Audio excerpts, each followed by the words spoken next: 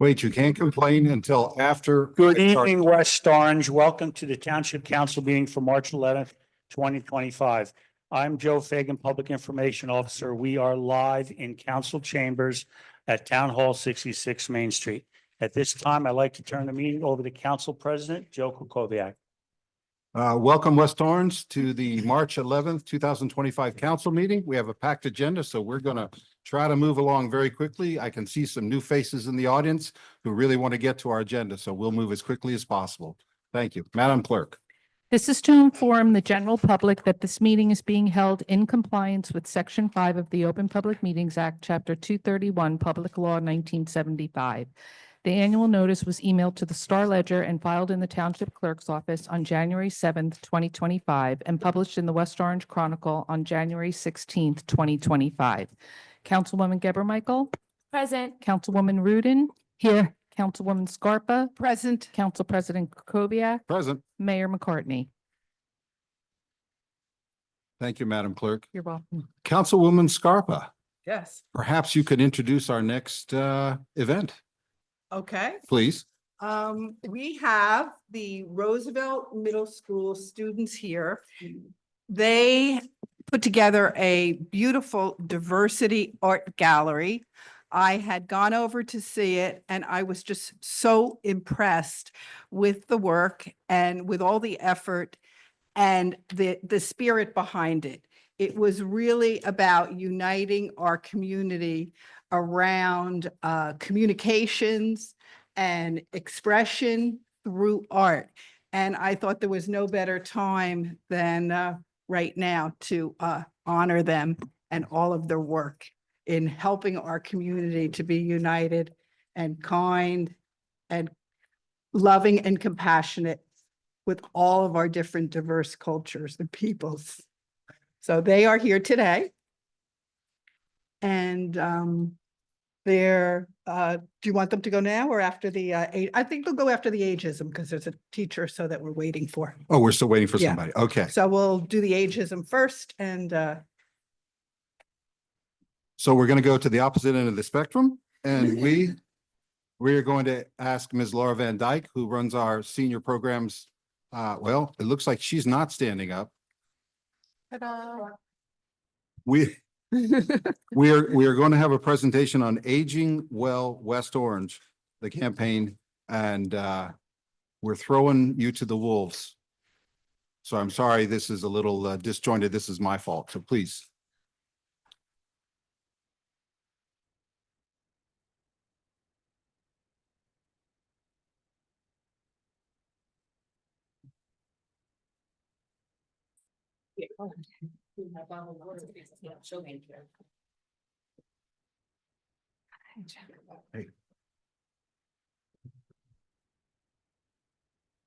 So good evening, everyone. My name is Olive Ross, and I am the Senior Livability Coordinator with the Department of Senior Services, along with Laura Van Dyke and Noelle Perez. And this year, with support of a grant from the Grotto Fund, we have launched an Aging Well West Orange campaign to build awareness around what it means to be an age-friendly community as guided by the AARP 8 domains of livability, and have joined the World Health Organization's campaign to combat ageism. But before we get into the actual campaigns, let's begin by laying the foundation. I believe you may have all received packets from me, hopefully. Yeah. All right. So a lot of the information I'm going to share is contained in the packet, but I thought I would just take us through some of the key points. So we're talking about an aging population and preparing for it. With people in the US aging better and living longer, older adults are one of the fastest growing groups in the country. It's projected that by the year 2034, older Americans 65 and older will outnumber children under 18.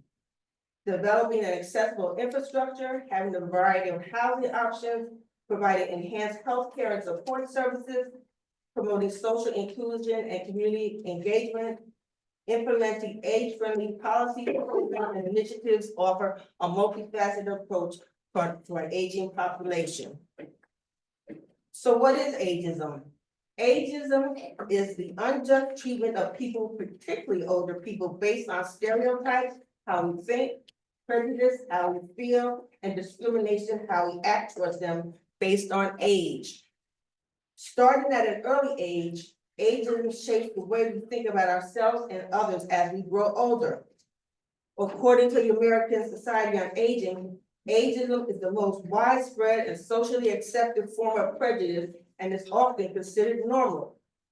Older adults are often experiencing discrimination in medical care, marketing messages, legal matters, and other areas. When ageism intersects with other forms of bias, for example, race, disability, gender, the impact of ageism can worsen. So what is an age-friendly community? An age-friendly community is designed to support and enhance the quality of life of people of all ages, especially older adults, and focuses on creating inclusive environments that are safe, accessible, and conducive to healthy aging. Such communities aim to provide services and infrastructure that allow older adults to stay active, socially connected, and independent. And it is also actively works to challenge and eliminate the stereotypes and barriers linked to ageism, where everyone, regardless of age, can participate and contribute in meaningful ways. So why does age friendly matter? Well, being an age friendly community can improve the overall quality of life for all residents. It contributes to community vitality and social cohesiveness. An age-friendly community can lead to economic growth by tapping into the skills and resources of older adults and attracting retirees, new residents, and businesses. And it prepares us for the future. Communities that adapt to aging demographics with age-friendly policies build resilient, sustainable cities that work for future generations. Well, West Orange is proud to have been formally accepted into the AARP and World Health Organization Global Network on Age-Friendly Cities and Communities in 2020. This age-friendly designation is a commitment to strive to ensure that West Orange is a great place to live for residents of all ages. To do this, we are in part guided by the AARP's 8 domains of livability, which provide guidelines to inform and identify what is needed to create a vibrant community. So we'll briefly go through them. The first one is outdoor spaces and buildings. People need public spaces to gather outdoors and indoors that are safe, clean, with accessible sidewalks, well-lit streets, benches for resting, green spaces, and accessible buildings. Transportation. Reliable, affordable, and accessible transportation allows older adults to move around independently and stay connected to the community. Drivers need ample parking, pedestrians need safe sidewalks, crossable streets, dedicated bicycle lanes, and a variety of transportation options. Housing. People need homes that are affordable and designed to meet various accessibility needs. Most older adults want to remain in their current residence or community safely as long as possible. Social participation. Regardless of a person's age, loneliness is often as debilitating a health condition as having a chronic disease or illness. Sadness and isolation can be reduced by having opportunities to socialize. Respect and social inclusion. Through intergenerational gatherings and activities, younger and old people can learn from one another, honor what each other has to offer, and at the same time feel good about themselves. Civic participation and employment. An age-friendly community provides opportunities for older people to work for pay, volunteer, contribute their skills, and actively engage in community life.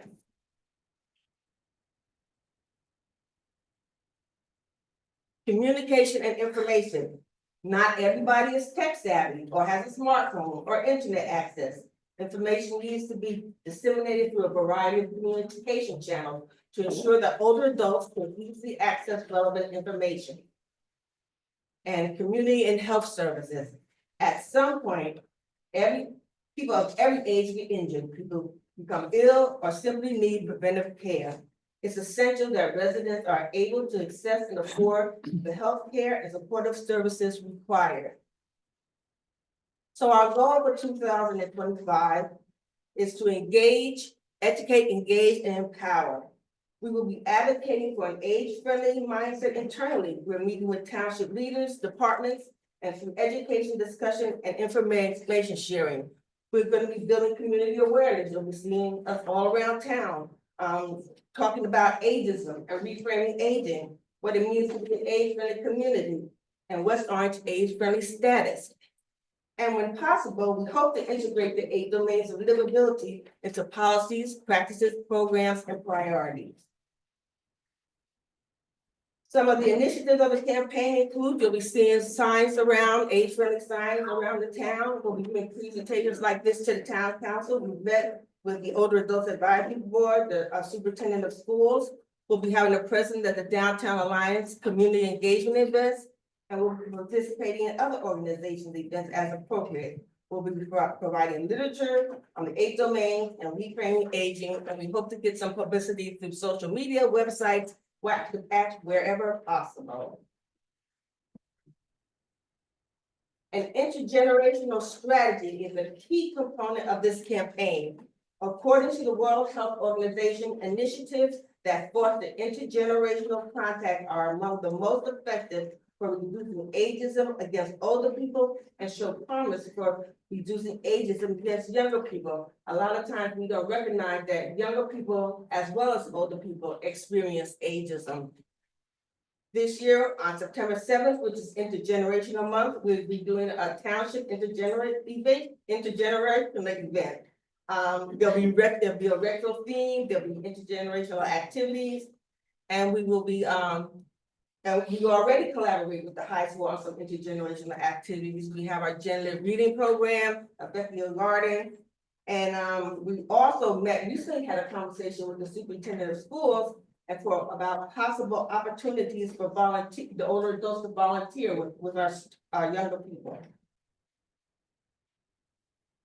Other senior services initiatives are, May is Older Americans Month. We'll be having signage and we're hoping to work with the Township Chamber of Commerce, the Downtown Alliance to encourage businesses to offer senior discounts. We'll be having our annual Salute to Seniors Luncheon. And we'll be piloting a program at Hazel Elementary School where they will be engaged in some activity with older adults. We have a new collaboration with the Mental Health Association, and we'll be doing some peer-to-peer discussions on aging. October 1st is Ageism Awareness Day. We'll be doing some internal communication and also be engaging with the public schools. And we'll be doing some domain-specific workshops. We'll be doing a transportation forum in April, outdoor spaces in July, housing in October. And we hope to be able to put together a volunteer fair that will engage older adults opportunities to have volunteer opportunities.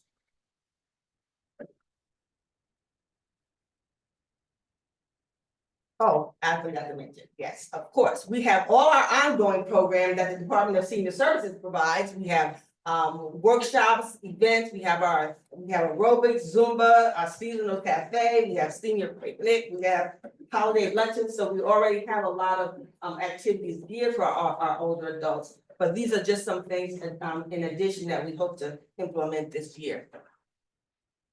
And then the mayor's Wellness campaign has received a grant from the Mental Health Association, and we will be partnering with them to decrease isolation and enhance peer support through a variety of initiatives. So in conclusion, I guess you thought it never ended. We can all play a part. Changing the way we talk and dispelling misconceptions about different age groups will ultimately change attitudes and reduce prejudice and discrimination around aging. When planning new projects, programs, policies, and initiatives, consider how they will impact people of all ages, especially older adults. With the 8 domains in mind, think about new ways we can contribute to and improve the quality of life for older adults. And by working together, we can identify barriers, create a more inclusive and supportive community, develop and implement strategy to ensure that West Orange thrives as an age-friendly community. And this is the signature, aging. Everybody's doing it. Thank you so much.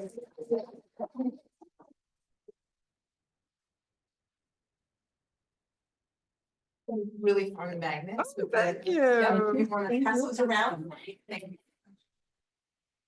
Council, are there any questions before Ms. Ross runs off and, Are they- No, we've Yes. heard the presentation at our older adults. Thank you so much. okay, Thank thank you you. all. Thank you.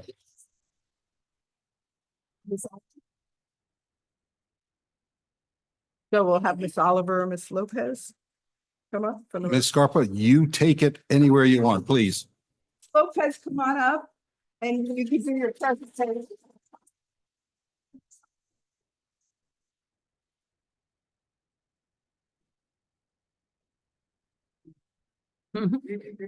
Bring the baby up too. Future student, future student. Expanding.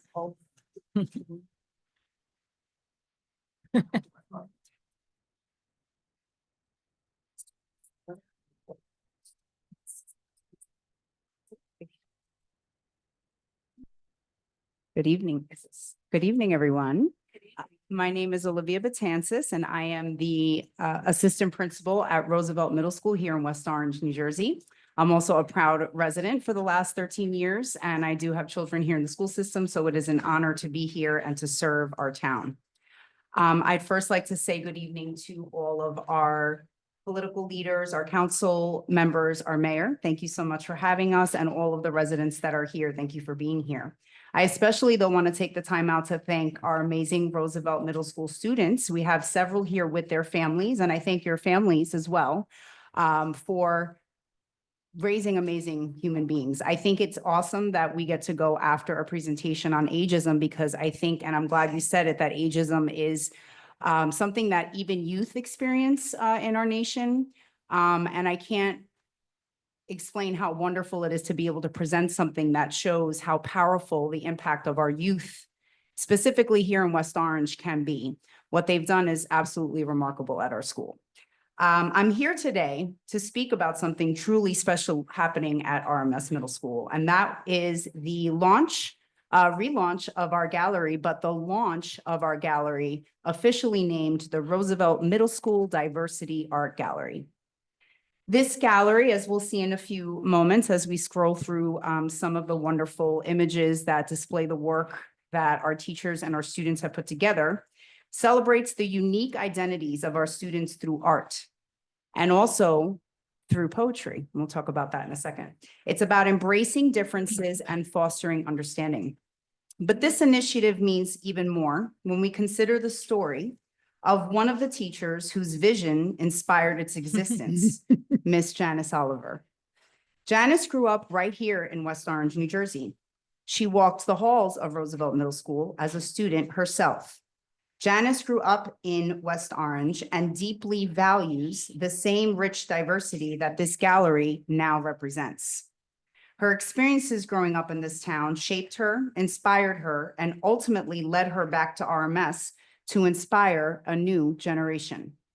Janice's journey is a testament to the lasting impact of our community.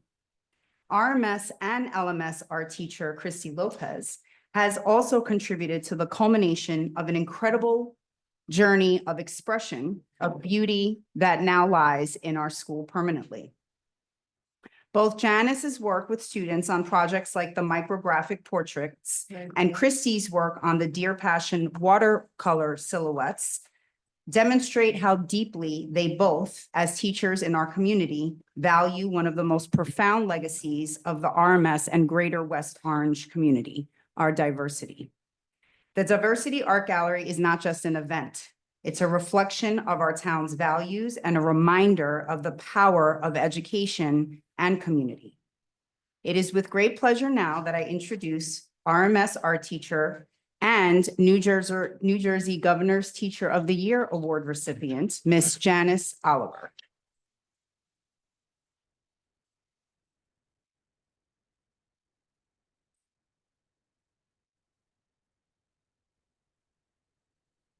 I have to be public speaking. I'm an artist. I like to be behind the scenes a bit. Nice. For the sake of my amazing students that came here today, I said it. So thank you, Olivia. Thank you, Mayor. Thank you, Council. The connection I feel to Roosevelt runs deep. It's a place that holds so much meaning to me. This is a school where I used to run those halls as a student, experiencing the same classrooms and corridors that I now walk through as a teacher. For the past 29 years, I've had the privilege of teaching in the very same art room where I once sat, now nurturing and inspiring the next generation of artists. My journey has come full circle in the truest sense. As an artist and a teacher, I believe deeply in the importance of creating spaces where everyone feels valued, nurtured, and heard and seen. This gallery is not just a collection of art, it's a celebration. It's an invitation to understanding and appreciating the beauty of our differences. I would like to acknowledge our featured artist, Kiara Barnett. You would stand real quick. You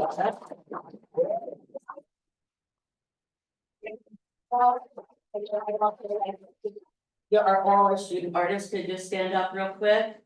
You can just stand real quick.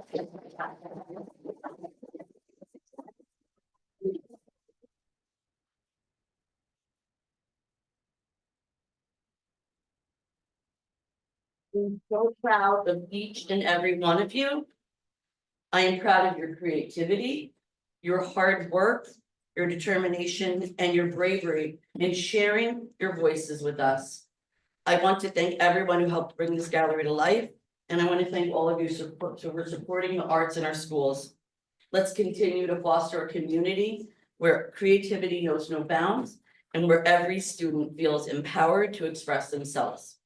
So now I'd like to introduce to you the one who believes, supports, helps me with all my crazy ideas, my fellow adventurer, my collaborator of chaos, the amazing Christy Lopez.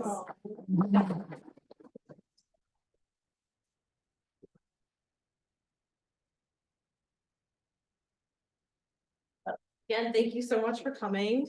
In 2016, I started my journey here in West Orange at Liberty Middle School while keeping myself busy with arts advocacy. I served as a board director for Art Educators of New Jersey for 4 years and won 3 governor awards for the hashtag 31 Days of Yam. Hosted hundreds of families across New Jersey and for the State House receptions for Youth Art Month proclaimed in March. So it is really a special honor to be here during March with all these amazing young artists and the families. And I'm so proud of Janice for pioneering this project and reflecting our students and our school with such beautiful grace. It's a special thanks to the town hall for witnessing Roosevelt's efforts. In 2017, my position was split to include Roosevelt. A boundary was crossed. My worlds collided. I opened myself up to one day never being the same as the next. This is my 8th year working with Janice on this chaotic ride. And it's always such a warm welcome when I get to the art rooms. She's got the thing you need, and sometimes that's a smile or a hug. Maybe it's because Roosevelt has been around for almost 100 years that we just accept it for the old building that it is. And something about that energy feels like we accept each other for who we are. And to me, that's very special. That's love. Diversity is the act of meshing worlds, colliding, crossing boundaries, and sharing perspectives. Our theme this year is unity through diversity. And we are thrilled to reopen the gallery while celebrating Black History Month. And subsequently, many more celebrations. Unity is a principle of design in art. And it's when each element, line, shape, color, value, texture, space, they feel like they belong. It doesn't feel like they're isolated. Unity can evoke a sense of recognition, making it easier to communicate a visual message. And the joy I witnessed from countless students was that they recognized their favorite musician. They said, she has hair like mine. They helped, I helped countless kids who realized that they couldn't really tie a knot. So students pointed out their contributions to our community curtain, which was really fun to see them pointed out and say that I was part of that. They're part of the whole. That is unity, being part of the whole. And so there are signs of hope and joy and curiosity. So while we display artworks every year at the West Orange Public Library, May 12th, 5:30 to 6:30, this gallery comes from the heart. And the act of beautifying our spaces merely means including a range of elements that can be recognized. Who is shining through the cracks of our society's infrastructures? What story must be told? Does the space inspire? Does it provide you with wonder? And when you free your mind, worlds collide, bringing great splendor. What will you do with your one wild and precious life? Very nice.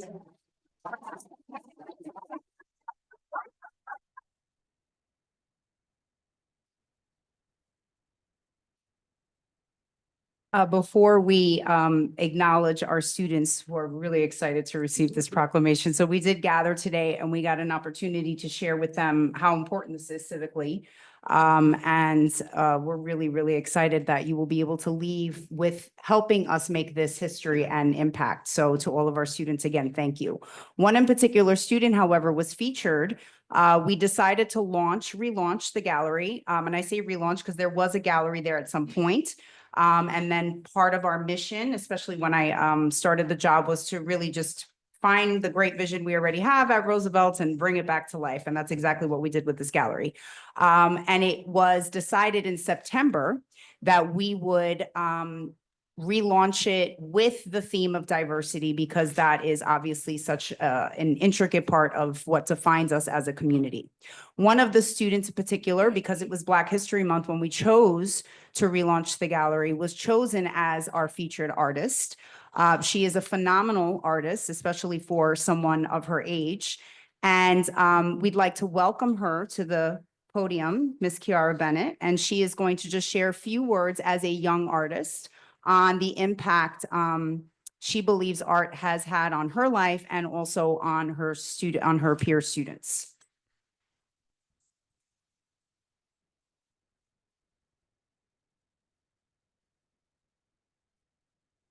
Here today to explain what. Excuse me, I apologize for my rudeness, but please speak in the microphone. We want everybody here and everybody on Zoom to hear your every syllable, your every word. So thank you. So just step up a little bit closer and you'll be great.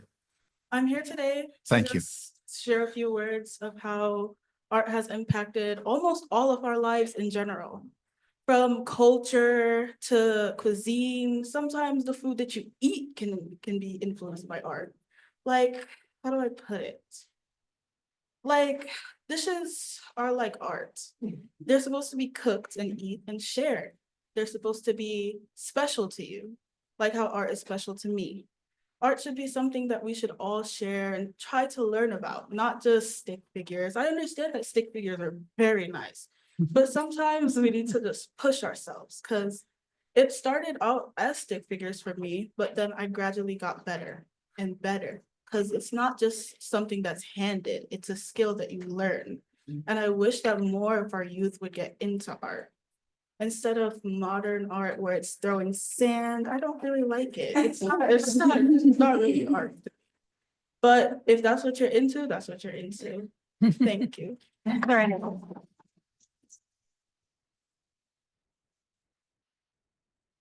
Thank you, Kiara. And we would like to wrap up our time here with one element of our diversity art gallery was our Poets Corner. We have a very thriving poetry club at RMS, and our featured poets were selected by Miss Peggy Gayer, who is the advisor of the Poetry Club. And we do have one of our featured poets here this evening who has willingly, after I asked him today, agreed to read one of his amazing selection. We selected the poem, and I know according to Ms. Gayer, he has several wonderful poems, but this one was very fitting as it really embodied the essence of what we were hoping to teach by launching the Diversity Art Gallery during Black History Month. So without further ado, I would like to welcome seventh grader Cassius Cofield to the microphone.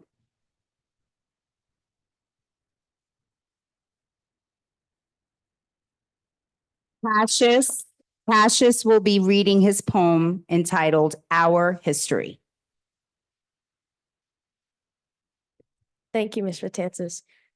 Yeah, my name is Cassius Cofield and I'm gonna be reading my poem. Okay. So, Excuse me for interrupting again. Just slow down, no hurry, and speak up, please. We want to hear every word, please. okay. People have disagreed from the beginning of time. They've always wanted a conflict or a spat. Most people either want to egg on the conflict or run away. But some people were brave. From the day that they were marching the streets and protesting to the Black Lives Matter protest, Black history is our history. Martin Luther King, Rosa Parks, Malcolm X. There's one thing that all these names have in common, which is courage. Martin Luther King risked his life in order to try to help his cause. Rosa Parks stood firm in her seat of the bus, knowing that the next 30 years of her life were at risk. Malcolm X tirelessly protested for what he believed in. So in this world where conflict is unavoidable, there's one thing that we can agree on. Black history is our history. Thank you.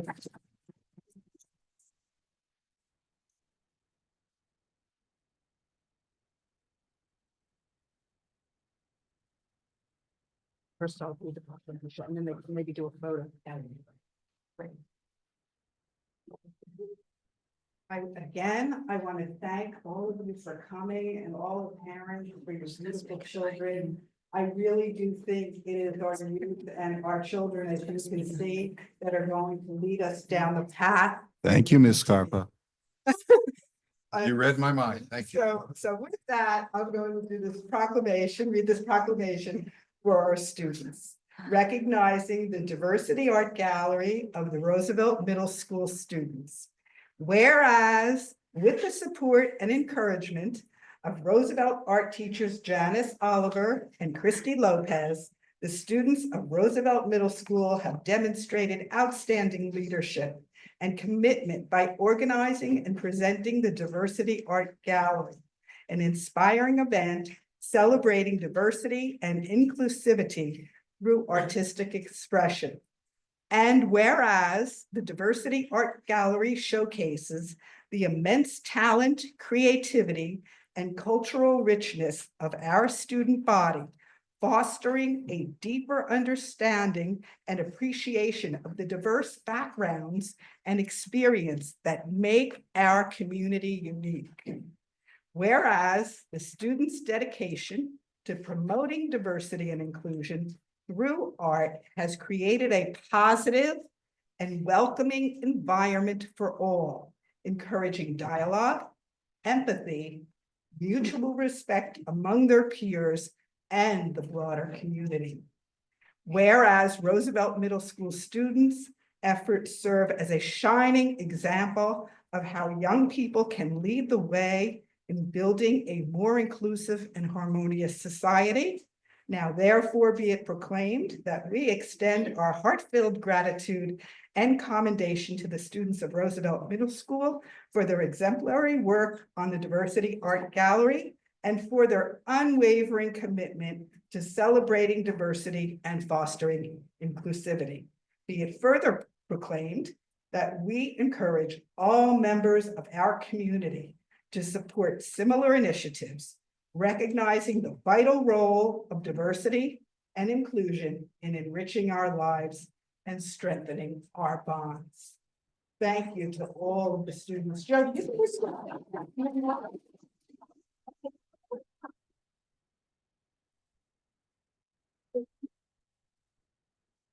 Yeah, that should be fine. Let's leave it up. All the artists please come forward and take a picture.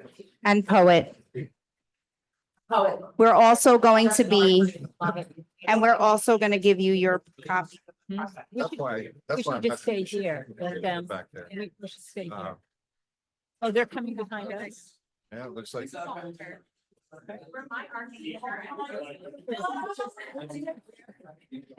Oh, wow, they're all.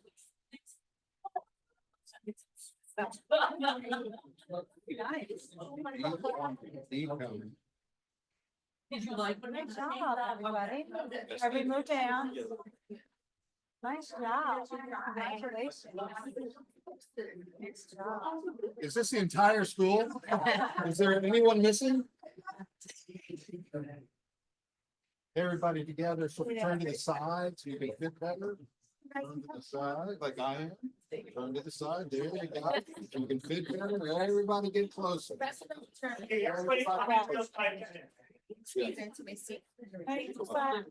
little bit shorter. There we go. We got some more room over here. Stay on the side. Because there's not much space. So. She's blocked. Okay, and make sure you're not blocked either. Look this way and then hold the post if parents want pictures. Just a couple. Okay, how about it?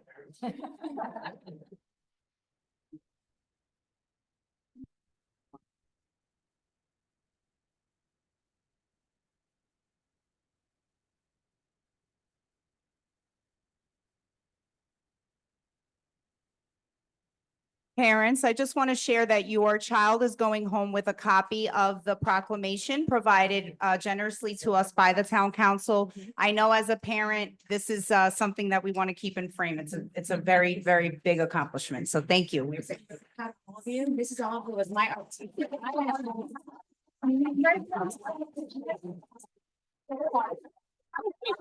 Really want to be here. Really don't want to be here for the next 2 hours, I promise. Only two tonight? I'm hoping. Usually it's five. Thanks, everybody, for coming. I don't think so, maybe. Congratulations. Next Congratulations, gentlemen. Really proud of all. Thank you. Good job. Have a good evening. Congratulations. Thank All you. Roosevelt, my Did you enjoy? The next two, right there. Right there. I did. I enjoyed it. It was so much fun. Mrs. Oliver, thank you for being the best. Seriously, really appreciate you. My son will be coming next year. I hope so. Yes, he loves it. Yeah.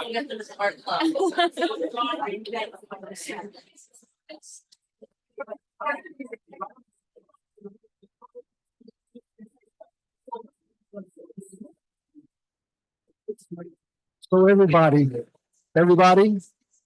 if you could just move out of the council meeting if you're going home, we would appreciate it. We can't move the meeting along until you guys leave. Fagan? Is this working?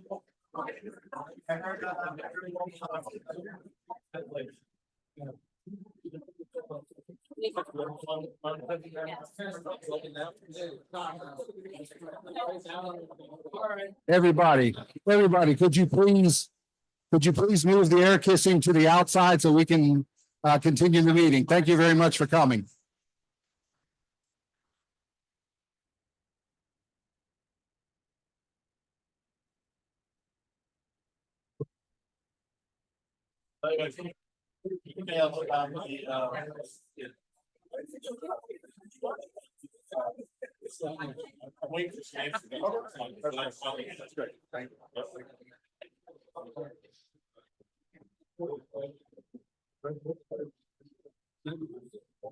Ladies and gentlemen, could you please, if you're leaving now, please move to the outside of the chamber so we can continue the meeting, please.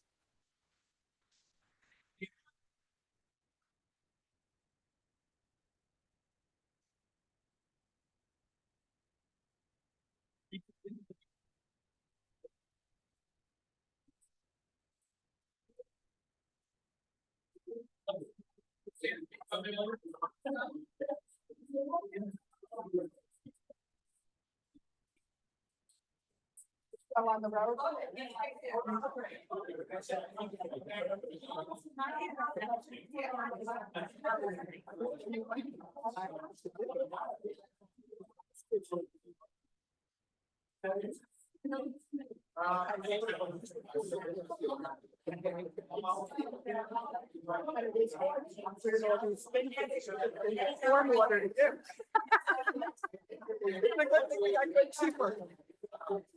You know, I have a place.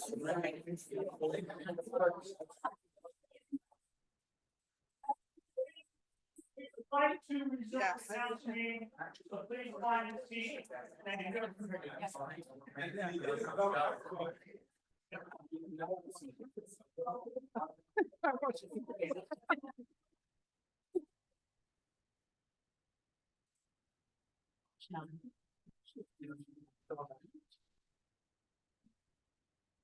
But that's the third way of saying it's not good.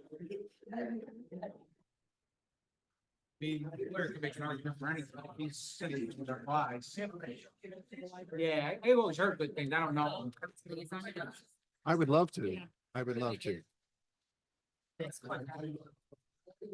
Yeah, would have liked to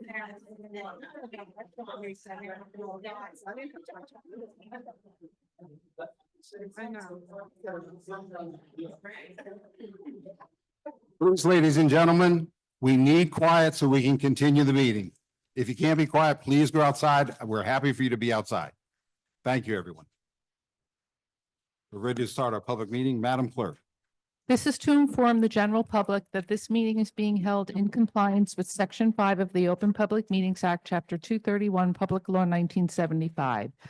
The notice for this meeting was emailed to the Star Ledger and the West Orange Chronicle on January 7th, 2025, and published in the West Orange Chronicle on January 16th, 2025.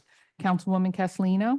Present. Councilwoman Geber Michael? Present. Councilwoman Rudin? Here. Councilwoman Scarpa? Present. Council President Kukoviac? Present. Mayor McCartney. Will everyone please rise for the Pledge of Allegiance?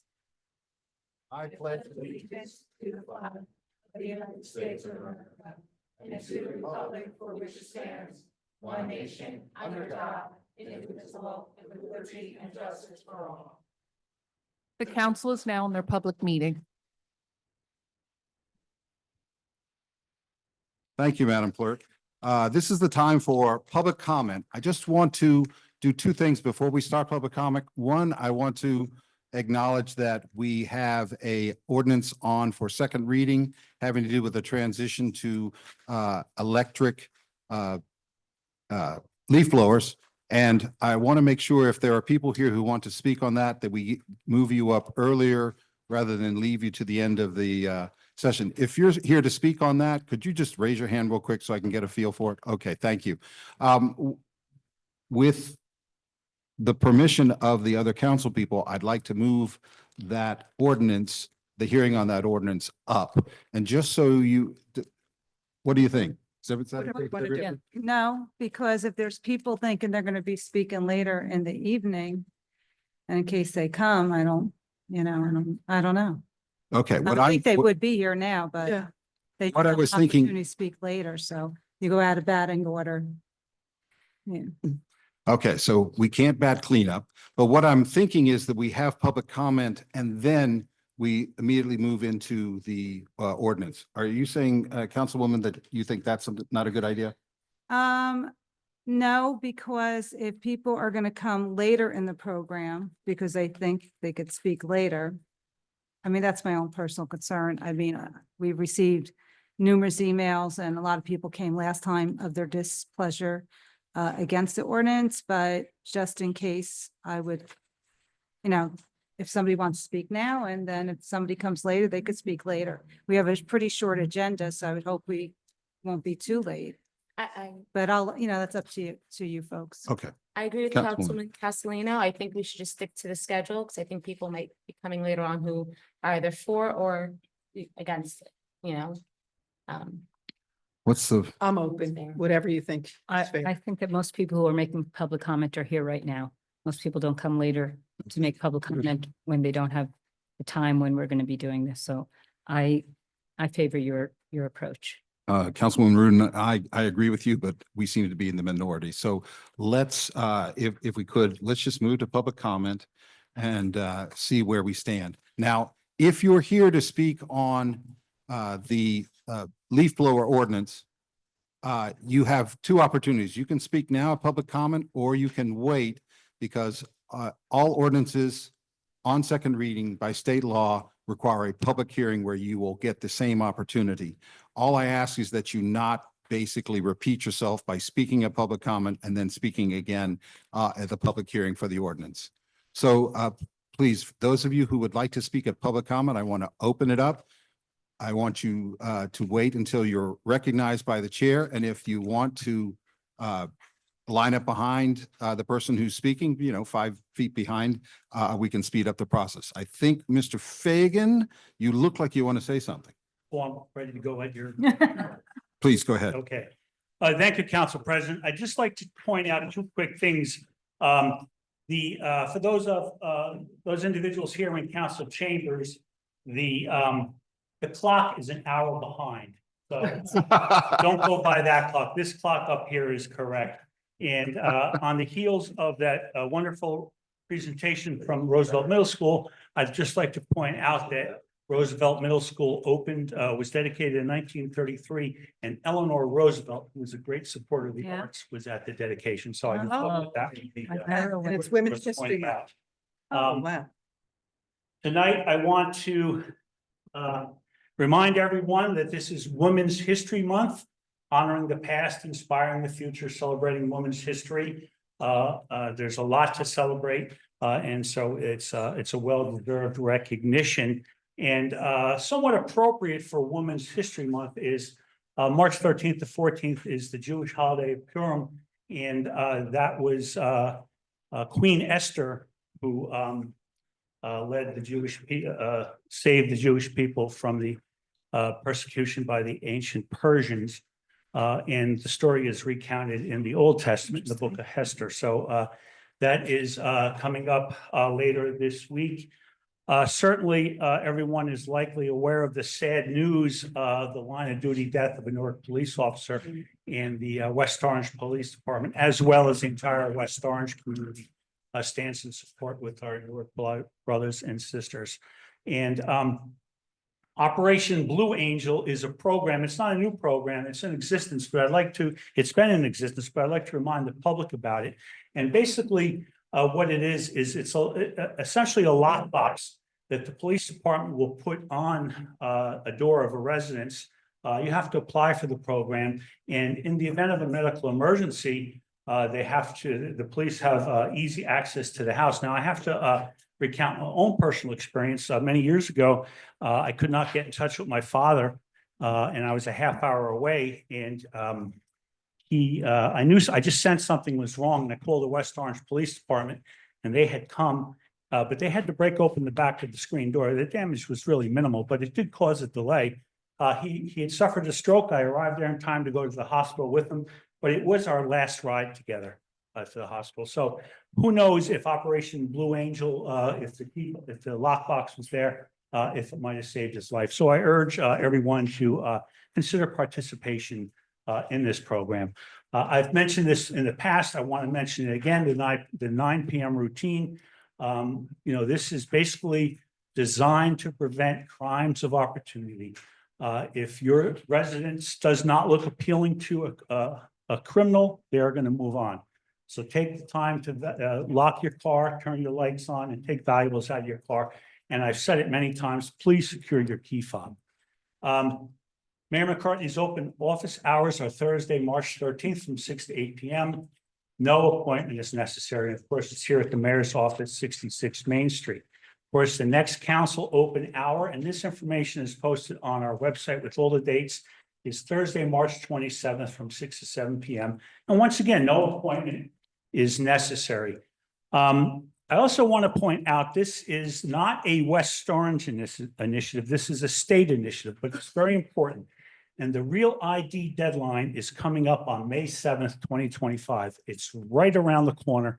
Now, of course, if you have a valid passport, like I have a valid passport, I'm not so concerned about scrambling for the real ID. Eventually, we'll take care of it. But if you have a valid passport, you can still travel and gain access into federal buildings. But it's important that you go to realidnewjersey.gov and find out all the requirements. And there's going to be a Medicaid town hall. Now, navigating through Medicaid can be very difficult, certainly. So it's going to be at Liberty Middle School with Congresswoman McGyver at Liberty Middle School, 1 Kelly Drive, Friday, March 21st. You should register to guarantee you a seat, and the The website is there, and this will be posted on social media. Last week, there was a crescent lighting for Ramadan.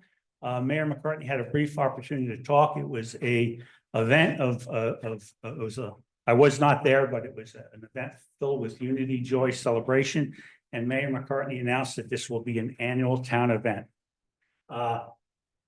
I had this at the last meeting, but this is important for breast and cervical screening. Prevention is all about early detection, and this information is on our social media and website. And in case you haven't heard, the St. Patrick's Day Parade is this Sunday, begins here at 12:15 Town Hall. Certainly, we always salute the Deputy Grand Marshal, or the Grand Marshal Noel Keefe, and the Deputy Grand Marshals Kevin Boland, Rich McDonald, Jim McGuire, and Kathleen Smith Larea. And again, that's this Sunday, I'm sorry. And, you know, just in time for St. Patrick's Day, typically there's a green stripe painted down Main Street, but last week I was traveling on Interstate 280 and eastbound just above Pleasant Valley Way, there was green ice coming from the cliffs. And here you can see a picture of it. I don't know if this was natural or if it was as a result of pranksters, but Update New Jersey actually picked it up and ran the story about the green ice on the 280 cliff. Of course, with the spring-like weather we've been having, it might be gone, but the Irish spirit certainly will live on. Earth Hour is, there's going to be Earth Hour launch Thursday, March 13th, 2025 from 4 to 6 at Thomas Edison National Historical Park. And this is an annual event with the West Orange Environmental Commission. The Arts Council is sponsoring the Sisters Connections and Art Show. Opening reception is March 15th. And if you go to their website, woarts.org, there are many programs coming up. Now, I understand this is March, and it may be a little bit too early to talk about Juneteenth, but it's never too early to talk about Juneteenth and the open call for film submissions. Last year, they had a very successful program, and they want to build on the momentum of that. So now the deadline for film submissions is April 15th. And you can contact Tammy Williams. And I think I've seen the former councilwoman in the audience here, and perhaps she can talk further about this during public comment. Also, it's not too early to mention Shredding Day. Now, I know April 6th is a long time away, but you know, this date always sneaks up on you, and you want to prepare the items that you want shredded. No plastic, no metal, no household debris, and no tree trunks. Okay, you can't take those to for Shredding Day. But gather those papers, those bank statements, everything else. I see one person laughing in the audience. Thank you very much. Our West Orange Fire Department, the West Orange Fire Department, firefighters are all about saving lives. And the West Orange Fire Department participated in a Cycle for Survival team, and they raised $11,000 for rare cancer research. So kudos to the West Orange Fire Department and all our firefighters and first responders. Council President, that concludes my report for this evening. I'm sorry if I went a little overtime, but I have been known to be long-winded. Thank you very much. Thank you. Mr. Puglisi. Good evening, Anthony Puglisi, representing County Executive Joe DiVincenzo. Just one item that I want to talk about, and that is our upcoming Cherry Blossom Festival in Branchbrook Park. It begins April 5th, which is a Saturday, and goes until the next Sunday, which would be the 13th. On the 5th are the bike races. The 6th is the 10K race. The 12th is our Children's Fun Run and Family Day. And then the final day, the 13th, is the Bloom Fest. All this information is on the website. Hopefully the weather does not cause our cherry blossoms to bloom early. We like the blossoms to, you know, coincide with the festival, but Mother Nature doesn't always agree with us. But it's always still a good show. So hope to see everybody there. Thank you. Thank you, Mr. Puglisi. Before you leave, this is not a request for an autograph, but it is Councilwoman Castellino. Thank you, Mr. Puglisi. Just a real quick question, because a resident had asked me, is there some kind of comic festival in June that the county's hosting?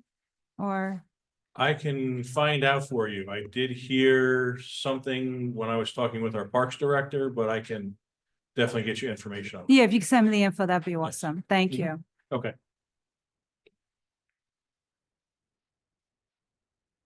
Mayor McCartney, I see you sitting there. Would you like to speak? Okay. Okay. Okay. Sounds good. Thank you. Okay, we're now ready for public comment. Like I said, if you'd like to stand in line, starting 5 feet behind Mr. Wecht, that would work well. And just wait to be recognized by the chair, please. Hi, my name's Jay Wecht. Do you want my address? It's well, it's 36 Gilbert Place. If you ask my wife, I'm there more than I am at home. So 36 Gilbert Place. Where I have been a teacher for 30 years, which is half my life. And I'm very proud of that. But you know what? I'm not known for my brevity either, but I'll try to be brief. First, I want to thank you, everyone in front of me, my friends in front of me. I'm kind of kicking myself a little bit because there are a lot of people here who I have a special place in my heart and I don't get to see them as often as I should. So I'm glad to be here. I really came here to thank you for what you did earlier, acknowledging the students of West Orange of Roosevelt Middle School and what we're doing with the diversity gallery. And I'd like to tie that in with the ageism that was also acknowledged, because yes, that is something that is very serious and important for people, older people like myself, and for younger people like the students that I teach. So thank you very much for doing that. Two other things, and then I'll go. One, I want to clear up the controversy about whether Asmaret still owes me a book report. The answer is yes. The other thing is I'm seeing all these wonderful people in front of me, and only some of you have been in my classroom. You're still my favorite teacher. Thank you so much. But you still owe me a book report. Alex is too. I want to extend an open invitation to everyone here to come and see the wonderful things we do at Roosevelt Middle School. We teach diversity, we live diversity, we celebrate diversity. And you'll see that in our lessons, you'll see that in the way that the children interact with each other and how everyone interacts at Roosevelt Middle School. So I know this is being recorded, so I have witnesses here that you are all invited. You know how to reach me. Please do, and let's get you into the classroom. I'd love for you to see what we do. And again, thank you. You know what, when I see a military, someone who works for the military or one of our police officers, I always say, thank you for your service. And I thank you for your service too. Thank you. Thank you. Thank Ms. you. Wecht. Thank you, Mr. Wecht. Thank you. Before we move on, I just want to make clear to those of you who may not have spoken before that please start out with your name and your address for our minutes. And you have 5 minutes. The clock is ticking right here to my left, your right. And please, Dr. Ifker, please. Thank you. Robert Ifker, Lakeview Drive, Vice President of the West Orange Board of Ed, and I'm here as the liaison to Town Council. I just want to point out a couple of things. First of all, I'm happy to see Councilwoman Asmaret back in full force in person. Not as a student, but as a Board of Ed member, I had the pleasure of sitting in on one of Mr. Wecht's classes, and it was really something I won't forget. It was really special. Okay.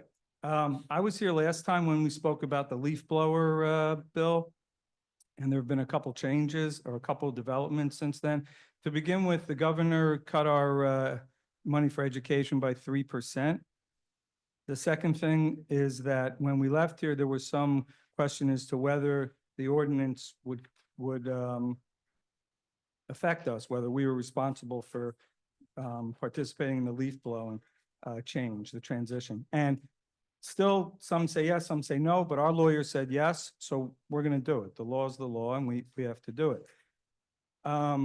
The reason that I'm here in addition to telling you that, is that so that there are no surprises, we're fighting for pencils. So I hope that we can maybe do some shared services with the town, some shared equipment, but our initial estimates are that this is going to cost like $150,000. And there's even some question about whether the batteries, I'm becoming a little knowledgeable in this, whether the batteries or the cords are even going to work for us. That's not my area. Whatever it has to be, if it's the law, we're going to do it. But I heard that something about senior citizen golf programs are being affected by this in some way. So along those lines, on Tuesday, we have our Board of Ed meeting, and we have to bring up charging people now fees for sports leagues or whatever they're using our buildings for or our fields for, some of which are low fees, some of which are no fees. We can't do that. We are fighting for every dollar, and it's not responsible on our part, I'm sure you understand, to just add it onto the budget. We're not going to do that. So I'm sure we can work together. We want to, but that's just where we are now with respect to the ordinance. Thank you.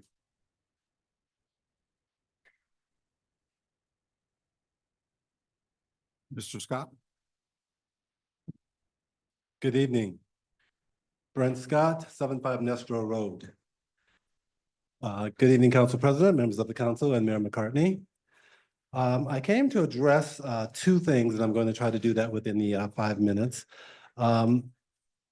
The first is, at the last council meeting, all 5 of you took a verbal beating that none of you deserved from some pretty incredible people who came up and said bad things about you and said bad things about our town. I've had the pleasure of living in West Orange for a decade. It's a beautiful town, and you guys are doing a great job. I don't have to agree with every one of you on every single thing, and I don't. But you're doing a good job, and I know several of you personally, and I know that you're good people and that your hearts are in the right places, and you didn't deserve that. When I returned from, as you know, the last time I spoke about my experiences on the zoning board, of which I'm proud to serve. I went home to receive an email from our chairperson, Mr. Phil Neuer, from an attorney representing him, demanding an apology for me because I have said that he is serving illegally, inappropriately, and he is. So I'm here tonight to emphatically not apologize. He knows the libel and slander laws of the state as well as I do. He's a public official. He's been on the board for 15 years, and he knows he doesn't have a case. And it's a very old and really silly thing to do, especially to a person like me, to send something or have someone send something to intimidate, frighten, or scare. Well, I want to tell this board a little something about myself. From the time that I was 6 years old, I was always tall, and I have always been an anti-bully. No one bullies me. Other kids that I barely knew in school stood behind me when bullies came, and I stopped it. I don't get bullied by Phil Neuer, his lawyer, or anyone else on God's green earth, and I want him to know that. So, he is serving improperly. A law is a law unless a judge strikes it down or unless a superseding law comes through. So Councilwoman Gabermichael, Councilwoman Scarpa, you are libelous and slanderous for refusing to repeal that law twice. It's the law, it's on the books. He doesn't like it, too bad. What's worse, he spent, and no one has ever elected this human being to anything, your money, taxpayers' money, to pay an outside attorney, a Mr. Drill, to give them opinions to tell them that the law can't be enforced. And I've said on the zoning board meetings, I don't care. He's not a judge. It's not a court. That's his opinion. It means nothing. I've said it on the record on the zoning board. Why on earth would this man think that this would frighten, scare, intimidate me? I'll leave it at that. I'll just close with the line from the original House of Cards, from the original Francis Urquhart. I would find it in my heart to pity the man if he weren't such a canteen, high-minded, sanctimonious hypocrite. Thank you.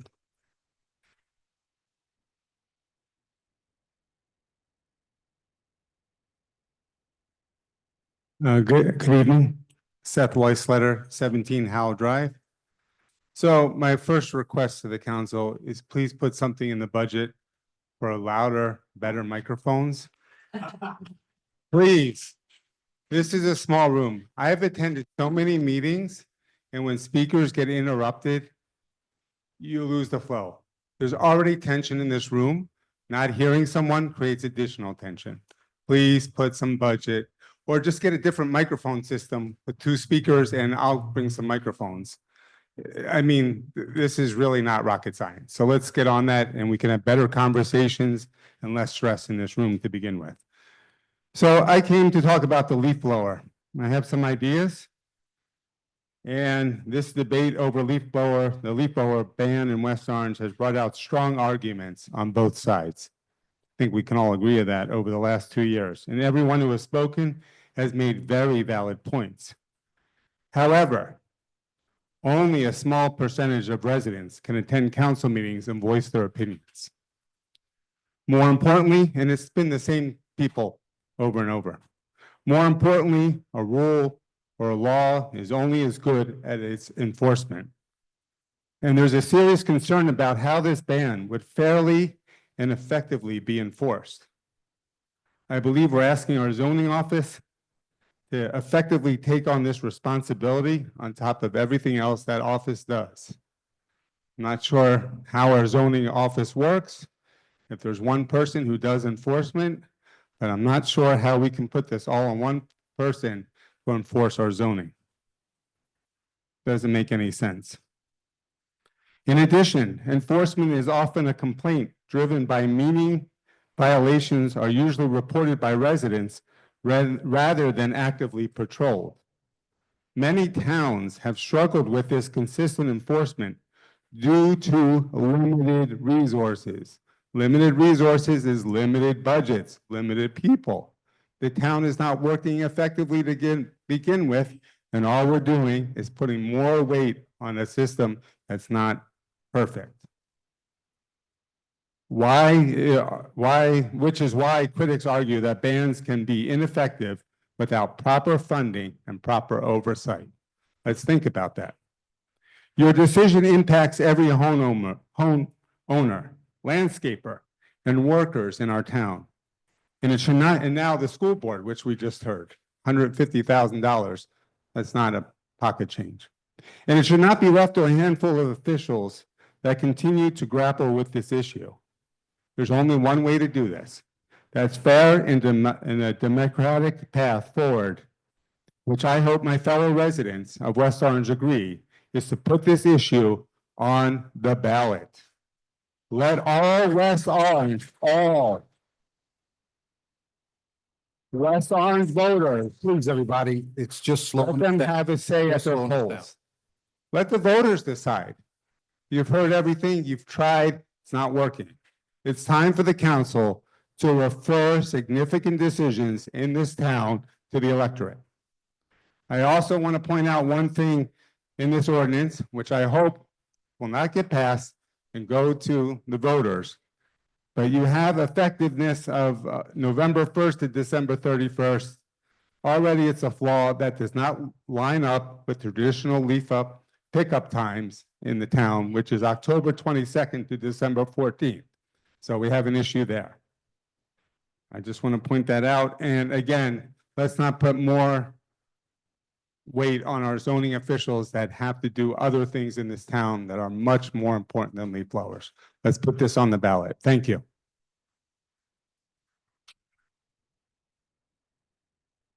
Just a reminder, excuse me, just a reminder for those of you who have come in late, if you came to speak on the transition to electric leaf blowers, you have 2 opportunities. You can speak now, or you can speak when the state required public hearing as part of hearing the ordinance on second reading. You can do it either time. I would appreciate it if you would not do it both times. Again, it's just going to slow us down.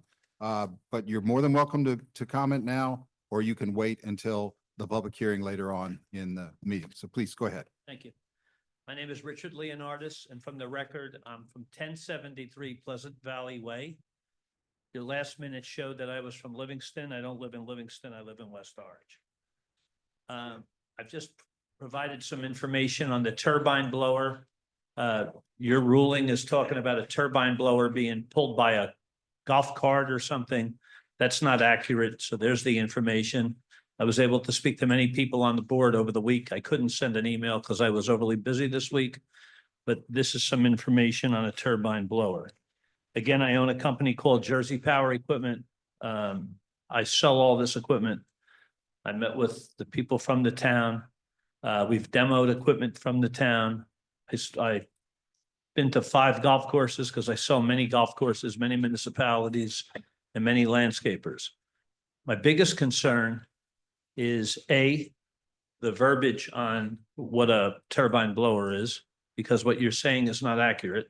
Second of all, you're talking about it for some of it says golf course only, which then others say it's not golf course only. You also have times in this ordinance. I think you really need to allow 60 days in the spring and 60 days in the fall, because if we have inclement weather, it's not really fair to the landscaper to give them 45 days. Second of all, you're fining people. So if my landscaper comes to my house and I lay down the law and I tell him what your rules are, and you give him a warning, now I'm at work, so I'm never home, then you give him a $200 fine. I get a $200 fine. I didn't collude with him. I didn't discuss this. I didn't aid and abet. I didn't do anything that had to do with him using a blower on my property. So we both get a fine. Now I fire him. I hire another landscaper. He gets a warning. It's my second offense. I get a $500 fine. I have nothing to do with that. I don't even believe that's constitutional. How can I get a fine for his actions? Right? All I can do is convey to him that he's not allowed to use a blower at these times, a gas blower at these times. So I should not be responsible for his actions. Right? I'm at work. I'm never at home. So I think there's so many holes in this amendment.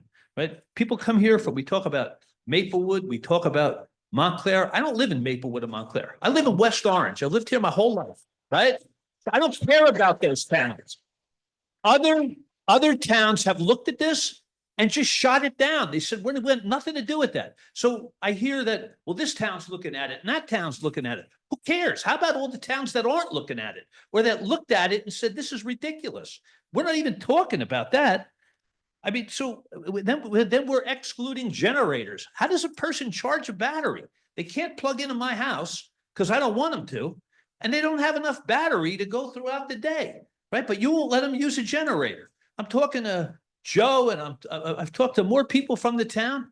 We're looking at $14,000 chargers. Let them use a generator to charge their battery. The generator is a 4-cycle motor. It runs just like a lawnmower runs. It runs just like a snowblower runs. There's no different in that engine and a lawnmower engine, but you want to take the generator away.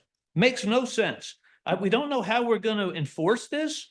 We got problems with the seniors because they may not have their golf day. The golf courses, there's going to be a lawsuit coming. I've talked to all of them, right? They're going to take this across the state, and they're talking about a lawsuit. Can we afford a lawsuit? We can't afford to put a park in for $250,000. If I sell you $100,000 worth of equipment for batteries, you got something. You got $100,000 in equipment. This gentleman charges you $100,000 for a lawsuit. You got nothing. You took that money and pissed it away. We could have bought a golf. We could have bought a park. I mean, I just don't understand. There's so many holes in this. Why don't we table it, fix the holes, and move forward? And most of all, I think it should be on a referendum so that everybody gets to decide. They should decide, A, if we should have a ban, B, if we shouldn't have a ban, C, when the ban is going to be. Let the people decide. This shouldn't be for 5 people to decide, right? Whether the mayor puts it on the ballot or you guys put it on a ballot, let the people in West Orange decide, because you just raised my taxes through the roof. And now you're going to hit me with another tax, which is what my landscaper is going to charge me. And that's a hidden tax. Let the people decide and let them make the decision. I think that would be the most fairest thing for everyone. And I sell the equipment, and I'm taking money out of my pocket by telling you that. Thank you for allowing me to talk to you. Thank you, Mr. Leonardo.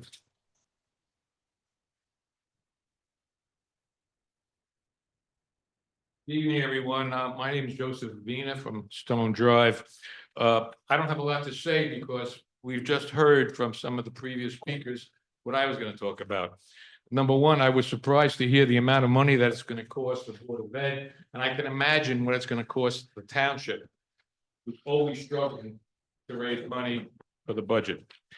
But Mr. Leonardo's picked up a big point that I was going to raise. Is it really fair that a homeowner who has no control and no opportunity to know what his landscaper is doing is going to wind up paying a $200 fine the second time it occurs and a $500 fine the third time it occurs? If I got fined like that, I'd be pretty upset with my landscaper for making me pay a fine for something he did, and I'd probably fire him. So then I'll hire another landscaper. Does the same thing. Now I'm paying $500. That's not fair to the homeowner. The other thing that is a little problematic is if a neighbor takes a photo of this occurring and files a complaint and it goes to the municipal court, well, the homeowner on a first offense, no one's going to go because it'll be a warning.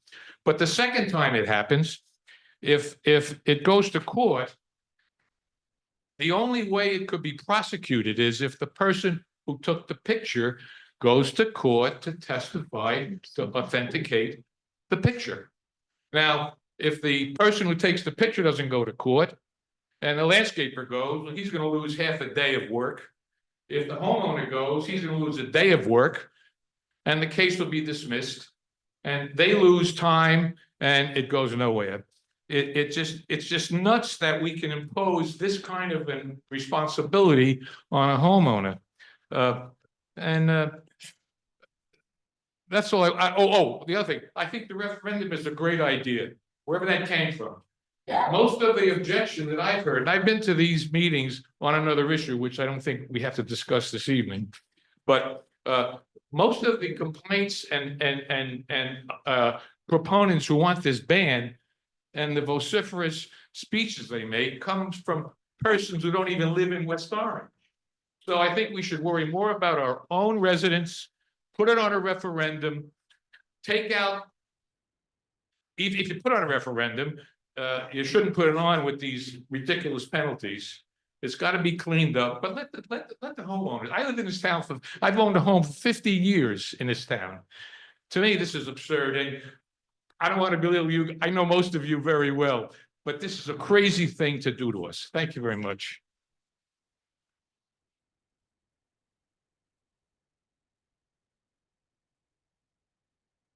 Good evening.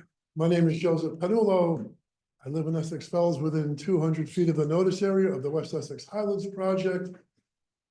Mr. President, members of the council, and clerk, gentlemen, Mayor McCartney, good evening.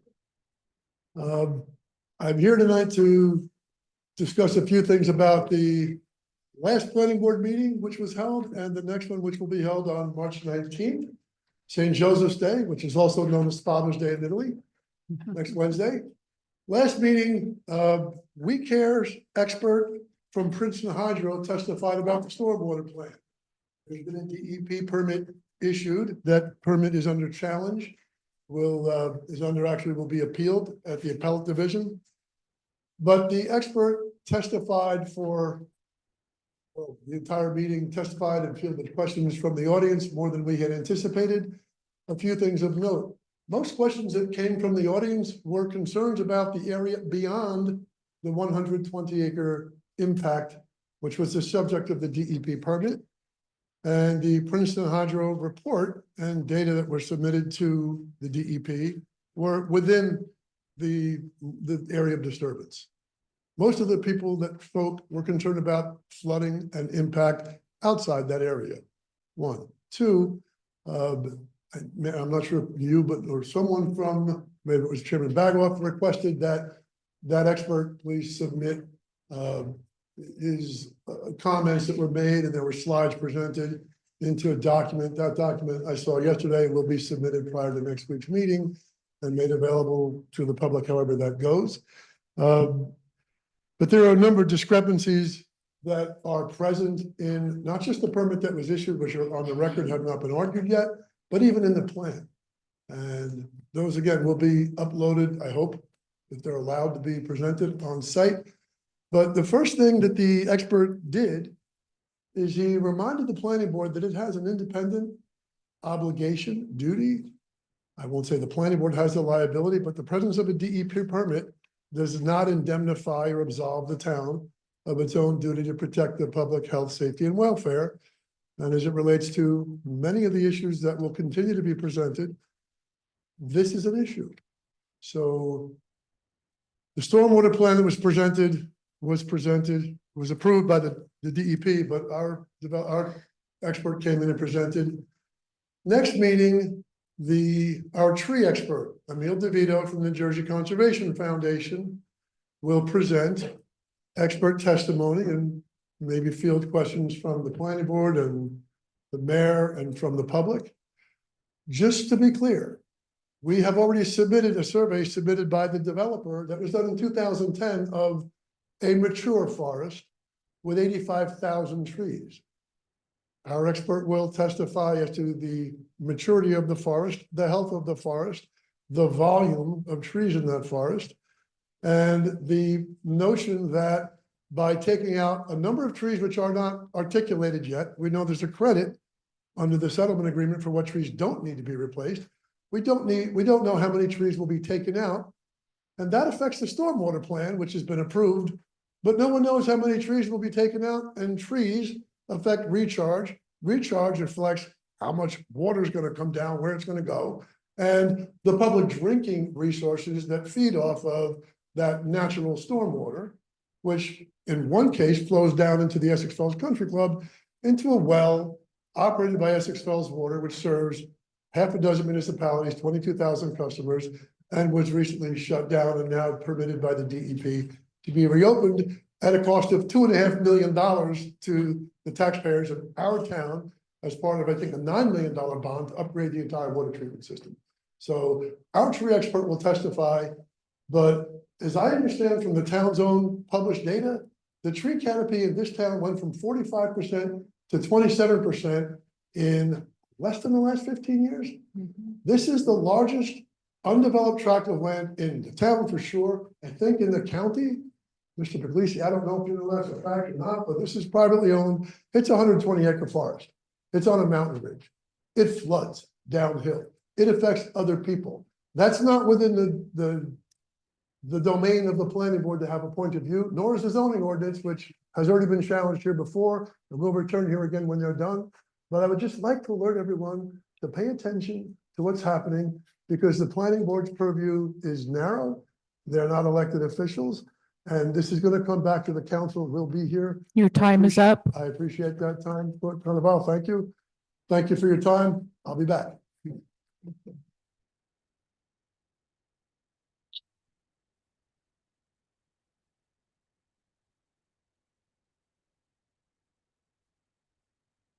Hello, everyone. How are you? My name is Gustavo Pereira. I live at 100 Terrace Avenue. I've been in front of most of the members of the council before, although many of you perhaps maybe didn't hear me before. Just got back from a beautiful overseas trip. So thank you. There you go. Can you hear me now? All right.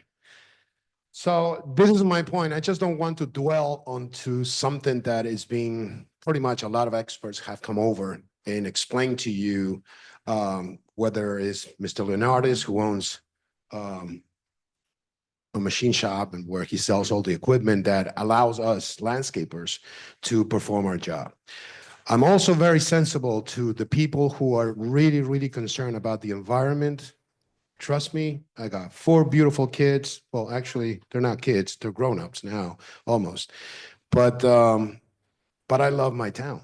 So I am very, very conscious of the concern of the environmentalists who certainly, are worrying about what's going to happen in maybe 10 years or so that we're going to be starting getting sick or something extra is going to start growing in our bodies or whatever.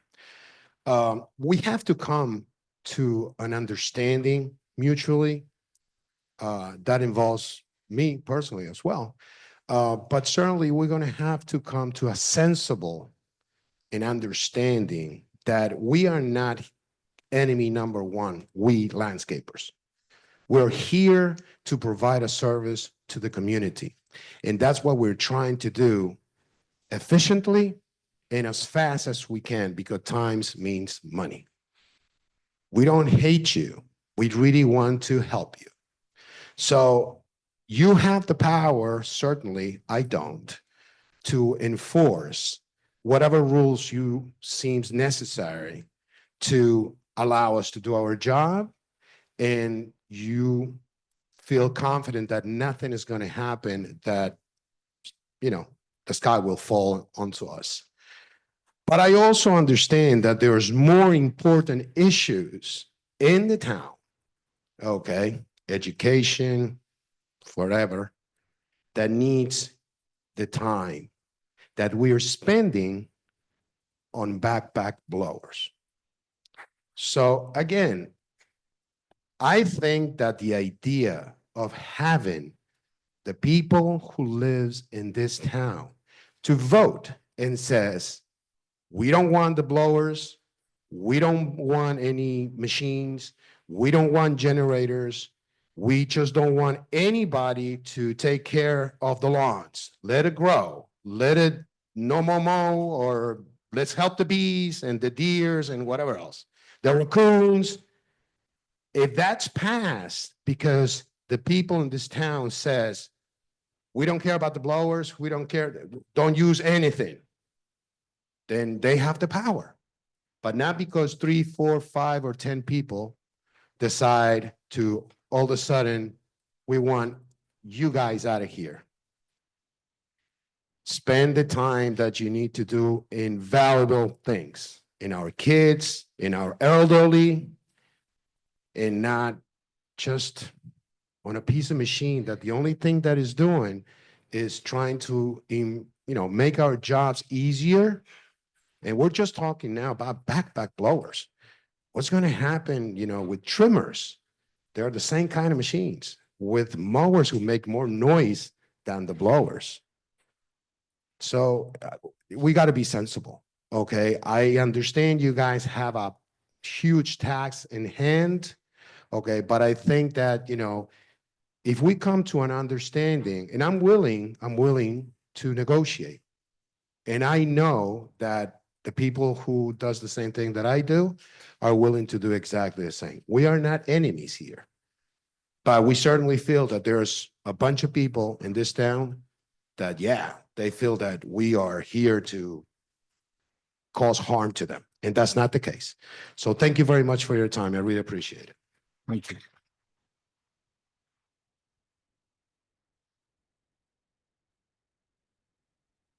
Hi, I'm Steve Rath. I live on Undercliff Terrace. I've been living in town for about 30 years. Excuse me for interrupting you. Could you just restart it? We just want to make sure we got your name and your Okay, address, please. sorry. No problem. I'm Steve Rath. I live on Undercliff Terrace. I've been living in town for about 30 years and have watched as the afternoons, now I was working and I was going into the city for a lot of that time. But lately, over the last 10 years or so, I've watched as afternoons have become almost uninhabitable on Undercliff Terrace because there are blowers surrounding me. And when the neighbors are not doing it, when my own home is not subject to gas blowers, there's somebody across the street and somebody behind. So it's a constant situation. Now, there may be ways to remedy this by restricting the days on which they can occur. But from 8 o'clock in the morning, when some of the gardeners start, until 4 o'clock in the afternoon, it's difficult to hold a Zoom call. It's difficult to think because there are so many blowers and so many activities going on. And this is not an impossible question to solve. There are a number of ways to do it. It's been suggested that people are restricted in terms of the days that they can work in various areas, and suggested that people do use generators, and those generators are mostly 4-stroke, not the 2-stroke engines that are the dirtiest and noisiest on the blowers themselves. It has been suggested in other venues that people put solar panels on top of their trucks. Most of the people have 30 or 40 square feet that they can put solar panels in. And frankly, as a homeowner, I'm paying for gas for the blowers that my gardener uses. Why don't I let the gardener plug in? I'll be paying less for fuel and he'll be paying less for fuel. So it's an economy all around. I understand it's difficult. I understand this transition can't occur all at once. It requires a substantial capital investment. And I certainly think we can allow time, but at the same time, we can't allow our environment, our living space to be degraded both by the fumes and by the constant noise that occurs 6 or 7 days a week. There's no respite from it, and that makes it difficult to claim the virtues of suburbia. Thank you for listening.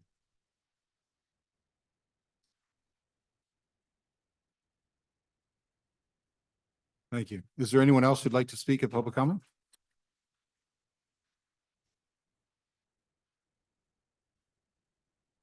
Hello, can you hear me?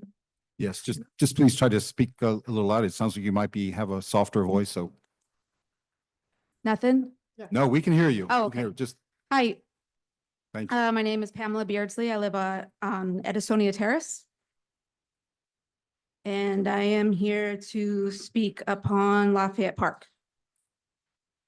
So besides being a West Orange resident for over 10 years, I am also a West Orange business owner.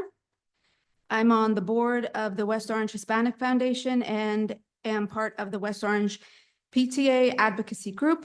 And I'm a fierce advocate for my Spanish-speaking community who cannot speak up for themselves. I would like to first point out that I did have 3 of my children here. We were waiting in the parking lot for public comment to begin. And I was waiting for my husband to get out of work early so I could have the privilege of being here in person to advocate for this project. Not everyone who wants to advocate for this park in person can do so because the majority of the people who are in favor of this project are currently at home with their families, taking care of their children, and I'm privileged to be standing here for them. I also know that many of my very own community members cannot advocate for themselves due to language barriers. Yes, we are aware that emails can be sent, but I think we can all agree that being in person can be much more effective and transparent. The project I'm referring to is the much needed update to Lafayette Park, a community space which money had been approved for already back in 2023, a community space that was bonded back in 2024. This park has been neglected for far too long. This community space has turned into a makeshift dog park, making it unsafe for our children when gates are left open and not able to close properly. This community space has become unsafe for our children to play due to not safety compliant structures and moldy, mite-filled playground mulch. The intersection alone to even get to the playground has an unsafe crosswalk, one that I almost got run over by a car while walking with my newborn elementary school-age child 2 times on various days. To my understanding, the Lafayette Park area has big plans in works, but it can't get done until phase 1 is completed, which is Lafayette Park. These items include a larger parking lot, a volleyball court, a proper dog run, a hard court soccer court, and what I feel is very, very beneficial to our community is more utilization of the clubhouse that exists there currently. Just to think about the downtown community members who do not drive. We could have volunteer and tutoring programs partnered up with the West Orange school system that would benefit our youth. You say that the town can't afford it and that something needs to be done about town debt. I would love to know how you are going to pay for electric leaf blowers for the town without dipping into Lafayette playground funds that have already been issued and secured for one of our most underserved communities. The equipment is extremely expensive and unnecessary battery operated equipment that does not last long at all and will in turn create more environmental waste in the long term. I can attest to this because as a current small business owner, I am currently outfitting a food truck. And it was my mission from the get-go to become electric powered. Well, we will run on gas for transporting here and there, but when we get to our initial location, all of our freezers and our refrigerator, blenders, anything like that source will be run fully on electric. The investment is incredibly expensive. Just to run a couple of freezers, a refrigerator, a POS system, and a blender is going to cost over $11,000 for batteries and the router. Not to mention these batteries, I really feel is a disservice because I feel like the small business owners are going to get hurt most. Not to mention the minorities business owners. I sincerely hope that the town council will not dip into the funds that were already allocated for Lafayette Playgrounds updates, which impact the entire community and the children, to instead purchase extremely expensive, unnecessary battery operated equipment.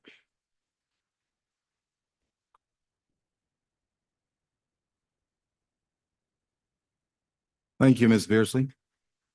Councilwoman.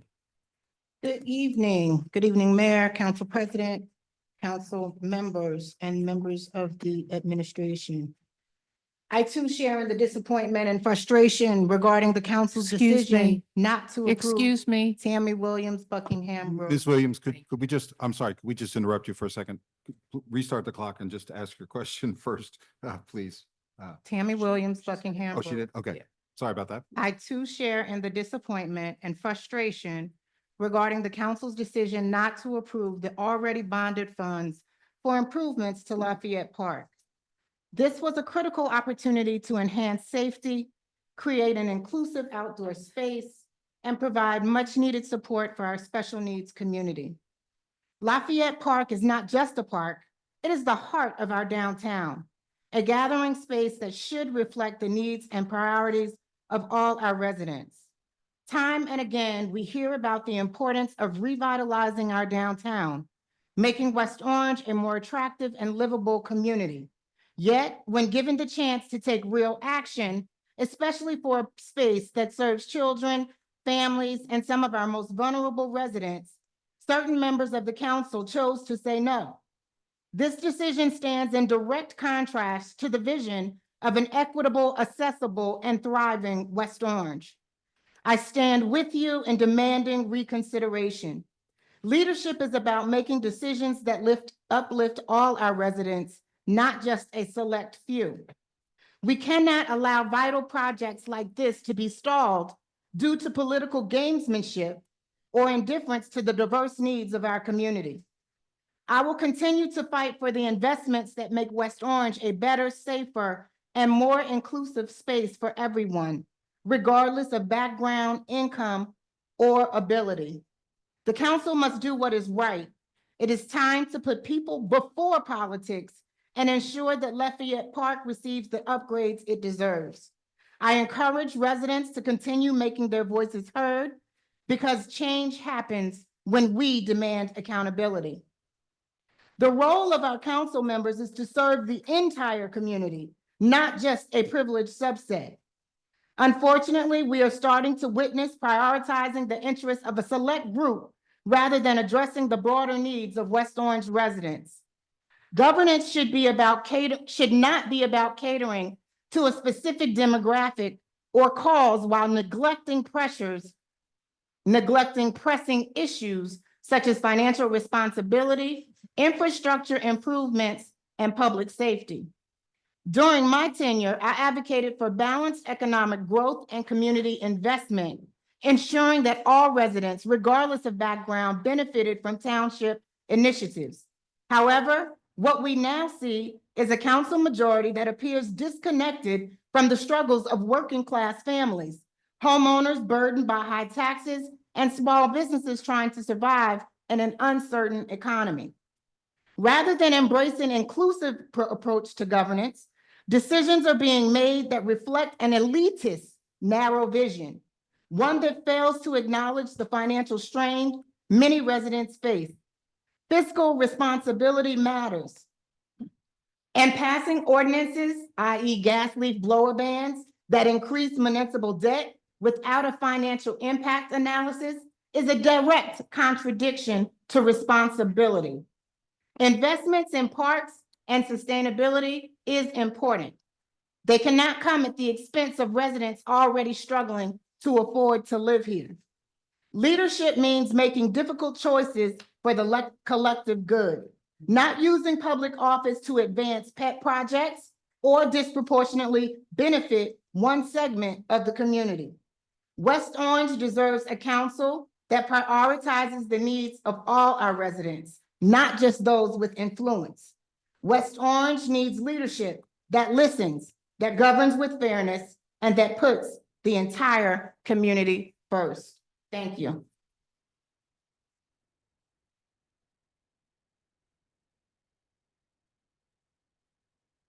John Blanton, Forest Hill Road. First and foremost, I want to echo what the gentleman behind me said about the leaf blowers. If we're really about the public, it shouldn't be people coming from Montclair, South Orange, and other places. As a result of that, and you guys allowing that type of disturbance and grievances in our town, you allowed our Zoom to be cut down for seniors who I'm here to advocate for tonight as a member of the Commission on Aging from Seniors in our county. I escorted a woman, 85 years old, last week, or the last council meeting, out the room. She was frightened to death to go to her car. And she said, I would have rather talked from home, but I had to come out tonight because the council doesn't allow Zoom anymore. You guys took the Zoom down because of someone from out of town, not here. An agitator that you guys call when people come here from out of town. Agitators, please you talk about being your constituents for everyone, and especially you, Councilwoman Scarpa, who say you advocate for seniors. All of you sitting on this council right now, with the exception of Councilman Kukoviac and Councilwoman Rudin, was echoing to let our public participate. Please let our seniors be able to age in place and participate in public policy here. Chief Abbott, I'd like to ask you a question in regards to the leaf blowers. Mr. Blanton, I'm sorry. Our ordinance requires that you speak to me, and then if Okay, you wanted. well, if you guys would question address directed, what I'll the do fiscal that. aspects are going to be from transitioning to leaf blower. I've tried to use from you guys' consent to switch over to the electric blowers. My family even brought me this little neat thing that when I want to pick up leaves around our driveway and stuff, with a battery operated, shuts down in half an hour. Very frustrating to me. The last thing, you can give each of our council members a copy of this. I want you to go on a journey with me. I got off of 280 on yesterday, and I drove from Main Street, Newark, all the way down to Main Street in West Orange. When I made that turn from Main Street, where you can go on to Northfield onto West Orange to go downtown. What a shock. You guys are coming in here debating about all of this stuff. We got a downtown that needs to be developed. And as I rode, I'm gonna be honest with you, I was so disappointed. The park that you guys denied you being an educator, knowing and you're an early learning person, you know how important a park is to brain development, especially for special needs children, and you turn it down? What are you gonna be, a council of Dr. Kevorkians for special needs and underserved kids? The oldest park in our community, across the street from one of the most wealthiest communities in our town, and it looks like Atlantic City. Tales of two cities. You need to get a grip all the time you're spending. So I started to drive down to our downtown. Walgreens closed. The Llewellyn Hotel, I've been told that the developer has bounced out because of you guys. Third thing, I didn't even know the American Diner has boards up there. And you guys want to call this downtown? And then I'm being told that one of our council people made a comment, and I'm hoping it's not true, that you're afraid to go downtown? And you're gonna sit on our council and you're afraid to go downtown? That's deplorable to say that to anyone about our downtown. And what I'm saying to all of you have a responsibility to fiscally, for sure, but at whose expense? And when I saw that park, and I think about our babies, and that's what you did to the most underserved community. And you all know how they talk about what you call down the hill. I was one of those kids that people call underserved and frowned on. And for those of you on the council, you're privileged enough to not to have landscapers and all this stuff and afford it. It's deplorable what you're doing to this town. Serve and lead for everybody. God bless you.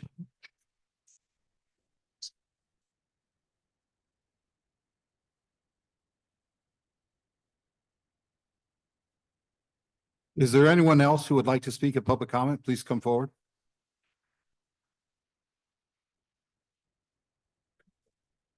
You guys, this is a decibel meter. I'd like you guys to see what kind of noise just talking creates. Let's talk science. Can you- Please get your name, excuse me for interrupting you. Please give me your name and your address, please. Thank you. 182 East McClellan at Livingston. I was a longtime resident, grew up here, went through the whole school system, and I've worked here my whole life. Blowers haven't killed me, haven't killed any of my employees. September, my father's gonna be 88 years old. God bless. I was here in November telling you he was gonna be 87 years old. He's still here. The only people that listened to us last year was Michelle Castellino, Mayor McCartney, and Miss Tammy Williams, because they listened to the facts. Take a look at that meter there. A 7,500 Red Max blower, open ear, is 103 decibels. Take a look at that, just talking. What that emits. I'm not gonna hear that outside in a closed structure. You can't think, your ear pods don't do anything. It's just unbelievable to hear the stories that you're hearing that we're killing the environment and it's all noise driven. Let it go. Just came from Milburn's Township meeting. That council listens to the people. They don't look at each other. They don't smirk. Last week, you're lucky I had eye surgery. I saw you smirking the whole night. You let us talk on deaf ears. Do what you're here to do. You want to lower the taxes? We pay taxes in this town too. Just because I live in Livingston doesn't mean I'm not a taxpayer here. And then you got your outside agitator in the back here with the glasses. I can't wait for her to get up. She's going to spew all her stuff. You think that's funny? Please, could you just make your point as opposed to attacking other people? I'm not. Would you please do it? President. We're listening to you. We're hearing you. I'm just asking. Everybody, stop right now. Stop. Everybody stop. I'm just asking you politely, if you want to go ahead and continue, Absolutely, you I please do do. continue. Put it out to referendum, let the people vote. I'd be more than happy to comply with those rules. Let the people vote, not this dictatorship that you guys got going here. Enough said. Thank you.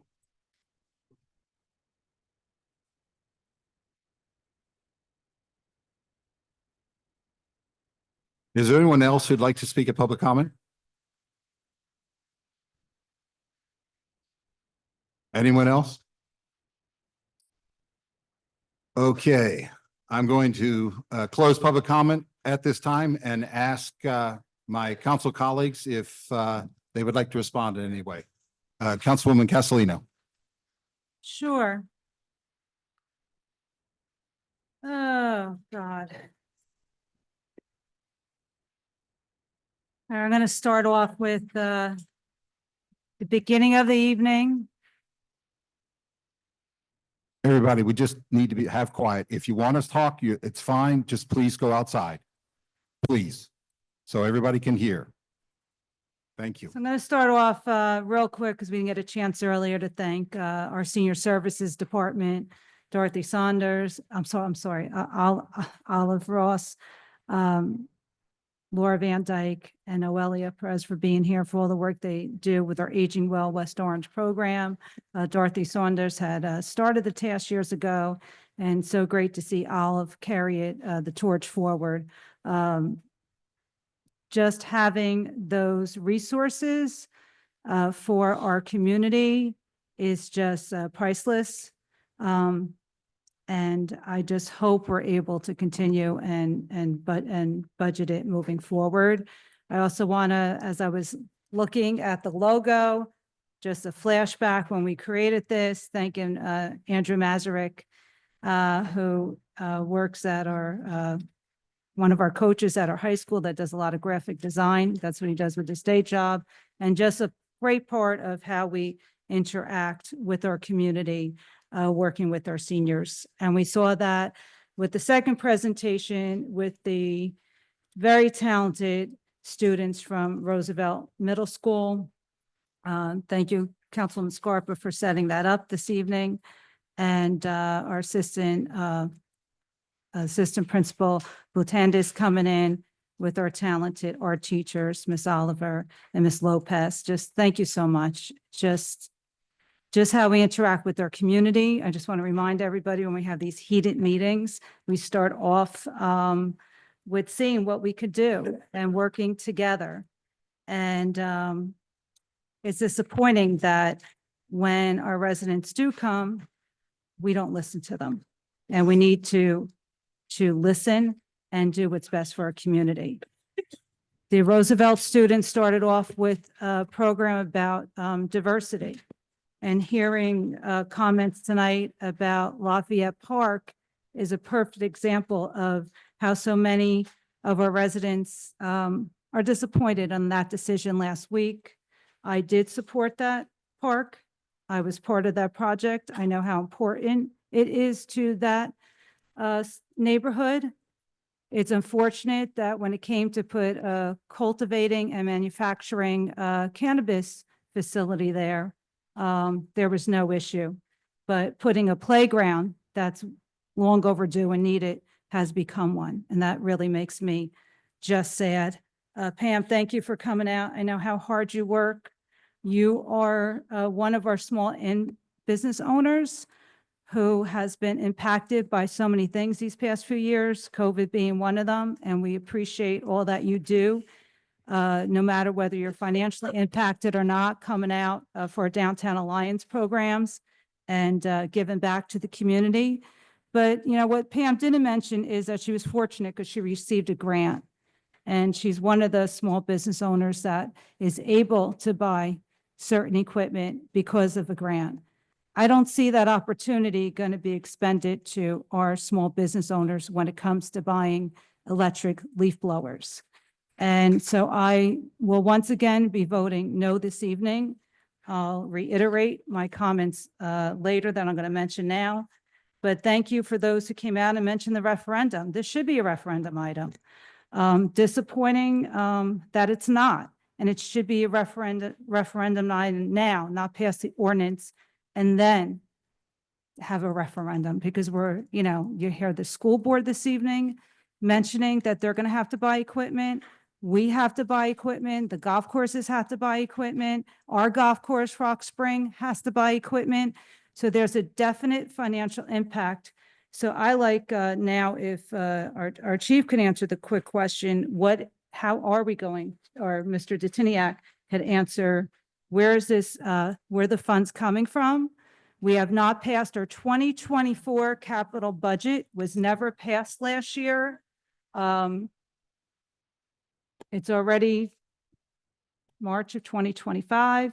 So how this is if this ban's gonna go into place April 15th, which what's set on this agenda this evening, where's DPW getting the money? Councilwoman, so we would have to put this in a capital plan, not only for our own Public Works Department, but as you brought up Rock Spring, because it's my understanding that the contract that we have with Rock Spring, they're responsible for the operating expenses and sort of select capital projects that we put into the RFP. So we're going to have to make the capital investment for that equipment. You know, correct. Yeah. Plus Public Works. So when we did the math on this, maybe about a year ago, we contemplated charging the batteries on the specific vehicles using gas powered generators. Obviously, this ordinance is eliminated that possibility. So now we're going to have to increase the number of batteries that we're bringing along. So, you know, our initial estimates for just Public Works were around $130,000. So that's gonna increase because again, that was based off of gas power generators doing the majority of the charging throughout the day. Without that as a possibility, we're gonna have to buy more batteries. So, you know, we're looking at a more significant, capital project for, again, not only us, but for the Rock Spring Country Club. I'm having a meeting with them next week, and this is gonna be one of the things that we discuss. So. Yeah, thank you. Thank you, Mr. Detiniak. You know, we received emails from our various golf courses in our township. And some of you mentioned that this evening. And, you know, just that Essex County Country Club has to comply to the ordinance, and the county golf course right next door doesn't, has frustrated many residents. And I've heard a lot about that this past week. You know, we talk about other towns coming, and I mentioned last time, I live on the Montclair border and quite often see landscapers still use gas leaf blowers. I was traveling to Millburn last week on Wyoming Avenue and saw, I guess that's on the Maplewood side. So again, Superstorm Sandy, how many years ago? Irene, Ida, you have trees all over the place. We're going to be strapped. I'm just so frustrated, and I find this ordinance very ridiculous that you even put in the generators, that now people have to buy extra batteries that are very harmful to the environment. So let's, you know, if you get a chance, and simple Google will tell the ordinary person just how harmful the batteries are. So I hear our residents, thank you for coming out tonight. But again, gentlemen, you know, you talked about, you know, working from home. I've worked from home for 25 years. And landscapers come, I manage Zoom calls. I manage going in another room with the phone because they're not there that long. And I know it's an annoyance with the noise, but I truly feel this is more about noise than anything else. But if you really look, it's the lawnmowers. In the winter, it's snow blowers. I mean, nobody minds a snow blower running on gas to get out of their driveway when they want to get out. Nobody minds that. Nobody minds the generators when there's a storm and you got to use a generator. But no, Council President, I know, because we're going to talk about it later, but it just frustrates me that, again, it was so easy to make that comparison last week of denying a park that's already funded. And now we have to fund this endeavor, and not to mention the stress on the staff. I mean, I don't know how Miss Gary Adams, she's going to have to be a magician she spends 3 days a week in court as it is. And now she's going to have to deal with residents taking pictures of their neighbors, which is just insane on a good day. I would like legal to talk to the point of when the time comes later about if a homeowner is responsible for if their landscaper doesn't comply and they don't know about it, well, about them getting fined, because I find that troublesome.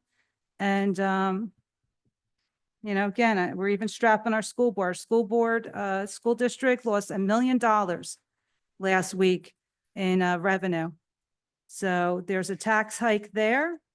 And now we're putting a strain on them to go out and buy these electric devices that aren't going to work.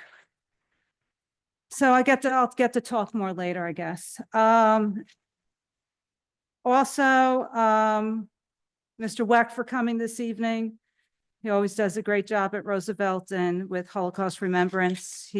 Does an awesome presentation for our students. I didn't mention that. And thank you to our Board of Ed member, Mr. Ifker, for coming this evening. Thank you, everyone who spoke. Mr. Panula, I always appreciate your advocacy. And I have been paying attention. And again, that's a whole nother frustrated about on a whole nother level with what's going on with the West Essex Highlands. I guess that's it. One comment, Mr. Blanton, thank you for talking about our downtown. It is important. We need to build up our downtown. I'm hopeful that the person who bought Americana Diner also purchased Walgreens. I'm hoping there'll be a project there down the road because we're in dire need for these projects. But thank you all for coming down tonight.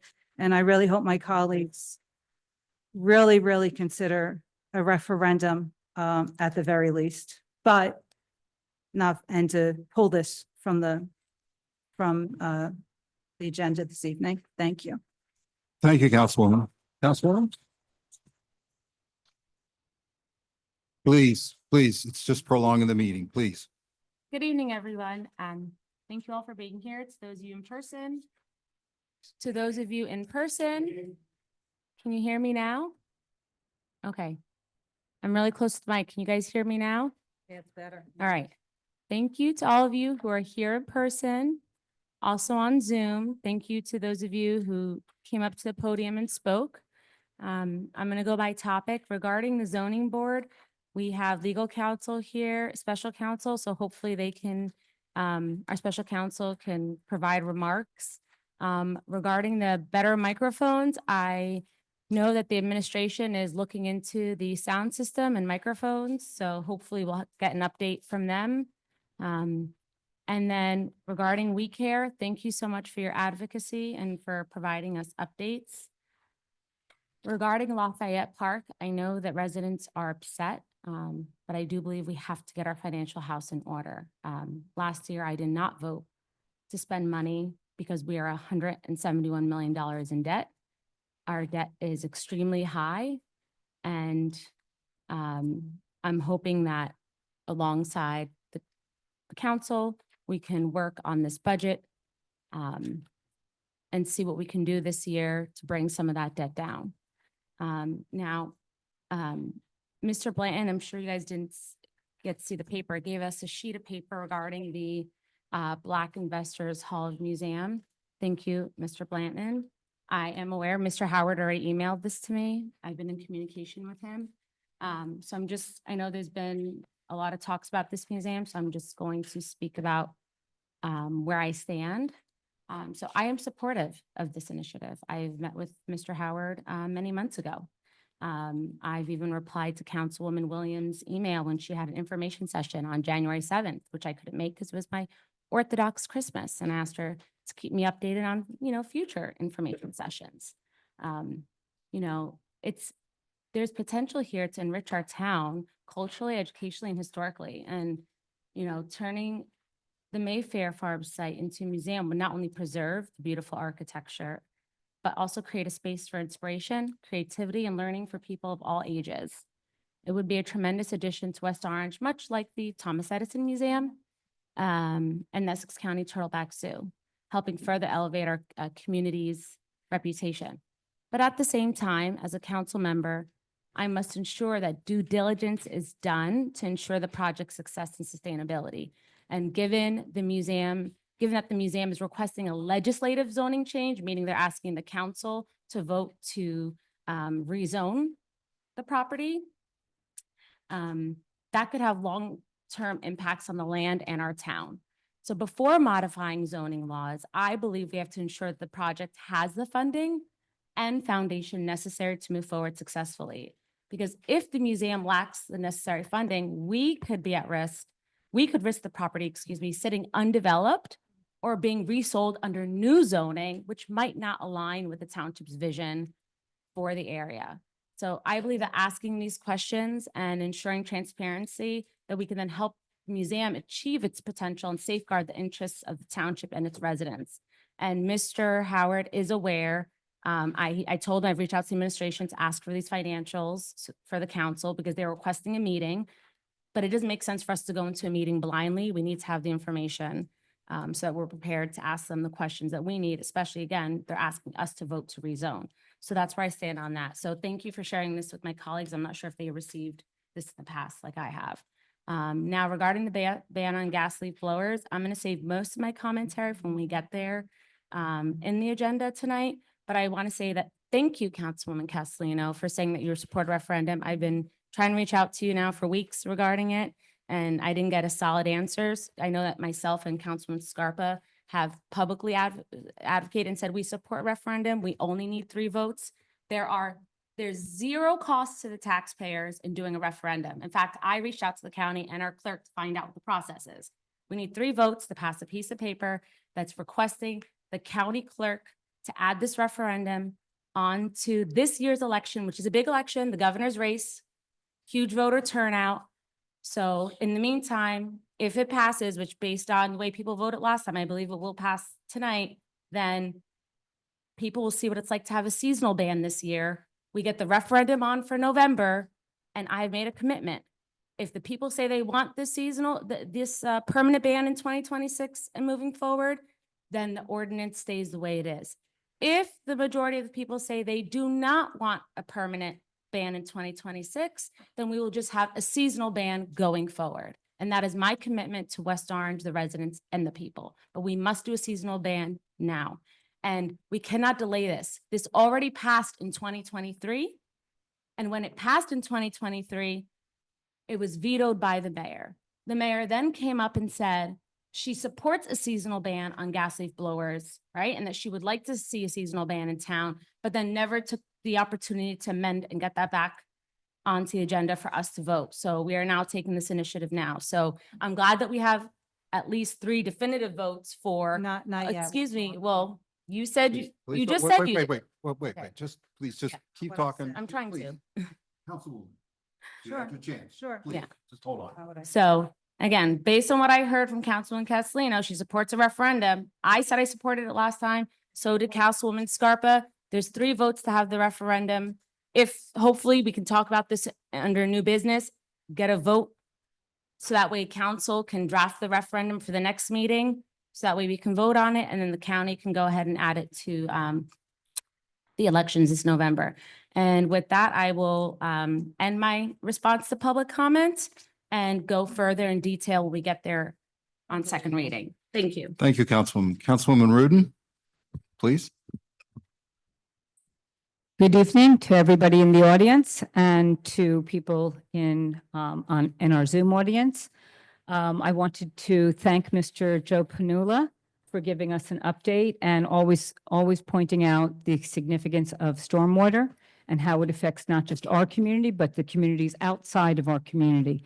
And we are working together with our township engineer to pass a stronger stormwater ordinance. And we support, or I support, the saving of this tremendous asset to our community, both for our lungs and, for the safety of our community and for the communities that are outside of it. I want to thank Mr. Brent Scott for bringing up some, I guess, needless legal bills that are coming from the zoning board, which we will sooner or later be able to see and to be able to vote whether or not we should be paying for a lawyer to write a letter to Mr. Brent Scott. I don't believe that that is a necessary expense. As for the blowers, I just want to let the community know that I am listening to our residents. I am listening to the nearly 1,700 residents who signed a petition in favor of transitioning to electric blowers. I am listening to the overwhelming number of residents who wrote to us this week. I am listening to the silent majority who want nothing more than to enjoy the air that they breathe, the yards that they own, and the quality of life that they pay a lot to live here, and also to be able to work in peace in their own homes. We are doing this for public safety. The landscapers who are here, you work in many communities. You work in communities that have already done the transition, and you know very well it's working fine. And you already have the same equipment that you can bring to West Orange. So, just please tamp it down when you come and you yell at us. And I do feel that it's yelling and pointing at us. Please understand that we also know that you are working in other communities, and we know that it can be done. I find it somewhat incredulous that some of the members of the previous council are outraged about the cost of buying one new piece of equipment. It's the same people who increased our debt by $50 million in the past 4 years, nearly a 40% increase, leaving us with 12% of our budget going just to pay off that debt. We, as a new council, are now in the situation where we have to second guess every single expenditure that comes before us.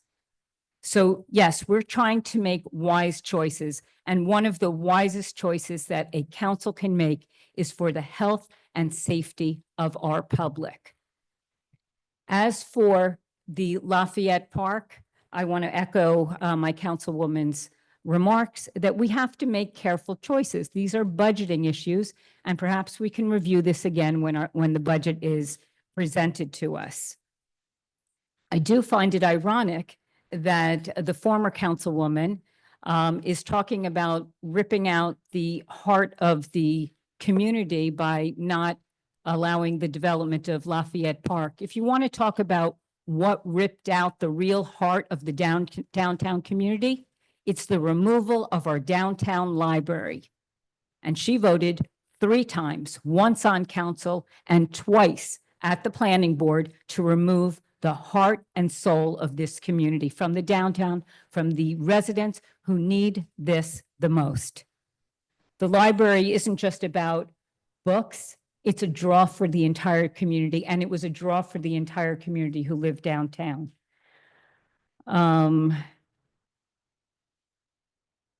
I think that's basically it. I want to thank everybody who came out. I may have more comments about the blowers.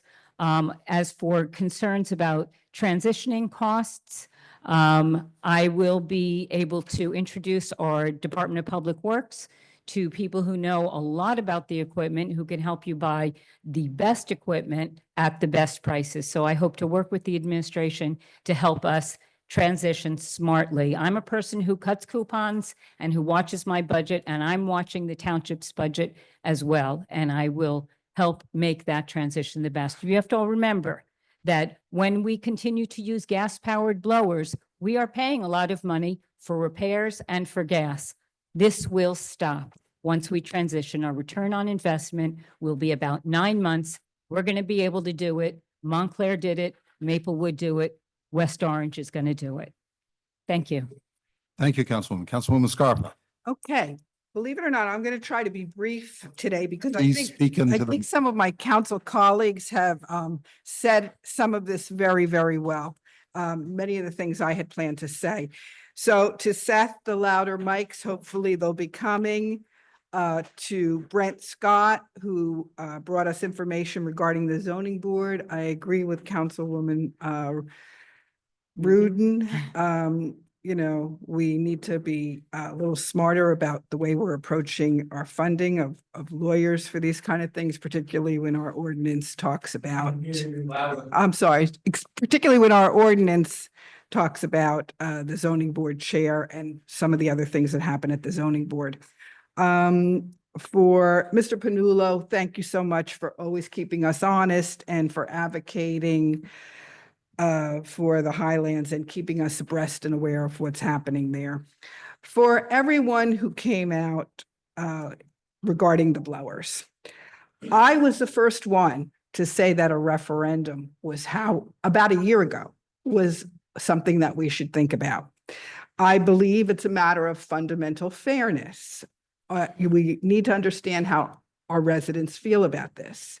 But I have heard from so many of our residents through emails and so many other venues that they want to see us transition away from the gas-powered blowers and towards the electric for many of the reasons that I expressed at the last meeting. It's the kids with asthma, the seniors, those who work at home.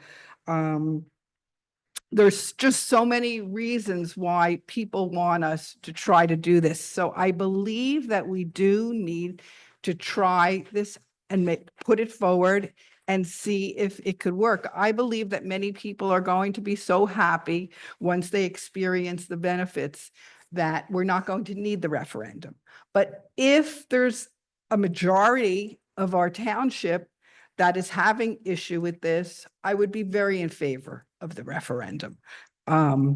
I also think that Mark Rosenberg came at our last meeting and talked about the economic advantages of this.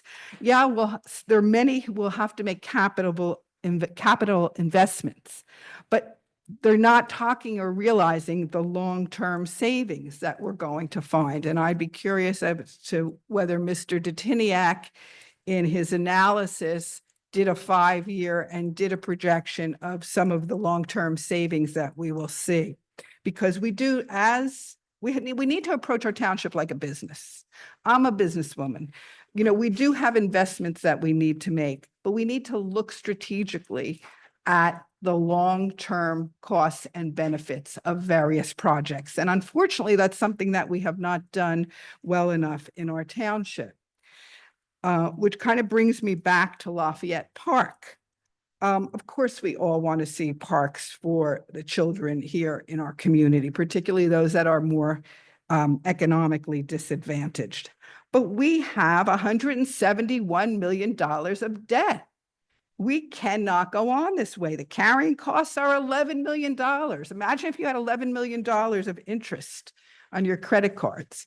And if we have to come out and start raising taxes again on our residents, we're going to have to account to them as to how and why. And I have to say that thank you to Councilwoman Rudin for pointing out our former councilwoman's role in all of that.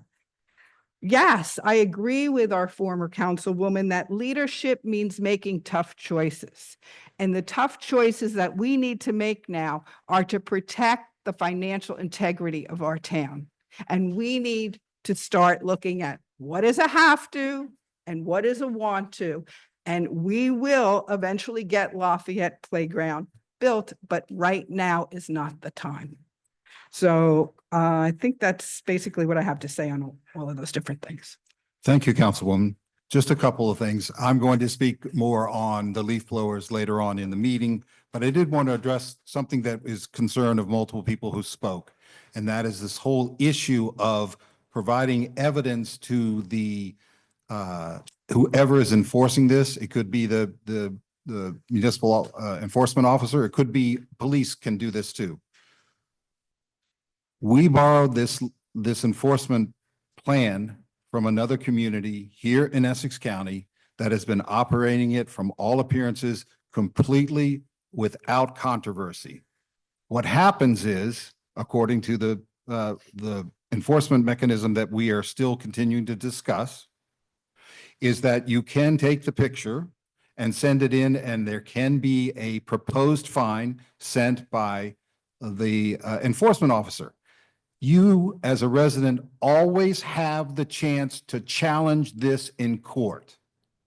So if you think you've been wrongly issued a violation, you can go to court and you can explain to them and perhaps provide evidence that shows that you did not agree to this and that you do not deserve this fine. So it isn't some sort of automatic thing where you're immediately given an anchor and thrown overboard. That's not how it works. Just want to make sure everybody's clear about that. The other thing about Lafayette Park, again, I want to make crystal clear, when I voted against spending this money at the last council meeting, I said we first need a plan before I'm going to agree to any discretionary spending related to borrowing. So you've heard some numbers here. Let me tell you what the numbers are.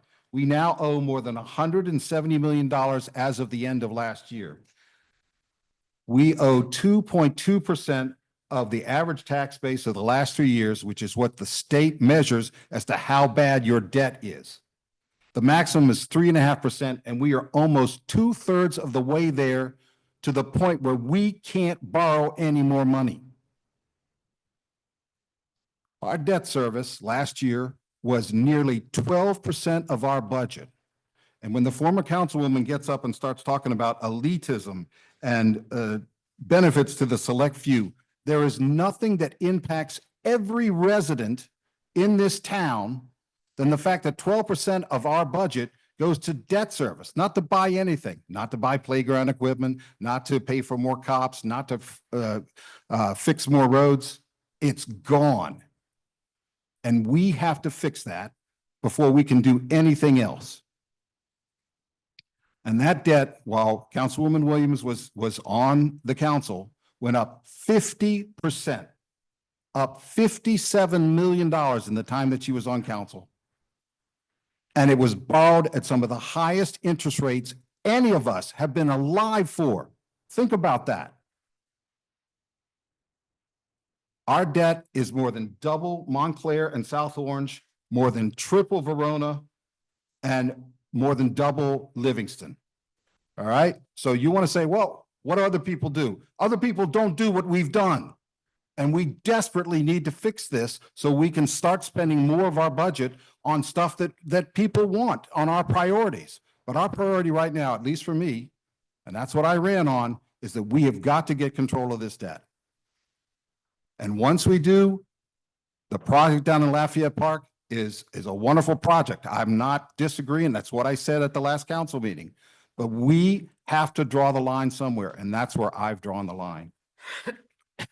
And Mr. Blanton, you make a very good point about Zoom comment. I have been working on trying to get control of Zoom comment so that when people get on there and start cursing and making anti-Semitic and anti-Islamophobic and the blatant use of the N-word, which just makes me so angry that anybody would think that that's an appropriate thing to say in public.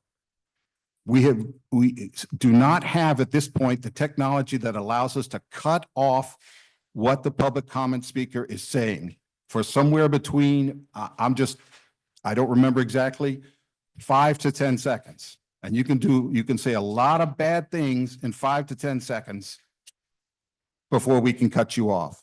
And we need to discuss with if we can't get it any shorter than that, we need to discuss with our council members if they want to allow that. I am a big advocate of the First Amendment and allowing people to seek redress from their government, but we also have to balance the ugliness that has happened recently over Zoom and try to balance those two needs. So we need to move on to our meeting. And we will bring up the leaf blowers a little bit later in the meeting. So thank you everyone for coming. And we are listening to you. I think we have proof that we are listening to you and we're hearing you. Madam Clerk. Yes. Okay, the consent agenda, approval of minutes of previous meeting, public meeting, February 11th and February 25th, 2025. Consent. Report of township officers, none. Reading of petitions and communications and bids. There's 2 bids currently out, Historic Preservation Commission for an architectural historian and private collection agency contract for the municipal court. Bill list. Are there any questions on the bills? Yes, I do have questions. And please speak into the micro. Thank you. First of all, thank you. Thank you for Township Clerk for mentioning what the bids are and what are out there. I think it's really important that that's now on our agenda, and I appreciate that you put that back on. You're welcome. And in terms of the bill list, I have quite a few issues. We pulled a few things at our last council meeting, and I'd like to address some of those things. Number one, I had requested a deferment of payment regarding Mr. Trank's bills to ensure that the invoices comport with Mr. Trank's 2 contracts. However, given the current court order to maintain the status quo, meaning that the bills invoiced need to be paid. I will vote tonight to approve Mr. Trank's bills, but we will continue to scrutinize these invoices by way of a forensic audit. I also questioned paying for our professional attorneys for their work on the land use boards. Neither of them have a contract and both are being paid at different rates. In the past, both land use boards attorneys were paid $3,500 annually plus $500 to attend special meetings. A few years ago, that base fee doubled. Now the situation is that in addition to operating without contracts, one of our land use board attorneys is receiving the old contracted rate, while the other is being paid $195 an hour. I would like to understand why these rates differ. I'm not voting against paying these bills. I would just like to request that my council colleagues hold off for another 2 weeks until we get clarification to these questions that I'm asking, and that we fully understand why these contracts don't exist and why there are two rates. I also questioned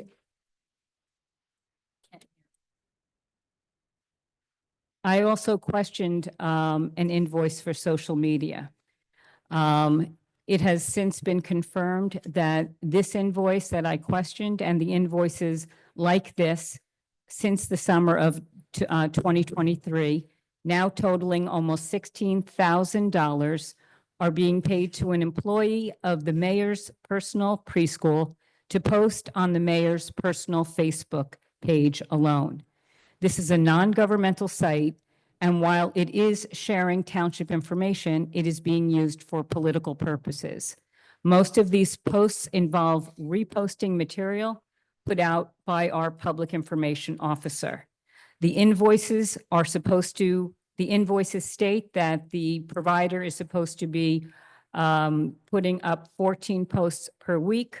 A quick review of this showed that there rarely are half that number within any given week. The mayor responded to a question about why this practice is allowed, and she stated that Mayor Parisi employed the same practice of hiring somebody to post on his Facebook page. My response to this is two wrongs don't make a right. This arrangement has the appearance of impropriety, and for that reason, I do not support payment. I will agree to pay for this service because it is in the invoices, and some service, a modest service, was provided, but I will continue to bring this up every time we see invoices from this provider because I think that this does not pass the smell test. On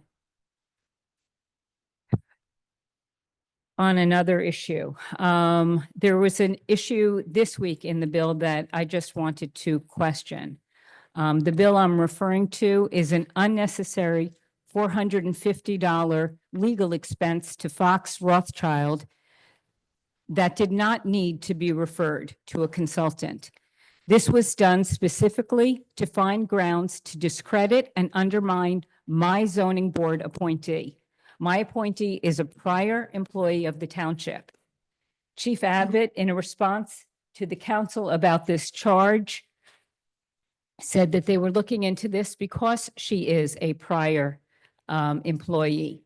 I don't understand how our township attorney felt the need to pay an employment attorney anything because the New Jersey local government ethics law is very clear on this matter. A prior employee may serve in a voluntary capacity on any board or any commission 1 year after separation from employment in the township.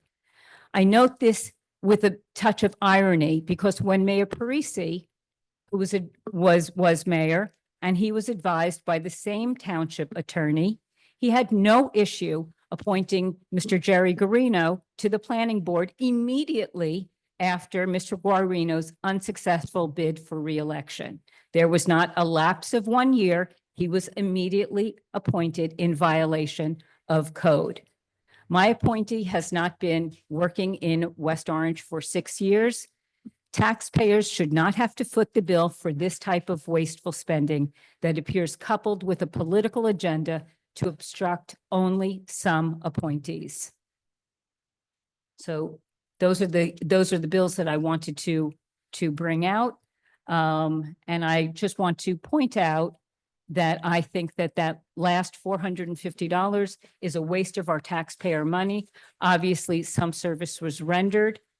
So, it's up to the legal counsel to decide whether or not we can pass on that bill or whether we need to pay on it because the service was rendered. Councilwoman Rudin, this issue came up at the last council meeting where we needed to get some sort of identification numbers of all of these bills that you are questioning and want to go further on. Has that been provided to the Madam Clerk? Of my questions were all. Not your questions, but the identification of the bills, because what she has to do in their minutes is to say these bills were. By the number. Yes, yes. So I just wanted to make sure that we start identifying these for the future, just so we can keep track of them and also we can follow them in the minutes. Did I Yes. say that Yeah, that was right? good. I am listening. Make Very your job well said. easier. Yeah, if you could just tell me what page and then I can mark Okay. it down. I don't want to pull any bills right now. I just wanted to make comment on all of those 4 issues that I have concerns of.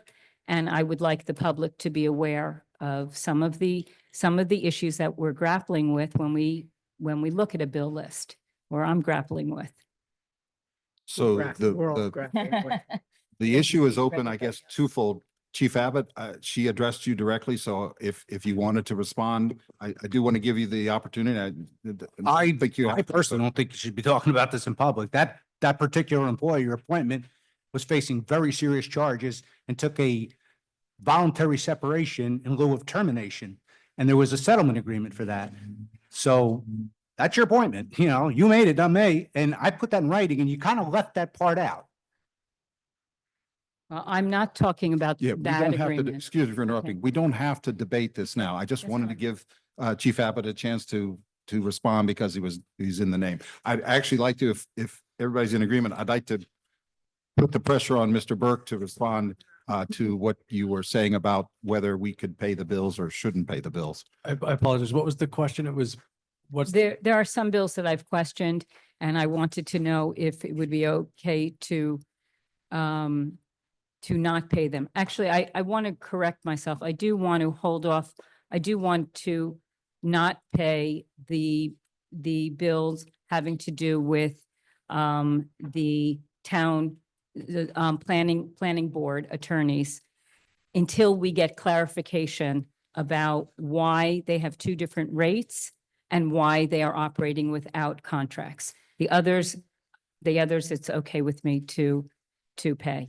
So my question was just in the future, because I'm not going to be pulling any bills right now, except for that, which I mentioned, which are also not related to escrow. Can we pull bills for review, or I know for review, but can we pull bills and just refuse to pay them? You mean eventually not pay them Eventually not or? pay them. Okay. So I would want to look at that and we could refer that to the township attorney and see if we can look at that and see if we were able to look at that as well. Okay. Councilwoman Castellino? So to Councilwoman's point, we also have not received a contract for renewal of the township planner. So I know that contract ran out too. So when contracts run out, are we going to get them here to vote on it? If not, like to Councilwoman's point, why are we making payments? Yeah. If I could just intervene, Mr. Burke, you tell me to shut up if you want, but it might be best if we ask Chief Abbott, the interim business administrator, what the situation is with the town planner and the contract, which I believe expired at the end of February. So it's, So I know the town attorney is looking into the disparity in the payments for zoning and planning professionals. okay. My assumption is they answered an RFQ and that's what they put in. that was their quote, and that's why there could be a difference in payment, but we would like to level that playing field and ensure both are paid equitably. Sure, both put the same amount of work in. Again, we're looking into that. They do have contracts because there were resolutions passed by both land use boards. That suffices, is my understanding. If legal has a difference of opinion, then it is a legal question. That's only my understanding of it. I would prefer legal gave you the full explanation on that. What else was? The township planner.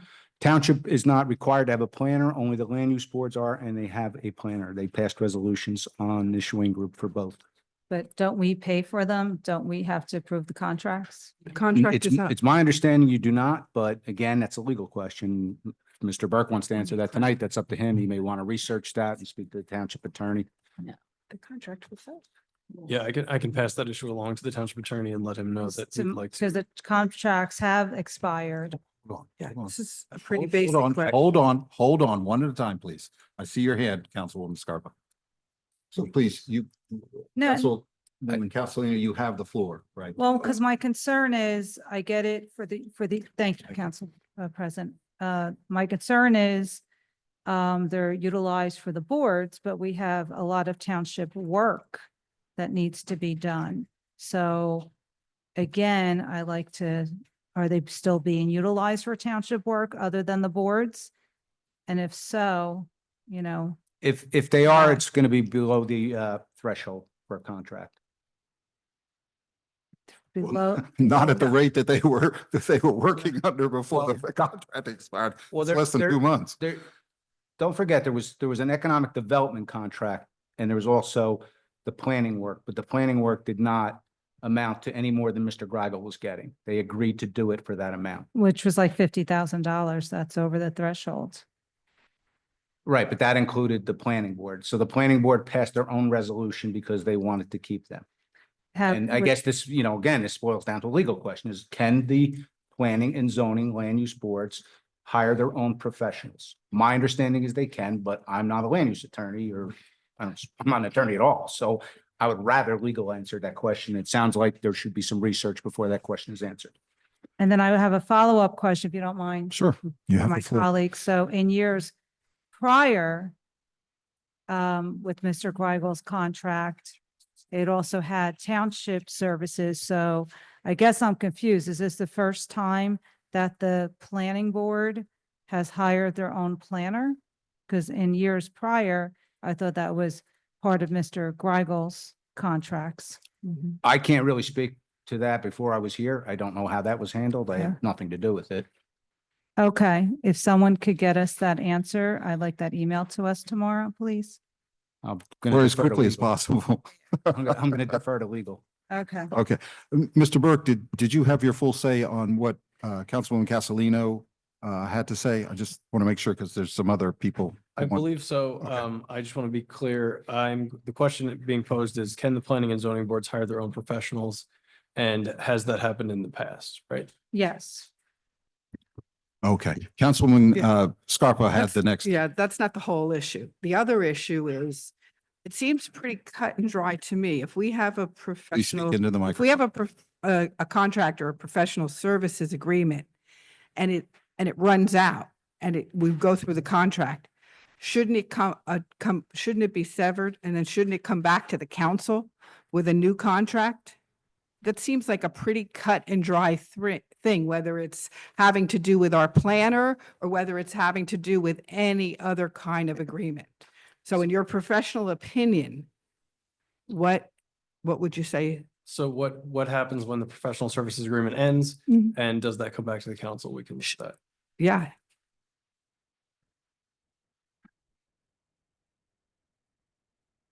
Councilwoman Esmer. So I echo yeah, my Rebecca. colleagues' sentiments with their questions. I also want to include that if I recall correctly, in 2023, we voted on Dana McGovern for planning board. And I think that whoever it was for zoning board. So I don't know why it wouldn't come back to the governing body, the legislative branch who votes on contracts. I've never heard of that. So I'm perplexed. I don't understand how they don't have a contract from us and that they're able to operate and bill over $100,000 with, I think it's a violation of local public contract law, frankly.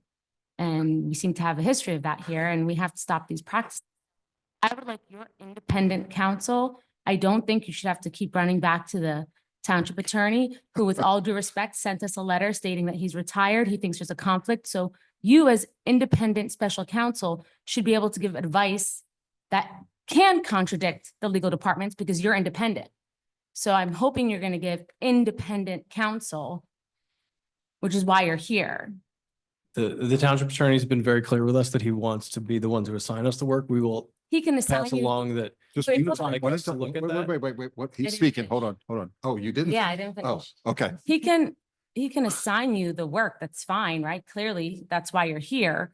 But if we get a letter from him that he's not coming to meetings anymore until a new, because he's gone, because he thinks there's a conflict, you are independent special counsel. You can contradict the legal department because you're independent.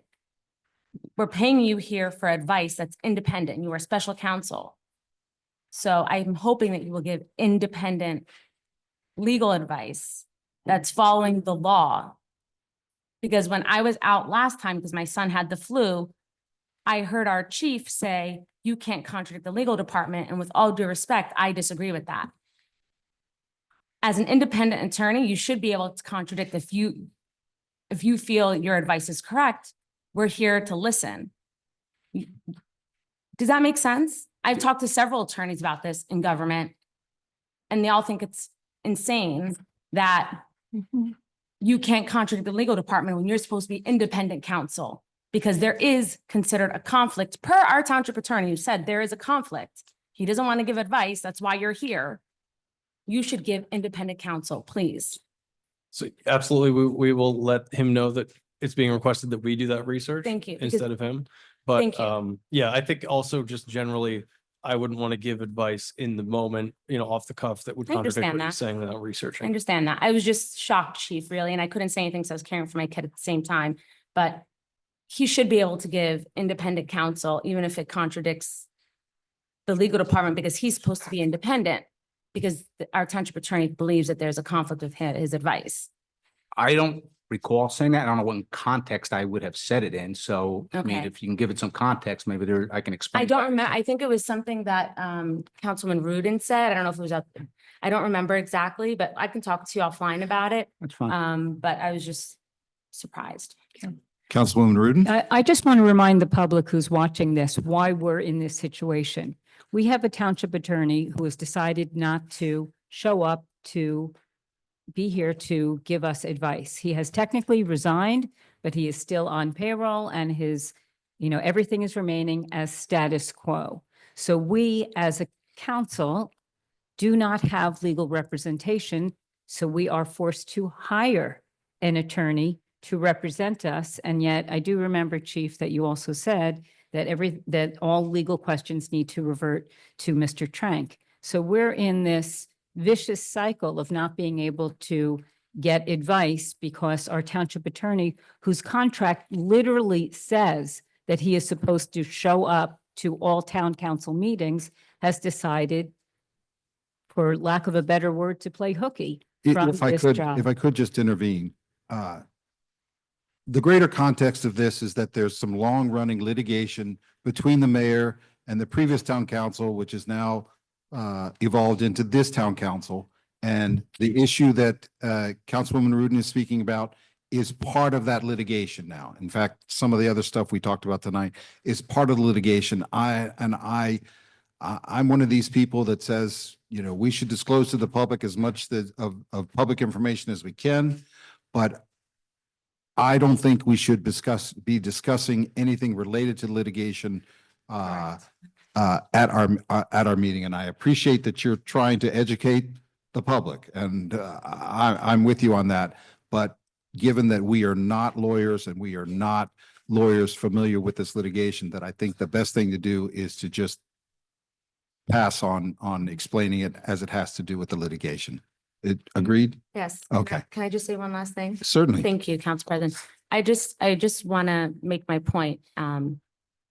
It's fine that he's not here. I actually respect it because he said there's a conflict. My whole point in saying what I said is that I believe that independent counsel, special counsel who's here to give independent advice should be independent. That's all I'm saying. Very clear, very clear, very clear. Are we finished with the bills now? We've drained the bills? Okay. You said you're pulling, so I have a question, Madam Clerk. Yes. In order to pull bills, does she have to make a motion or can she just pull them?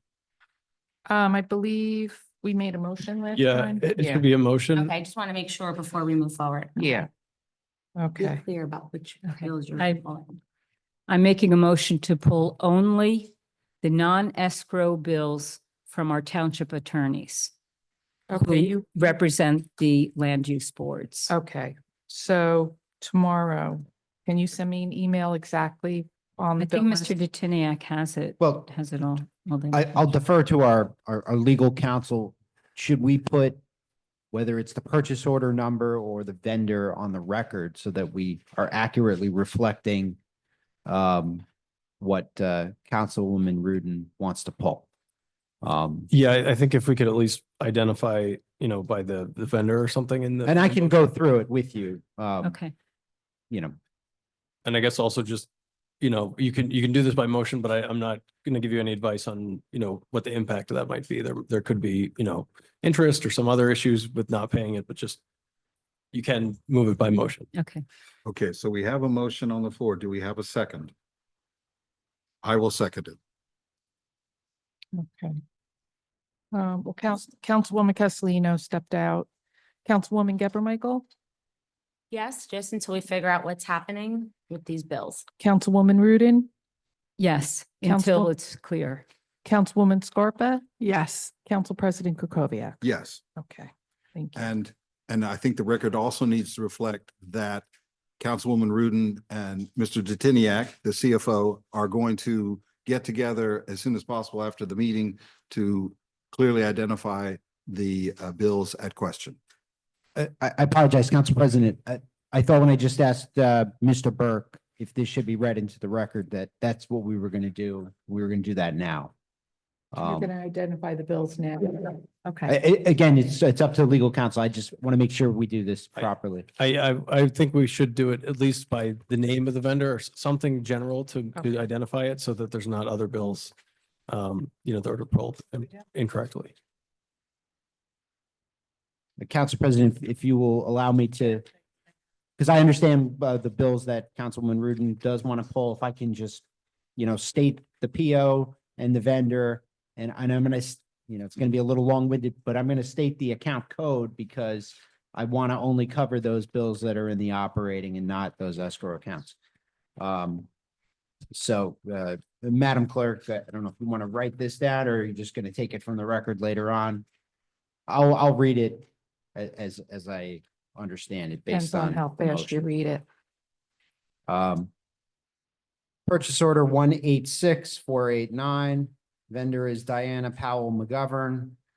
The account number is 91-2010-00-1402-060 for $583.33. Would you like to pull that bill? Yes. The next purchase order is 186-490 to Savo, Shaw, Corsini, and Warner. The account number is 91-2030-00-1402-060.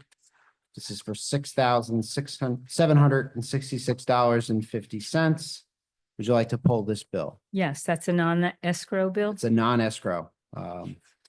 Next purchase order is 186-244 to Savo, Shaw, Corsini, and Warner.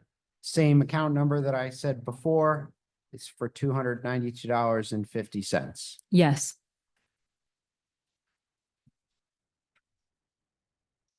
That was the short list. I got to go to the bigger one now.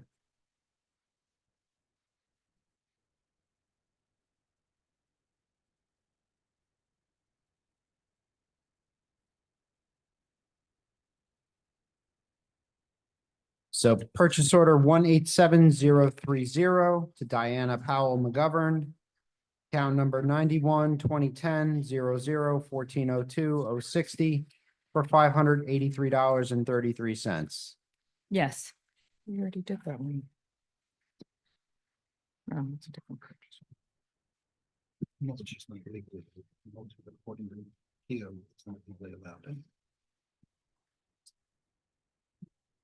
Purchase order number 187134 to Savo, Shaw, Corsini and Warner.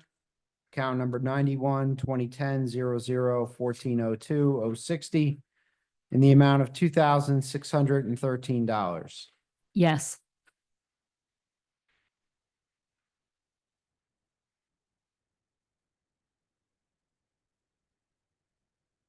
Those are all the bills that are non-escrow. Did you have 187030? We did that one. Oh, you did that one? Yes. Okay. That's for February, yes. Yes, okay, thank you.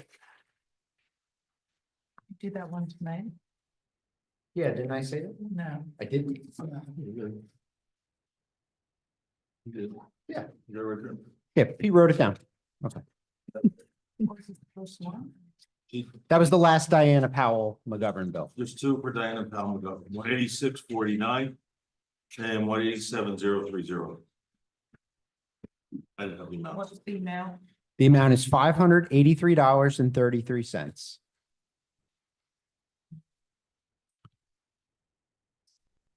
And while we have all the players here, I would like to respectfully request that if this issue comes up again in the future in our discussion of bills, that all of this information is provided ahead of time to both Mr. Detiniak and Madam Clerk, so that we can speed up the process here instead of taking time to do this. I can see at least one township employee who's sitting there patiently trying to get to her resolution. So I'd like to, and most everybody else here is here for the leaf blower. So I'd like to move the meeting along just as quickly as possible Okay. in the future. Oh, sorry. Vote on the bill list. We did vote on the Yeah, bill no, list. oh, We no. voted on the motion for the bill list. Right. And then filled in the blanks. Right. Is that accurate? I think we only made a motion and to pull those and Yeah. second it. We didn't vote Seconded, for we the didn't. whole bill list. Oh, I see. Yeah. I'm sorry. I misunderstood. Yeah, yes. Okay, so is there consent? Yeah, consent. Consent. Thank you. Resolutions or any resolutions being pulled this evening? Okay, reports. Councilwoman Castellino, do you have any pulls of the I resolutions? actually do not. Nope. Councilwoman Geber I Michael? just have a question on one. Yeah, I have a question. Okay. That's it. You want to say which one? Yes, 94.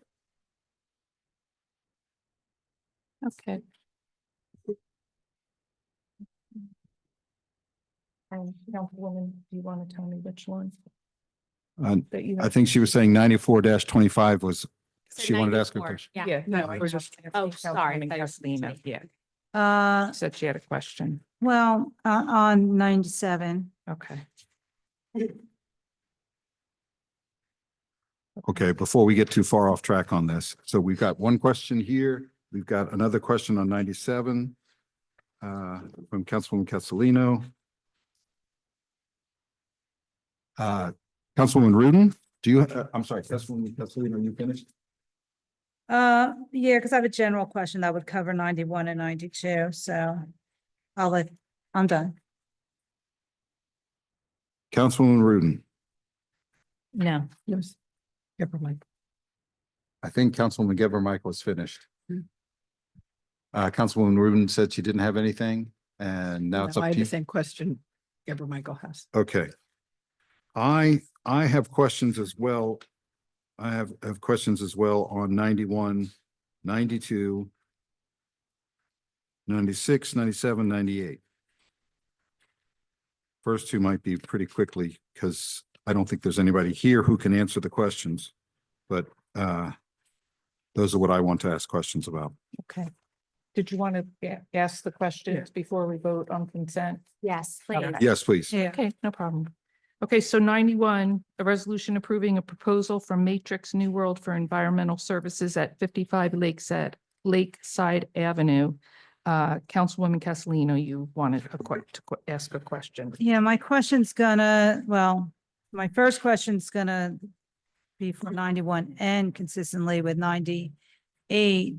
Just in regards, I gotta ask the chief or Mr. Titiniak, how we are tracking, because with the agreement with Matrix, our developer, that they were gonna front the money for these environmental services. You know, why are we fronting the money now? I thought that was the whole idea of our contract with them, that they were going to front us $1,050,000 or 500 up to 1.5 million. And then we would pay back at closing. Are we getting the grant sooner than later? Is this why we're putting the money? Or are we going to get refunded these fees once we do receive the grant? How is all this being tracked? Yeah, whoever. So regarding the $500,000, it's really just like short-term financing. They're just making the cash available to us. We obviously have to pay it back.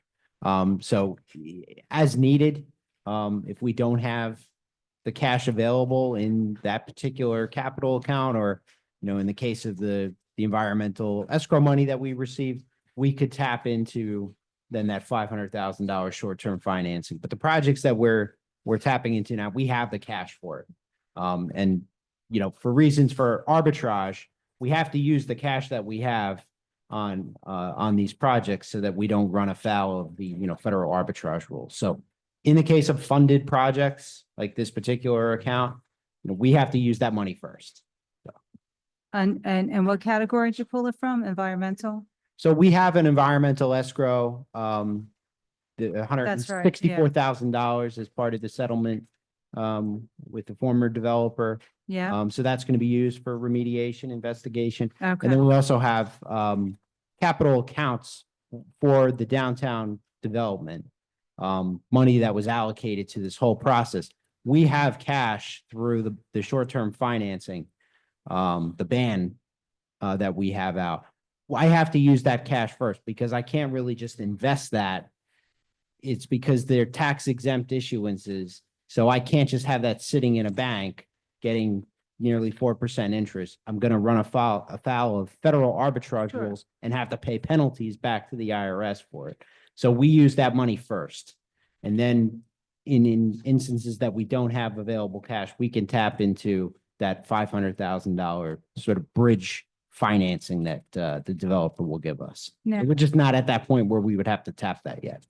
And then where does the BDA funding come in? Like, are we able to credit any of this back, or we don't have to because that's what these funds are allocated for?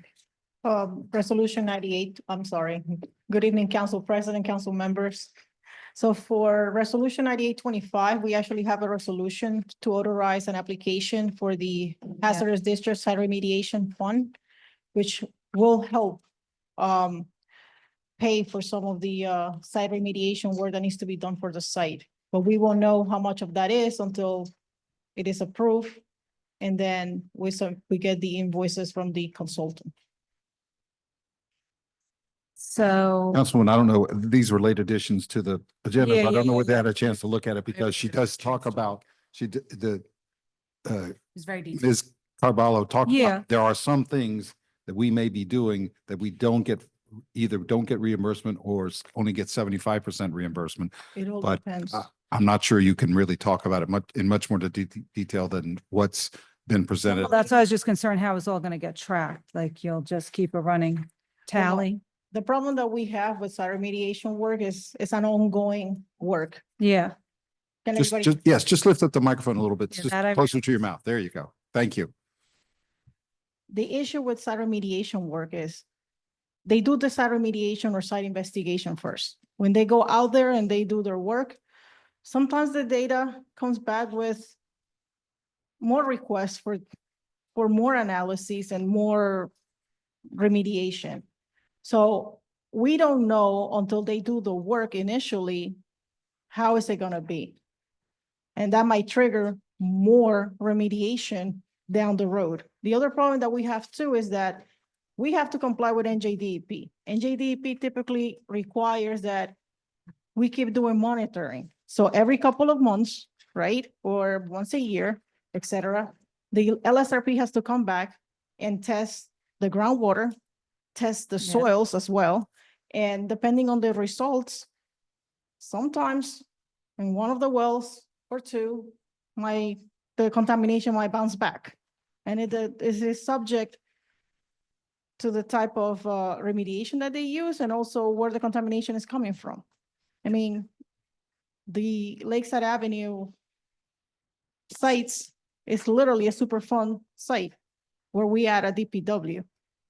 So the EPA is actually doing some investigation. We have to do our own investigation. We have to comply with it, with DEP, and depending on the site investigation report, whether they accept it or not, we might have to do additional work or supplemental work until finally they could close out that case and then move on to the next step. So long story short, It's open-ended, is, depending on the results. yes, it depends on the results and it's gonna be ongoing. Like I call it, the gift that keeps on giving for the consultant. Yes. Okay? Yeah. Ladies and gentlemen, just if you don't know what's going on, let me just put it in context. There are several areas of West Orange that are undergoing various levels of environmental remediation. One of the areas is the area downtown in the redevelopment area, phase 2. So that's also what we're talking about because as Councilwoman Castellino was talking to Mr. Detiniak, there's an agreement in place with the designated redeveloper for downtown who's going to front certain funds to fund the environmental remediation. So that's sort of what we're talking about here. I didn't mean to interrupt, but I just want to make sure if there's a chance you guys are interested, this will probably provide more context because we're going to be asking several more questions, I think. Councilwoman? And just my last comment for administration and I guess council president, I just hope, I'd like to see a report from Matrix, the developer, for March to see where they're at with. Oh, sure. With the movie studio partner, obviously, and a recap from administration in regards to the environmental. Thank you. Chief Abbott, you'll. There was a number of questions asked on all of these resolutions and Allison Molnar, employee of Matrix Environmental, submitted a lengthy response. I don't know if you had a chance to see it, but Yeah. it went out from the clerk today. So I think most of these questions are answered. If there are more, we'll certainly look into them. Well, you know me, I'm going to ask some questions that I'm not sure you can answer. You ask questions about questions. Yes, yes. So, so Councilwoman Castellino, you're good. I just want to make sure, Chief Abbott, that you take the message that we would very much like to see the Matrix March report as soon as it's available. Matrix Development. Yes. Yes, that's what yes, development. development, excuse me. Yes, I I will. know. I'd like to know where they're at with the movie studio Yes. partner. So what we have is the designated redeveloper, the first name of it is Matrix, and now the primary environmental remediation engineering firm is also named Matrix. So Just to confuse everybody. who's on third? And no affiliation. No affiliation that we know of. No, I'm just kidding. Just kidding. Please, we had enough. Yes. Okay. Was it you, Councilwoman Scarpa? You were deferring to Councilwoman Yeah, Geber go ahead. Michael? I had Okay, the so same please message. ask your questions. It was for sorry. It's for resolution 94, the co-ops. I just want to make sure that if we pass this tonight, will we still get resolutions like we normally do, requesting us to vote on whatever it is that the administration needs to purchase or the departments need to purchase? Because the way this reads, it states that in passing this, the township can purchase these. But I still think it should come before us through advice and consent. We need to know what's being spent, when it's being spent. This is the co-op contract vendors resolution, number 94. I don't want us to vote yes, and then all of these items that are needed just get to be purchased like an open pocketbook all year long without it coming before the council. Well, the bid thresholds control all this and the quote thresholds control all this. So, I mean, literally, we might be buying a $1,000 item. We're not going to come before council to to I spend at that, understand. you know, on $100 million budget. I understand, Right. but there are times when you guys do come to us and it is above the bid threshold. And I just want to make sure that those items are still coming They before have us. to. That's Just statutory. Because it's I not understand. mentioned here and people have actually asked questions. So for the I general understand. public, I want to make sure. I understand. Okay. It's statutory. though. Yes, we will. We promise. Thank you. So you're done. That's Okay, it, great. I'm done. Just a Councilwoman quick Scarpa. clarification. So that means that anything that's over 17.5, any purchases will come to the council. That is being reviewed right now because it's believed that threshold is actually higher than that, but right now that was the way we were I would operating. like It's 17. clarification on what that is. I understand. At least before we vote on this. Before then I we think vote on should it, can we table it? This then. Table it. I make a motion to table second. resolution 94 until we get that answer. And I'll second. All right, hold on. And the question is it has the 17.5 threshold changed? Yeah, because I'm aware below 17.5, they can purchase anything, you know? Yeah. Yeah. Okay. The threshold right now has not changed. It's 17.5 to $44,000. That's what the QPA's resolution is. And the threshold may increase sometime in the summer. We don't know what the exact amount is. DCA increases that, but right now that's what it's 17.5 to 44. That's the threshold is. That's the law. So I just want to make sure Mr. Seraldo and Chief Abbott are on the same page. It sounded like you were given slightly different answers. So is that, The law of this is 17.5 to 44,000. Right. Right. That's the law. I thought Chief Abbott was saying something slightly. Going to change, you said. Later in It- the it- summer. It's supposed to So climb later this summer. It's by statute, it's by state statute, but I believe it may be above 17.5. It may be up to the 44,000. It's being reviewed right now. I don't have that answer for you definitively. No, this is going to be irrelevant, honestly, to whatever the state statute is, it is. This is just using a co-op to get your best price so you don't have to go to bid on everything.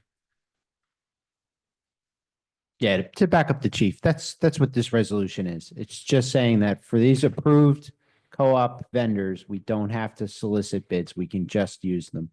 I think our standard practice remains the same, that we come before you when it's over the threshold. Whether we're using a co-op vendor or if we solicited a bid. So that remains. Okay, Is that satisfactory? that's satisfied. That's the case. So you I want make a to- motion to withdraw my motion. Okay. Are we agreed? yeah. So we got a motion on the floor. Do we have a second? Second. To withdraw. Thank you, Mr. Smeralda, for clarifying. All in favor of Aye. withdrawing? Got to take a vote. Yeah. Okay, thank you. All right. So we've answered these questions. Councilwoman Rudin did not have questions. So I guess Well, I left to, oh, wait. now you do? Yes, I do. I only have a question on 9625. Yeah, you- we're are still you- going through. Still going through, okay. Yes, so is that the next one? I think It that could is- be. it I is have, the next- I have questions Oh. about 91 and 92. Okay, Oh, go ahead. okay. Okay, so Ms. Carvalho, you are the town engineer so that everybody knows. And she has recently joined the township in the last few years, was spending some time on medical leave. And she's bringing to the council tonight two essentially invoices totaling somewhere north of $63,000 for work that the township had the engineering firm Matrix do back in 2022. So she did a magnificent job of explaining why we're getting something from 2022 in 2025. And I don't want you to run through that because it's fine. I'm totally satisfied with it. My question has to do with, you say that there was no authorizing resolution, no purchase order, no nothing on the expenditure here, no contract, no approval by the council for these two actions in 2022, two different sides of town. We have no documentation of how this work was authorized, either through a regular contracting process or through the state emergency expenditure process. So my question to you is, how the heck could that be? And I know you keep saying it's because we, at the time, and you weren't around for this, and I just want to make sure you were not the person in charge. And so I don't want to put you on the spot because it wasn't your responsibility, but how we could, how something like this could happen to where we did over $63,000 of work and you just happened to find out about it. And I'm trying to find out how we could not have any controls. We also have Mr. Detiniak, who's also recently joined the township. So I'm not sure he knows, and I'm not sure Mr. Chief Abbott knows because he was not the interim BA at that time.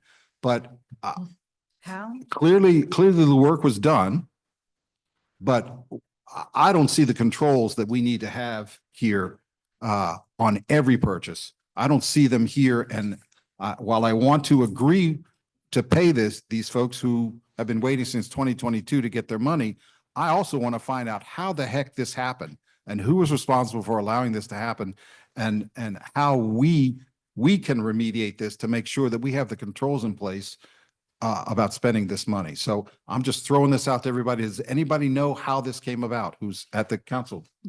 I mean, on the council dais. Councilwoman Castellina, I never expected, but please. No, I don't know exactly what happened this particular situation, but the time frame that year was a really horrible year. We're still knee deep in COVID. We had our beloved business administrator who fell ill to ALS. And we were in a bad place at that time frame. Our present director now was out with her own situations and that was very tough for her. And our former director of engineering, he was in the process of retiring. And so there was a lot going on. I love when we go back and, everybody new sits here and saying, how could that happen? We're lucky the town, didn't burn down back then. So, I mean, a lot of people worked really, really hard on fumes. And, so stuff happened and it's unfortunate and hopefully, stuff won't happen in the future. But yeah, we, staff wise and with COVID and people dying in town, it was horrible. So I can only assume what went on. Well, thank you for that perspective, but that does not address my questions. And I want to lay this on the administration that we need to find out what happened, who made the decisions and why these people weren't paid back in 2022. So please, perhaps at the next council meeting, or we can discuss it. If you can get the information earlier than that, that would be good. I mean, there was a previous mayor, there was a previous council, previous business administrator, previous CFO, previous engineer. I don't know where we're gonna get the answer. I know you want to do a forensic audit. Maybe that will shed some light on this. Well, I don't want to, I guess what I'm trying to say is I don't want to give you the impression that I don't want to cooperate or give you those answers at the next council meeting. I just honestly don't think I'm going to know. Okay. Well, we certainly have the 2022 audit, municipal audit that I would think would have picked that up, or at least there's a decent chance that they could have picked it up. But I do want to make an inquiry because if there's anybody still here that was involved with that decision-making, I think we need to know because, correct me if I'm wrong, Ms. Carballo, we have no idea about whether there are other contracts out there, maybe not necessarily with the Matrix engineering firm, but there could have been other stuff going off that we don't know about. So As far as I know, with the site remediation work, we only have 2 LSRPs, Matrix and CME Associates. I spent it with my staff and then also with Matrix New World coming into my office, not once, but twice last year and then this year again, to sit down and go over bills. Because to me it was like, okay, like, what do you mean I owe you money? As far as I know, like, what I have on the resolutions, this is what we've been paying. And then when all of this other work that was already performed, there was no account to pay them from. So at that point, I was like, okay, you need to give me the proposal. Tell me what is it that you did. And, this is where we are, and here is, this resolution to pay them. I mean, this was work that they needed to do for the litigation, and that litigation, my understanding is it actually helped us because in that way we were able to get money from Prism to pay for the site remediation since they were the previous owner. But unfortunately, this took place and we're just trying to fix it. I mean, right now, the resolutions are coming in front of the council for the work that has not been performed. Unfortunately, these two first resolutions, 91 and 92, both for separate properties, the work has already been done. And the only reason that I could think of that maybe even if like, I'm not sure exactly since I wasn't here or at the time, neither I was aware of this. A lot of this work is time sensitive. And because it is time sensitive and we have to report back to DEP, the consulting company, even though it wasn't getting paid, was nice enough to do the work so that we wouldn't get in trouble with the state agency. Because we don't do what we're supposed to be doing or submitting at the time that we're supposed to submit it. The one risk that we do take is that we're going to get fined. We not only get fined, but we still have to do the work. And the saving grace is like, even though it was work done without a resolution, at least we're not paying fines on top of it to the state agency. And one of these deals, the larger amount of money with 57,000, I think it's 57,000. Yeah, more than that, was related to the township's litigation with Prism, who the township finally defaulted for failure to perform to the contract. And somehow the township defaulting these guys for failure to perform the contract resulted in us giving them $12.5 million. So I don't want to open the can of worms, but I just want to give you the context of why I'm interested in how this was, how this all went on. So Excuse me, Council President, that was court ordered, that purchase. no, it was not court ordered. the It was an agreed settlement. It was an agreed settlement. They went to That's a court. big difference. They went to court. It's a big difference. I have a question. Yes, Councilwoman, I'm sorry I missed you. Yeah, I just have a quick question. It's like a basic business question. Was there a practice of doing things on verbal consent with these vendors in the past? I don't know. I'll be honest with you. I started working for the township in February of 2022. Right. I didn't know that we had this many properties with site remediation problems. Yeah. or Right. That we have an LSRP on staff. I actually didn't meet with the LSRP and went over these properties or some of them until I would say January, February of 2023, when I first met with them. And at that time, none of this came into play. And last year, when I met with them, and even this year, when I met with them, they brought back to my attention that they didn't get paid. I honestly thought that I have done a resolution for this last year, and I actually contact Karen, like, can you please send me all fiscal year 2024 resolutions for Matrix? Because I couldn't believe that I didn't pay them. But then I remember, yes, they did send me the proposal and everything, but unfortunately, we were at the time where our CFO was retiring. We had an interim CFO who basically asked me to wait until our new CFO started, and in between of everything else that I've been doing, I totally forgot about Thank it. you. I know you're in a difficult situation. Just to Mr. Tiniak, I hope as we have our new financial systems put in place, we have control so Yeah. that this kind of thing never happens again. So, even having a good ERP system, we still have to communicate with our vendors, get them the POs. But, the purchasing office and all of our department heads know, and they have their vendors made aware that you don't do work for the township without the PO in hand. And we're very good with that. We even have a system of, it's putting our department heads on the naughty list when they authorize work without that PO in hand. It's called a confirming order.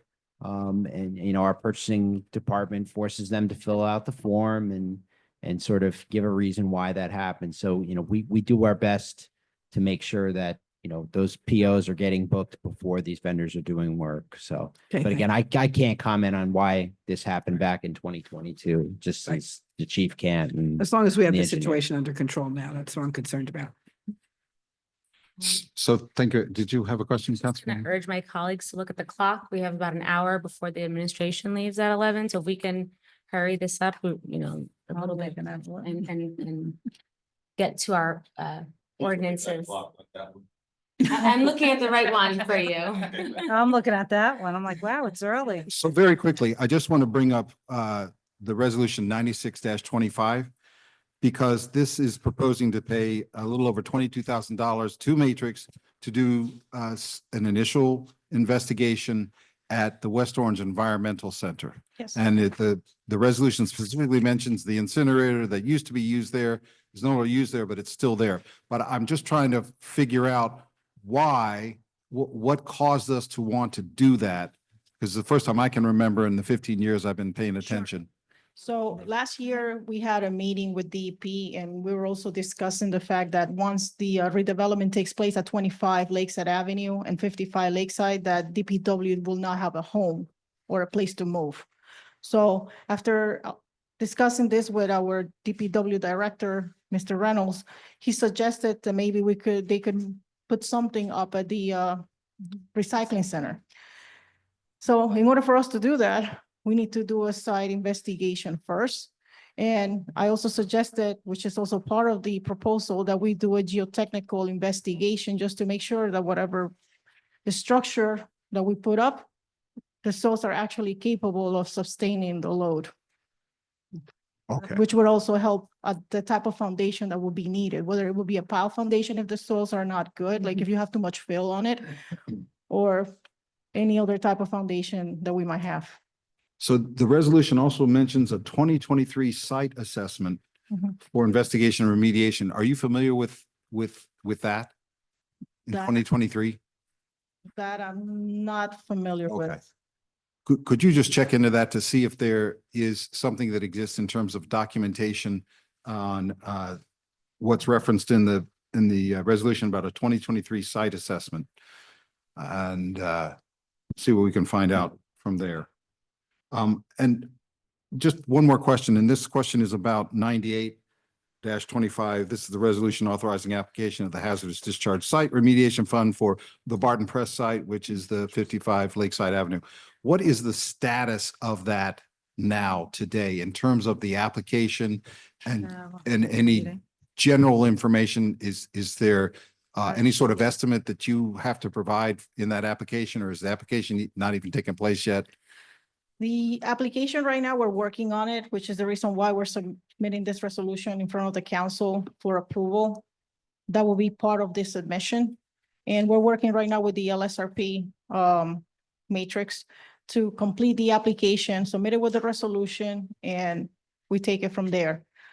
And I believe, if I'm not mistaken, in the resolution, it basically says that 3 items that basically will be the 3 items that will be able to be reimbursed for the work that they do, which will be the site investigation, remedial action, and remedial investigation as well.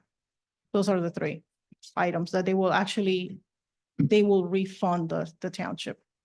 When you get that application done, could you please forward it to either the clerk or to all the council members so we can try to stay up in touch with that? Because this is a really crucial financial issue going forward. So Once the application is submitted, we will forward it to you. Every time that we submit an application or our grant writer help us submit the application, we get a copy of it.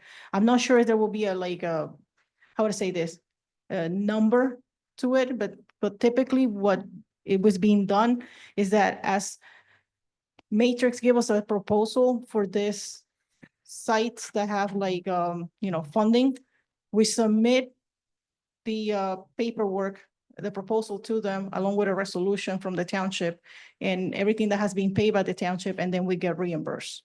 okay. Thank you, Ms. Carvalho. Do you have a question, Yes. Councilwoman Reardon? Ms. Corbella, I have a Councilwoman, in your microphone. Oh, Thank sorry. you. I have a question regarding the application for the recycling center. Can you tell me exactly where you're thinking of placing possibly structures or pieces of the DPW? Or is it over the entire lot? It is not over the entire lot. It will be a portion wherever they do this site investigation assessment and they do the geotechnical investigation to see where can it be fit, something for the trucks mostly, and maybe some offices. I'm not sure yet. It all depends what is available, because as you know, right now is also being used for some other stuff. Right. So how are you going to make a determination about where the drilling will take place? Because it says that you're going to have 2 to 3 geotechnical borings to depths of 30 to 50 feet. How will you decide where those borings will take place? We're not, like, I'm not deciding that personally, but before they do it, they will give us a map, or they will tell us exactly, okay, this is the area that you have to work with. And then in that area that we will have available to work with, which most likely will be the rear near the incinerator area, they will do some borings and see if the soils are good or not for this type of use. Okay, this application says that this is in a residential area. I know what's around it. Can you just tell me if the 1 day of drilling that is cited in this report would be noticeable to the contingent neighbors? The saving grace is that the recycling center is a large parcel of land. I'm not saying that there's gonna be no noise. There might be a slight noise, no different than when they come to DPW and they start drilling right outside my window. Every time that they have to do, put in place monitoring wells and everything else that they have to obtain. So I don't think it's gonna be something that is gonna be substantial, that is gonna really be a detriment to anyone in the surrounding area, especially since there are like a lot of woods that actually buffer the residential properties from the recycling. In addition, Environmental center. that's an active recycling center. We have trucks going in and out all the day long, the backloaders and stuff. It's gonna be part of the blended noise of the operations of the. I didn't know what a day of drilling would Yeah, sound like. it's not that. It will be it's- minimal. Yeah, the Okay. minimal noise. In So- comparison to all the equipment that's up there, nobody will probably notice the difference. And Okay. it shouldn't take more than 8 hours, I would Okay, say. so just one last question. Sure. It says that you're going to be taking samples at the site throughout the course of the drilling. And if there is contaminated soil or groundwater encountered, that the boring will be terminated. But those samples that you're taking need to be sent out to a lab. So how would you determine that at the time that there's contamination and that this needs to stop? Well, I'm not gonna be doing the work, but typically, like, if you, let's say, excavate or, dig a piece of property, you'll be able to tell whether or not there are contaminants on the soil because of the color. Okay, And so when you have the borings and they're gonna bring it, you're be able to open it and see it, because they have to. And you're gonna see every single one, like how much fracture they are and everything else, and do their calculations, but you'll be able to see based on that whether or not there might be some contaminants okay. present. Thank you so much. You're welcome. Yes, thank you. Let's move on to ordinances on, did you have a question? Councilwoman? No, I'm good. Okay, I'm good, good. Let's move on to ordinance before anybody else comes up with a question. Okay, we have, To pass the yeah, consent is agenda. there a motion to approve the And make consent? a motion to Second. approve the consent agenda. All in favor? Aye. Any opposed? No. The consent agenda is implemented. Okay, before we start on ordinances on second reading, because we have many of them, I want to bring back up whether we want to move up the transition ordinance into now so that people Yeah, I'm we can good. address it and, I'm okay okay, with that. Yeah, I'm wonderful. good now. But Madam Clerk. Does he have to make a motion and we have to vote on it, or is this enough? To move Okay. it. Okay, so ordinance 2900-25, ordinance amending chapter 28 of the revised general ordinances of the Township of West Orange, transition to battery or electric leaf blowers. Is there a motion to introduce on second and final reading? Make a motion to introduce on second and final reading. I'll second. Thank you. Councilwoman Castellino, No, Councilwoman Geber Michael. Yes. Councilwoman Rudin. Yes. Councilwoman Yes. Scarpa. Council President Kukovia. Yes. Okay, the motion carries. Now, before we move to public hearing, which is required under state law, I had suggested some, what I consider to be minor changes to the wording based upon a conversation I had with one of our public commenters and on also some additional research. And I forwarded that to Madam Clerk, and she's forwarded on to other people. So I just want to make sure that people in the audience know what that proposed amendment or amendments were. I think we need to vote on this, or at least let people know what the changes are. If there was anything that does not keep us from moving ahead on this ordinance. Council President, Yes, Councilwoman Geber did Michael. legal approve and say that these aren't substantive changes, so we can make these changes? I don't know because Madam Clerk sent it on to the legal and some other people. I don't know if Mr. Burke found this or saw this.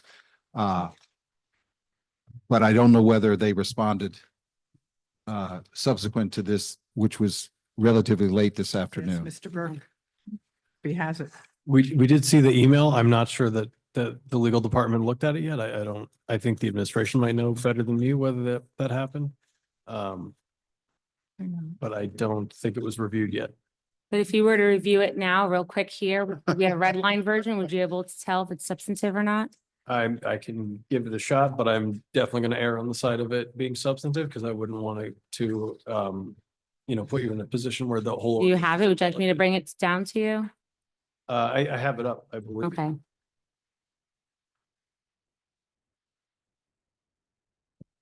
Mr. Burke, do you want us to take a 5-minute break while you look at this instead of everybody staring at you for 5 minutes? Which specific changes would you like to? Okay. Look The at? definition of turbine blower?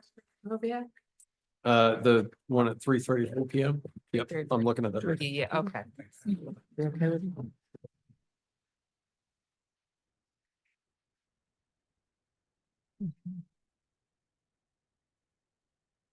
Does it just regard to the turbine blower? Well, it was in the context of, at the last meeting, we had a series of amendments that we approved, and one of them was to allow turbine blowers. Previously, they were only going to be, I think, restricted to golf courses, but we said, no, we're going to modify. I'm just asking. Yeah. Yes, Councilwoman if I Geber. recall correctly, number 6 or whatever, number 7 stated that they could only be used for a minimum of 15 acres. And we said, we don't want that. Right. Turbine blowers shall be permitted in the township and that anyone can use that. So this was at the end of the ordinance, which then goes to one of the definitions at the start of the ordinance, which was the description of a turbine blower. And I think it also references in parentheses buffalo blower, which is apparently what the industry refers to. So turbine blower is not only something that is pulled by another vehicle, but it is also can be self-propelled and can be hand pushed. In fact, just this afternoon, a hand pushed turbine blower was being used in my backdoor neighbor who has a plot is probably less than 1/4 of an acre, but they were using the turbine blower. But anyway, so that change is twofold. One is to further refine the definition of a turbine blower and also to specify that it is no longer connected to the issue of where it could be used. So what you should have is a screenshot of what the proposed changes would be. And so you'll see some strike throughs and some red additional language. I guess my only question is that I'm just seeing it with regard to the definition of turbine blower. So what's the other? It's the reference? tail end of that definition. That's it strikes. So it's struck just through. striking through that part of the definition and adding the red piece? Yes. Unfortunately, I do think this would be substantive because you could define turbine blower to mean anything in the ordinance. Not just what is commonly considered a turbine blower. And if we're changing what that means, that changes how the ordinance operates.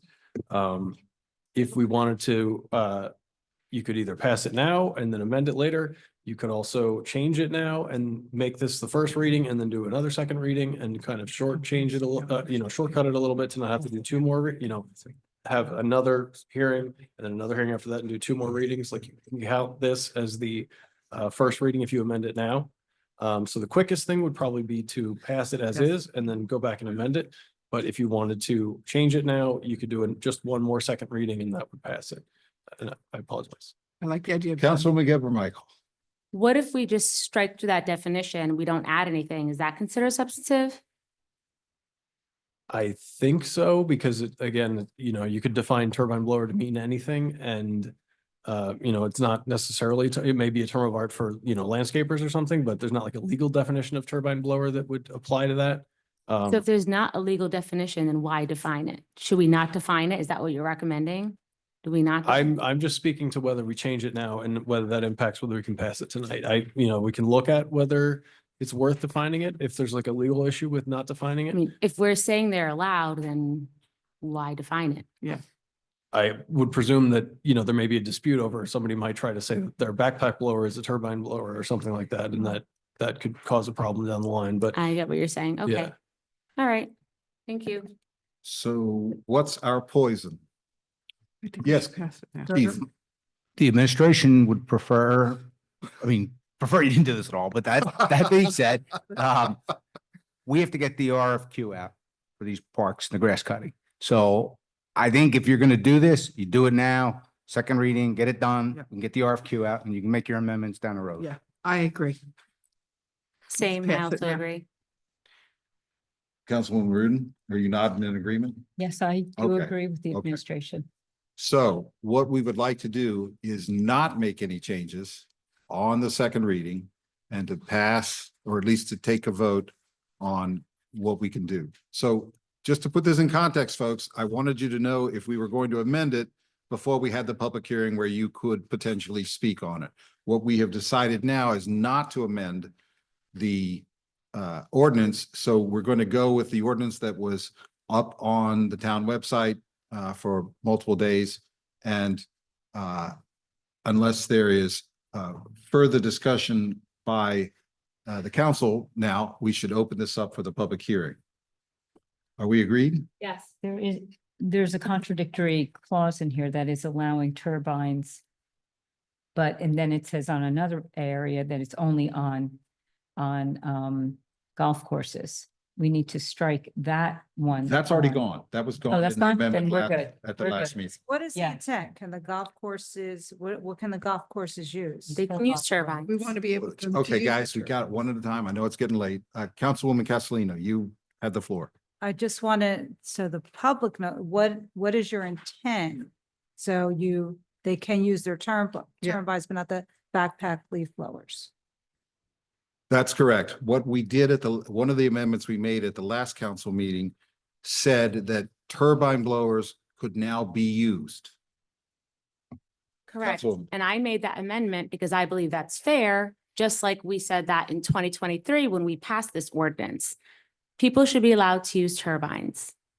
I don't think it's fair to restrict it and allow certain people use it and not others. I agree. And that's when we set ourselves up for litigation. So I believe turbine blowers should be permitted, period, throughout Okay. township. Agreed. So what we would like to do right now is to open a public hearing, which is required under the state law for all ordinances on second reading. And we would open the public meeting, you to come up similar to what you may have done earlier in public comment, which is state your name and address, and you'll have 5 minutes to comment. Now, you may recall, I won't say I begged you, but I asked you to consider if you're going to speak during public comment earlier in this evening, that you not come back and basically say the same thing. So I'm now opening the public hearing on ordinance 2900-25, ordinance amending chapter 28 of the revised general ordinances of the Township of West Orange, transition to battery or electric leaf blowers. If anyone would like to come speak again, or not again, but come speak hopefully for the first time, please come up to the podium and identify yourself by name and address, and you'll have 5 minutes to speak.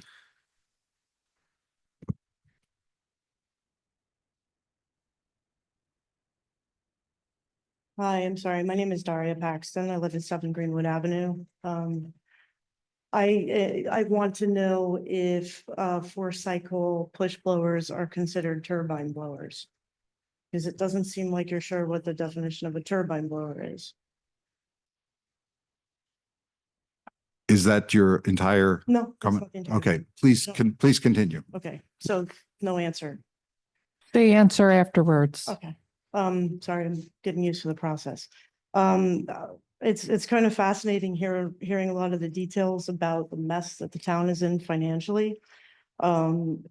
I've only been here for 5 years and COVID caused a lot of mess everywhere. And $50 million in increased debt is crazy. So is 12% of the budget. So in speaking about fiscal integrity, you can make up numbers, but, for people who know what this machinery is like and have used it for years and years and years, as well as gas tools, there is not as much of a savings on long-term use of electric tools. So, if you're talking about, it sounds like borrowing $500,000 between Rock Spring Golf Course and the DPW and increased costs for bids on town properties from contractors. It sounds like you're talking about something like $10,000 per resident. And in terms of the health of the people, first of all, you should start by enforcing existing rules like noise ordinances. There's people, using gas blowers at the bank at 7 o'clock in the morning and 3-minute idle rules. Bans on all 2-cycle engines, not just the blowers. If it's a noise issue, you can ban chainsaws and wood chippers and dirt bikes and all the cars that have extremely loud mufflers and all the trucks that come through and use their air brakes at all hours of the night. If it's an environmental issue in terms of protecting pollinators, first of all, you should be adopting a dark sky initiative, which is a very cheap and extremely effective thing to do because light pollution is even more of a problem for pollinators than anything involving blowers or leaves. And also replacing 40% of that tree cover, which somebody mentioned, has disappeared in the last 15 years because if we're down to below 30% as it is, you're not going to have an ecosystem to try to protect. And trees do a lot more to protect our air quality than the tools that we're using, because unfortunately, there's a lot of things that affect our air quality. Also controlling deer and feral cats, which are a serious issue. And doing invasive species remediation and planting native species in their place. These are the things that actually support the food web and therefore our entire environment, which do a lot of the work in terms of helping with flooding and soil contamination and air pollution. At $10,000 a resident, more or less, not to mention the interest on where you guys are getting the money for that from. And that's just the initial investment that you assume you're going to make in the tools. You could definitely get everybody some soundproofing and really good, noise canceling headphones and air purifiers, which, we need for all kinds of things. So, I also, as a resident, don't want to be paying for lawsuits from the golf courses either. They came in here in the last meeting and made it clear that this is not tenable for them as a business. And with 5 golf courses in town taking up an enormous amount of space and providing green space, especially important for drainage and stormwater remediation, I don't want to see them get developed into condos, which is probably what's going to happen if they go out of business. So, if you mean what you say about fiscal integrity, I really hope that you do some closer examination about what you're talking about, because it doesn't make sense. The first thing you should be doing is fulfilling the responsibilities that you have for the parks and the schools. You just said you lost $1 million in funding for the schools, and you want to spend half of that on electric tools. So, I'm sorry. Thank you for your time. Thank you. Thank you, Ms. Paxton. Anybody else would like to speak?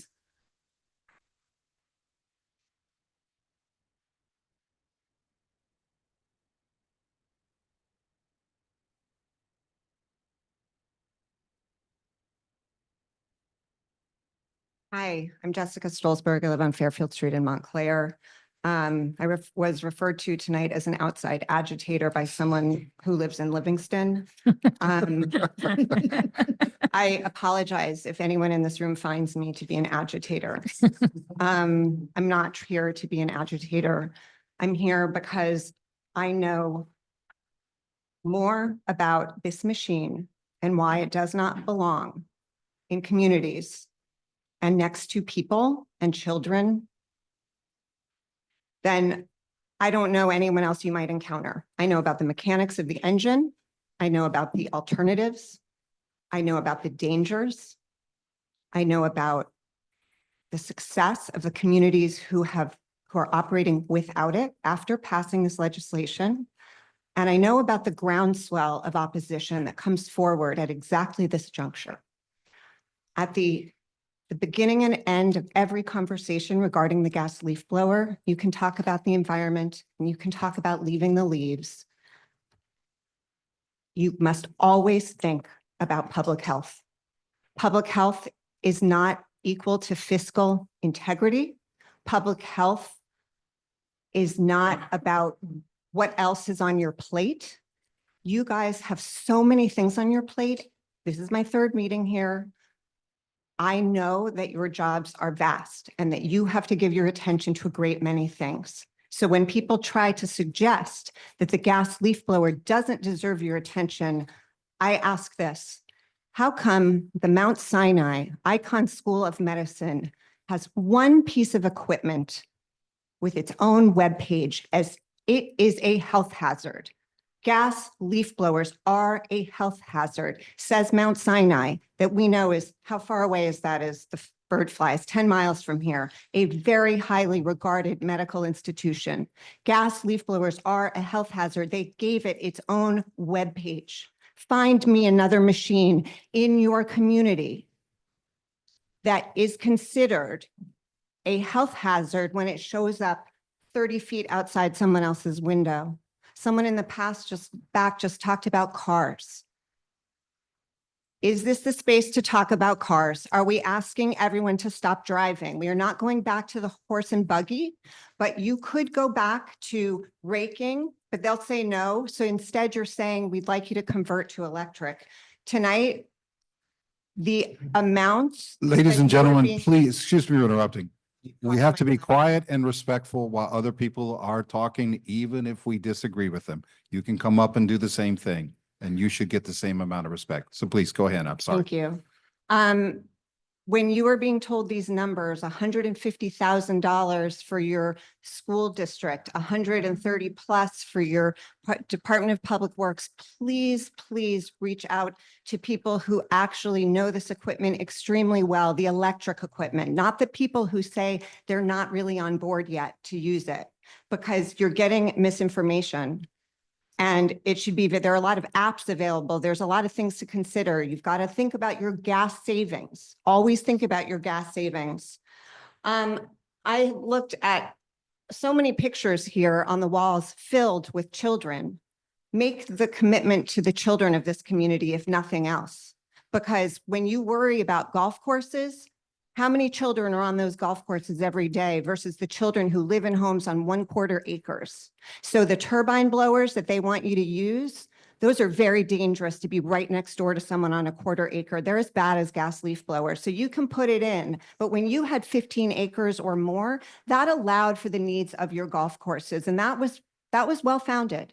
But now to take that away and put a turbine blower next to where kids are growing up and maybe children with health, people with health issues are living, that's dangerous again in a new way.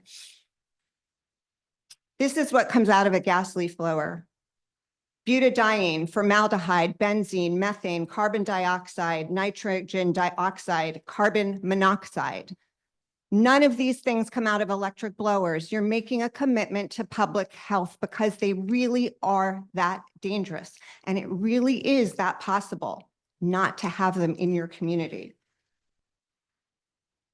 If a golf course is taking away a senior outing because of your commitment to public health, that is a failure on their part and deserves criticism. That's alarming. And I'm really, I'm shocked to hear that they would do that as a way to tell you, you can't commit to public health or we'll take away events for seniors. I have 5 seconds left. Anyone who passes this tonight is committed to public health, not to Your pass, time is not up. to vote for this, is working against public health. Thank you.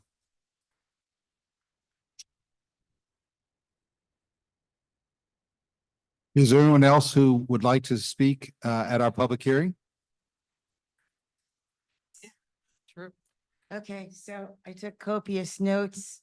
I don't even know where to start. Can you tell me your name and Oh, address? yes. That's where you Sorry. start. Zas Academy, 4 Dawes Avenue, West Orange. Thank you.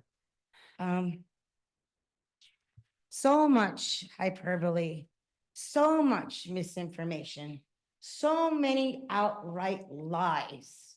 And I'm sorry, I'm not trying to offend anyone, but when you come here, because you're called to come here, because you're called to go from town to town, to commit a war of attrition, to wear them down and told them it can't be done because you quote these astronomical numbers that don't even exist, I have to call you a liar.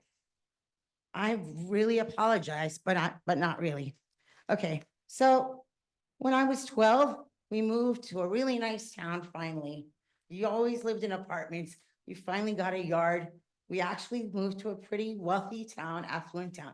But I was still put in charge as the eldest of doing the entire yard, sizable lot, front yard, backyard, mowing, leaves, everything, trimming, up to me. With a rake in the 70s. And you guys are telling me that you can't transition to electric blowers, but a teenager, 12, 13, 14, 15, can do the entire pristine Short Hills yard in the poet section by herself with a rake? Okay, the misinformation. Lithium is being called now white gold. That's how valuable it's become. It is eminently recyclable. Home Depot, Lowe's, Best Buy, countless places will take them and recycle them. But that's a moot point because the batteries don't need to be recycled for years. Okay, and people who, including our mayor, who get up and talk about the dangers of lithium batteries while she has one in her pocket in her phone, my mind is blown. They're in all our laptops, they're in all our phones, they're in every single gadget we have in our house. They're in everything. So if we're going to talk about dangers of lithium batteries, we should trash all those things. Okay, I don't know if I have enough time for all the misinformation. Let me try. Okay, the cost of these things is being so overblown, having done so much research on them. By the way, if your batteries don't last more than 15 minutes on your commercial blower, you probably shouldn't be selling them. You should probably switch to Ego or a better brand that lasts maybe an hour longer. But we have, okay. Please. But we have portable chargers now. We have whole outfits, trailers that recharge 70 batteries at a time with solar. And then now we're talking about generators. We are flanked in West Orange by 2 towns who have already transitioned. They're doing fine. The sky is not falling. You know where my concern comes in? This war of attrition that they've got put so much pressure on you guys. They got some of you guys to say referendum. You know what concerns me? I have neighbors, I have friends who are afraid of their landscapers. They're afraid to tell them that they don't want them to use that. They're waiting for a law to take care of it for them. Now, what concerns me and really upsets me is these same people who are called to go from town to town to town to intimidate, to harass, to yell. They're going to do that to these people who are scared of them. They're going to anger them. They're going to scare them. They're going to manipulate them. They're going to harass them. And they're going to do that to you guys now, from now on too. So, have happy referendum time. Okay, I'm sorry. I've told myself I wouldn't get upset about that. But you're inviting them to do this. That's the thing. And they know this can be done. Most of them already have the machines. They just are told there's a mindset. We want to delay, stay this as long as we can, as long as we can. And follow the dots, you'll go back to the fossil fuel industry. I don't know if that's a big rabbit hole to go down right now, but it's true. Okay. So what other misinformation did I hear tonight? What other hyperbole? Public health should not be put on a referendum. There were no volunteers. I'm sure when they said we're gonna ban smoking in bars, there were restaurant owners and bar owners coming, well, you're gonna ruin my business. I have kids, all this stuff. But you know what? We had to do it. Why? Because it's for public health. Okay, guys? Your I'm sorry, time I'm is out of up. time. Thank you. Thank you for your time.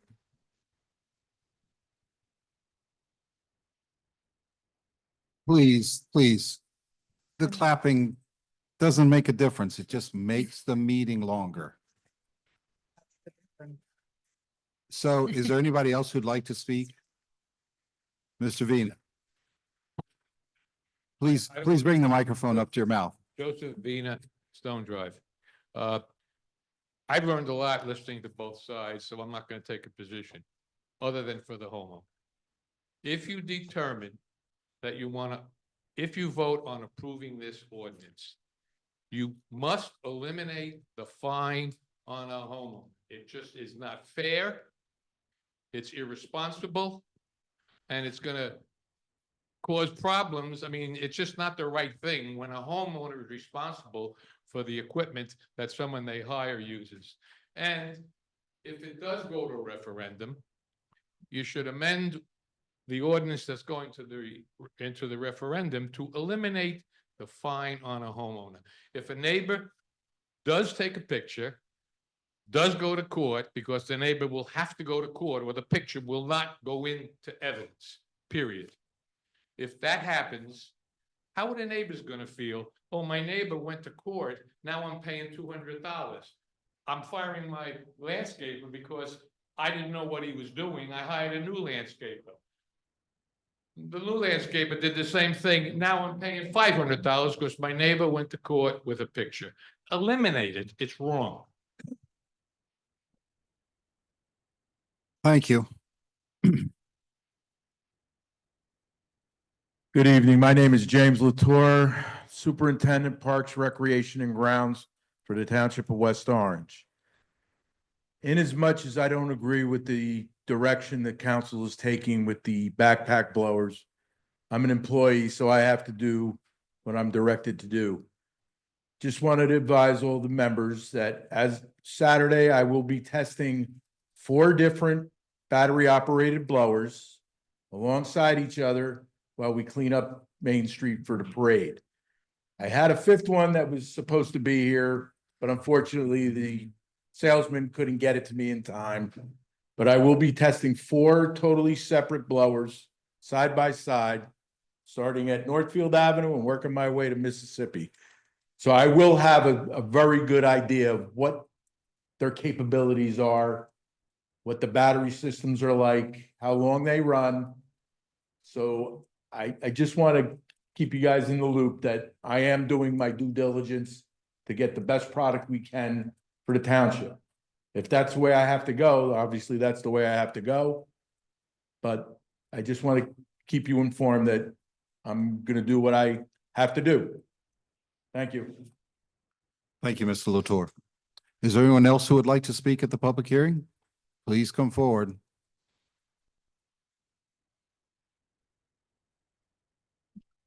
Okay, if no one else would like to speak, then I'm going to close the public hearing and open the floor to my colleagues. Let's go in order again. How about I go last? I go first all the time. I can't go last. Councilwoman Hello. Scarpa, Yeah, I just had a quick question for Mr. Latour. please speak into the microphone. Yeah, for Mr. Latour, have you spoken with Montclair or Maplewood who are using it to make sure we get the best product? Some of our colleagues in other towns? I've been to the trade shows that were going on last weekend in Edison. I spoke to several dealers. At this point, I have to trust my own judgment. I've been doing this for quite a long time. So I figured the best way to go was to be side by side, see who's the best. That's a great idea, but I would reach out to other townships who are using it because my understanding is there's some products that are a lot better than others. And if they're using them, they might have some guidance for you. Where 5 units that I have reached out to are Milwaukee, Crest, Along, Greenworks, Wait, you're going too fast. sorry. Milwaukee, Crest. Along, Greenworks, and Steel. Okay.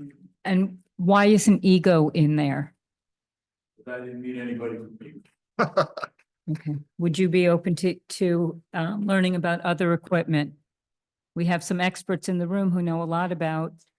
As long as it does the job that I'm requiring it to do, Okay. listen, I'll listen to what anybody has to say.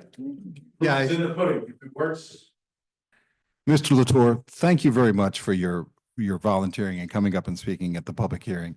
But I don't think this is appropriate. I think we need to just open it up. If anybody wants to ask other members of the council, that's fine. But Mr. Latour, please sit down. I appreciate your willingness. It's nothing negative. Just, That's all. okay. So Councilman Scarpa, I mean, I'm talking about, this is your last chance to talk about this before we take a vote. Okay. That's what I think I've this made is. my position really Okay. clear. I went into a lot of detail in our last meeting and I just said we have to balance the needs of everyone in our community. I was initially the one who thought we needed a referendum to get an idea of how people think, particularly if we have a problem moving forward. But I think right now we've heard from so many people, and as we've learned about the health benefits, we need to move forward. Thank you, Councilwoman Rudin. I'm so impressed with the speakers who came tonight to tell us that this can be done and that we're going to be okay and we're going to survive. And I really appreciate your voice. We've heard a lot from many landscapers. I'm really excited that West Orange is making movement for public safety. And I really look forward to this vote. Thank you. Councilwoman Geber Michael. Good evening. So I'd like to first address Miss Paxton. She asked a question whether 4-cycle blowers are considered turbine blowers. And no, a 4-cycle gas blower backpack is not considered a turbine blower. Thank you all for coming out here and speaking. We met with different people. There was a lot of compromise with this. It is not a perfect ordinance. I am hoping that after it passes tonight, we'll go back and make the revisions that we need to make to it. But we did compromise, people requested more time in the spring. DPW did, landscapers did, we gave more time in the spring. People requested all of November and all of December, because initially it wasn't all of December. We gave that time. I do believe in compromise. Not everyone's going to be happy. We've had many residents complain about noise. We've had people complain about the environment. We've heard both ends, both sides. And I believe we tried to come up with something that was fair. Now, I do agree with you, Mr. Vina and Mr. Leonardis. We've talked about this with the fines. I'm hoping that, by the next meeting, we'll be able to work out the kinks. I don't think, it's fair to charge both the homeowner and the landlord. If the homeowner is not there and they're at work and their landscaper is there and they're using it, it's not fair to charge the homeowner who might not know about it. It should be, the charge should go to the person who made the violation, period. If a homeowner is using their gas-powered blowers, I don't think it's fair to charge landscapers, right? If they have a landscaper, what if they decide, hey, I just want to quickly, whip this out and clean debris real quick? It's not fair to the landscapers to get charged. I believe the fine should go to the person, but I agree with our chief, our interim administrator, and the others up here. I think that it is crucial to pass this now. The good thing is that gas powered blowers are allowed until April 15th. So I think we can make the amendments to the fines and work together to compromise on certain things and those items. And again, I'm hoping that there is support for a referendum. I disagree. I think a referendum is important. I felt it was important in 2023, but didn't say anything because it was vetoed right away. We passed this ordinance. There was going to be a temporary seasonal ban, and then a permanent ban was going to go into effect 2 years later. But unfortunately, it was vetoed. And I do believe in a referendum. And I've made my commitment. I don't know. I feel, I don't want to sound like a broken record. I've made my position clear tonight. I've made my position clear in the last meeting. I think I have compromised. I think we have tried to be fair, but again, you're not going to make everyone happy. But I can tell you that we've had more emails from residents that are for this ban than there are who are against it. Whether it's noise, whether it's pollution, whatever it is. But I do appreciate every single one of you guys coming out here and speaking, whether you're for it or against it, and having your voices heard. We are trying here. It is not easy to make everyone happy. But I do believe in compromise. I do believe in working together. And I do believe in letting the people have a voice, which is why, again, I support the referendum. And again, I'm going to bring it up under new business. And I'm hoping that in the next meeting, we'll be able to vote on this referendum and get it to the county and let the people decide. Because we work for the people. We're duly elected by the people. So, and with that, I am going to end my response to public comment. Thank you. Councilwoman Castellino. Thank you, Council President. Referendum. I think a referendum should be done first, not after the fact. So I told you that's why I wasn't supporting it to do it first. So we could have that conversation in a few minutes. I think it's pointless. You're going to go out and make the township buy equipment and then have a referendum. It doesn't make sense. So I would prefer a referendum, but I think a referendum should be done prior to enacting an ordinance that I don't even know how we're going to enforce. Ms. Stoltenberg, I appreciate you coming. I know you're very passionate, but don't kid yourself. They're using the gas leaf blowers in Montclair. So to me, that's not working, just not working, because you have people, they may not get in caught with their pictures taken. And I'm not going to go around and take pictures of people because that's not my thing. But people cheat. People cheat. The landscapers that testified to it. I'm telling you, I saw it. My husband told me. Excuse me for interrupting. Yes. Folks, aren't we all grown-ups here? If you want to talk, please go outside. All right? We've got to be able to hear. And when you talk, it reduces the ability to people to hear. And I want everybody to hear Councilwoman Castellino's comments. So please. Thank you, Council President. We heard from our Vice President of the Board of Education tonight. He was not speaking for himself, but for his board and his administration. I'm a former Board of Education member. I served on the West Orange Board of Education for 10 years. And to tell me I don't care about children or the public health is just, is just very insulting. Listen, I get it. There are pros and cons to all of this. I appreciate everyone's advocacy, even my council colleagues. I know she's very passionate about it. She ran on it and she won big. So I gotta give that to her. But at the end of the day, it's a divided community on this, and going out and taking pictures is going to be a big mistake, because in this town, they're going to be taking pictures, and I feel for the administration. That's number one. Number two, I appreciate our director of this question for administration. I heard all about the different brands. I mean, doesn't this at the end of the day have to be legally bidded out? I mean, can you just go out and buy a certain, or you put that in the bid specs for the certain brand that you're looking for? How would that work? And so we would look to see if this could be purchased under some sort of co-op or state contract from a particular vendor. That would be the easiest thing to do, would be to buy it off of some sort of accepted contract. Okay. All right, I just don't see.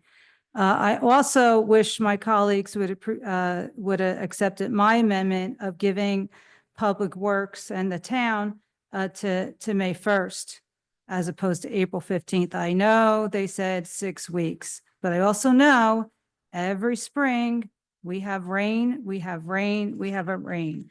Mr. Keough gave us his list of all of his due diligence for the fields being very close to the sports programs. For the past 20 years, I know we get numerous phone calls when the fields aren't in order this time of year.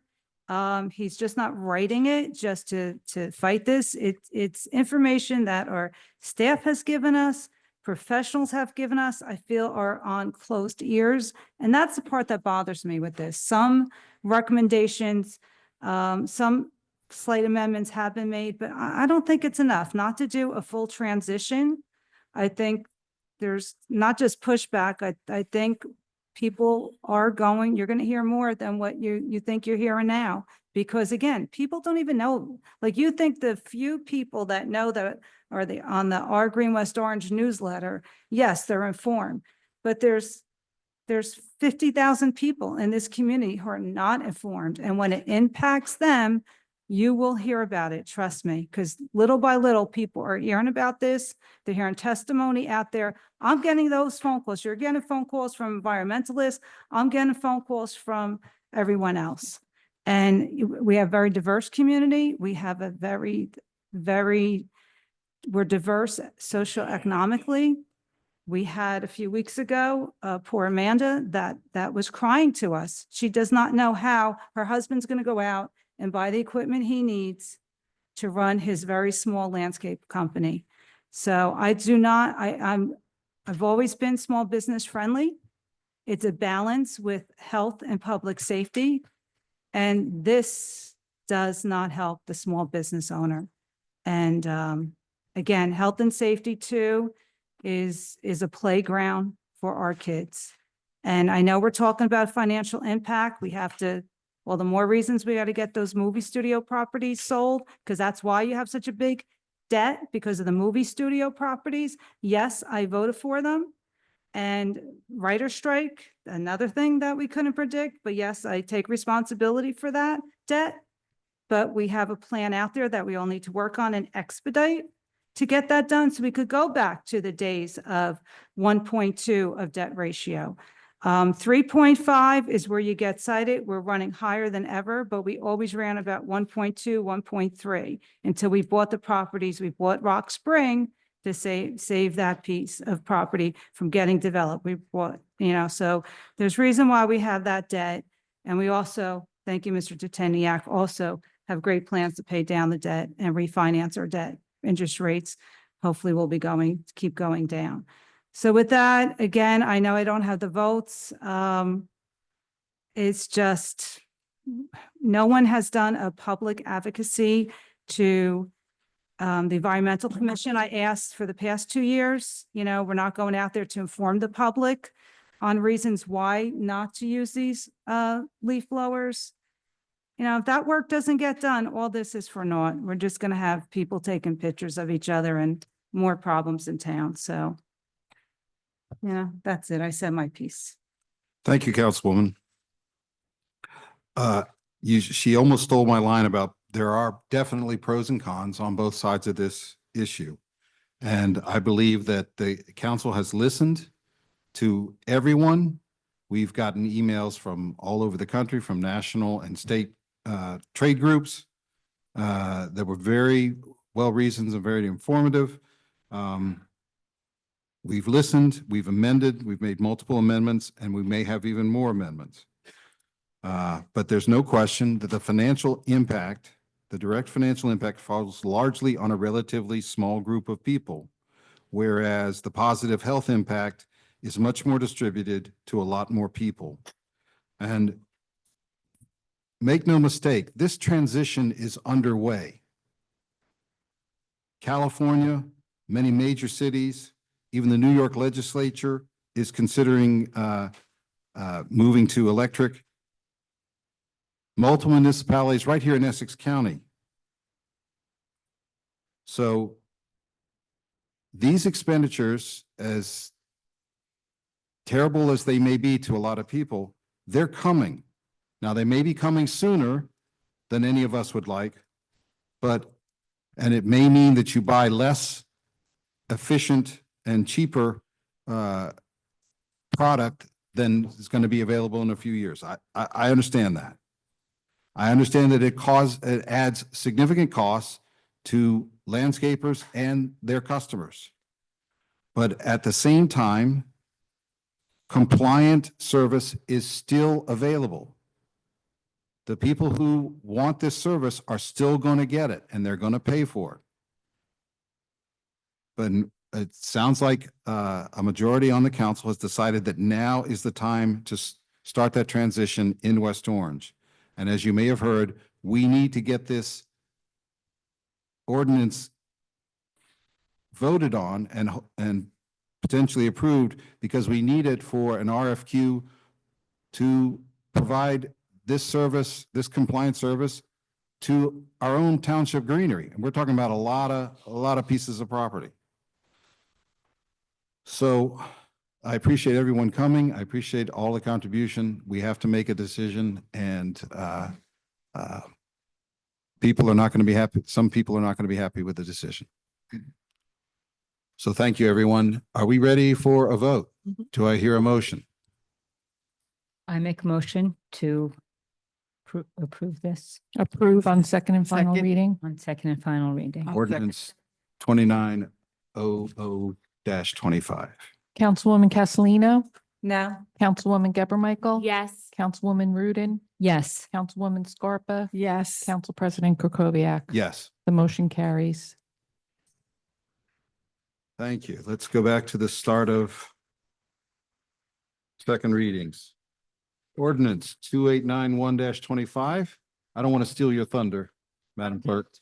An ordinance amending and supplementing Chapter 2, subsection 61, Pedestrian Safety Advisory Board of the revised general ordinances of the Township of West Orange, establishing a complete and green streets advisory committee and creating a complete and green streets policy.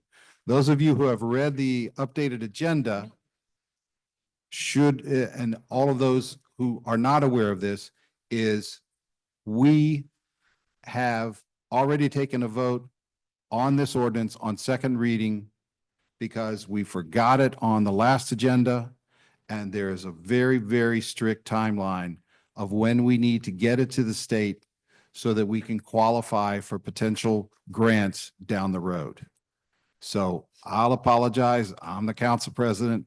I should have realized this, and it was my mistake. We took a vote in the interim between the last council meeting and this meeting, and it passed 4-1, but we are still required to have a public hearing on this, and I'd like to do that now, unless anybody else wants to say anything before we open the public hearing. I Okay. do.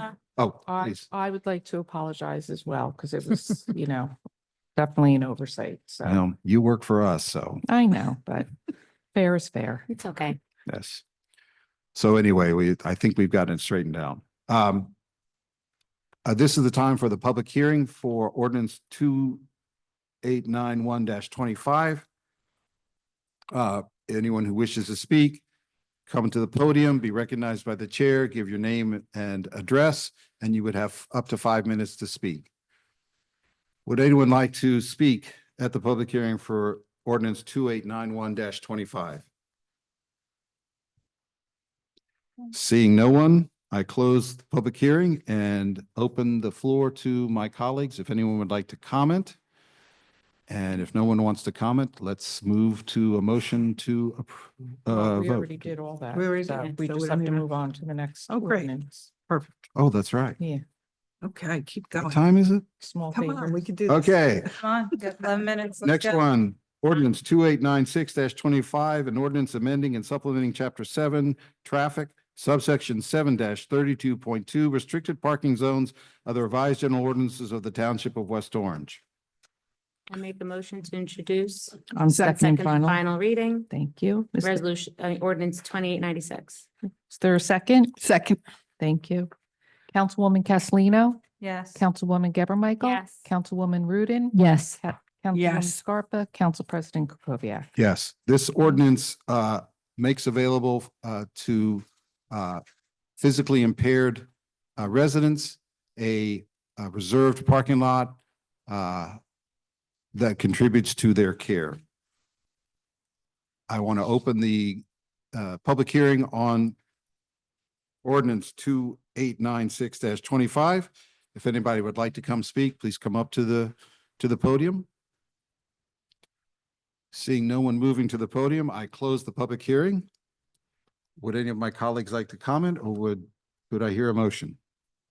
Is there a motion to I approve? make a motion to approve on second and final reading. I'll second. Okay.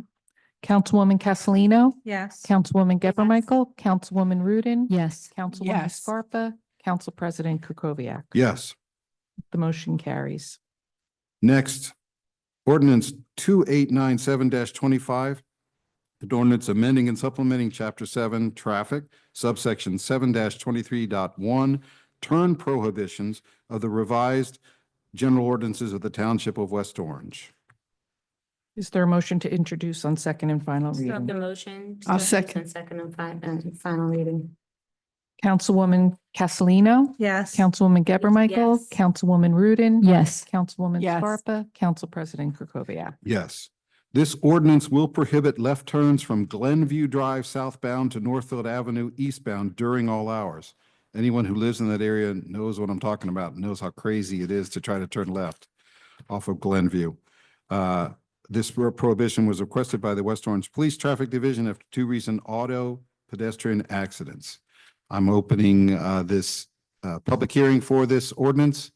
If anyone would like to speak, please come to the podium and I'll give you more instructions. Seeing no one, no one interested in speaking, I'm closing public comment, I'm sorry, public hearing, and opening this up to comment by my colleagues. If no one wants to speak, I'll entertain a motion. A motion to approve 2897. I'll second. Thank you. Councilwoman Castellino. Yes. Councilwoman Geber Michael. Yes. Councilwoman Rudin. Yes. Councilwoman Yes. Scarpa, Council President Kukoviac. Yes. The motion carries. Proposed ordinance 2898-25, an ordinance amending and supplementing Chapter 7, Traffic, subsection 7-23. 33. 7, what did I say? 23. Pardon me. 7-33, school zones of the revised general ordinances of the Township of West Orange.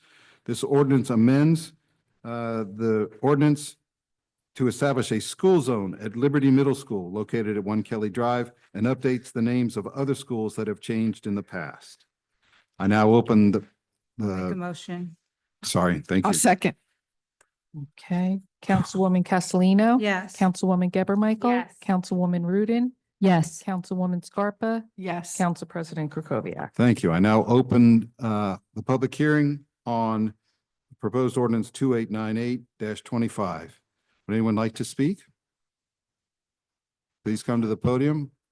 Seeing no one moving to the podium, I close public hearing and open the floor for comment from my colleagues. Just real quick, Council President, have a comment? Sure, certainly. Yeah. Now, just real quick, I just want to thank Ms. Corbella. We had a conversation about some other items earlier in the evening.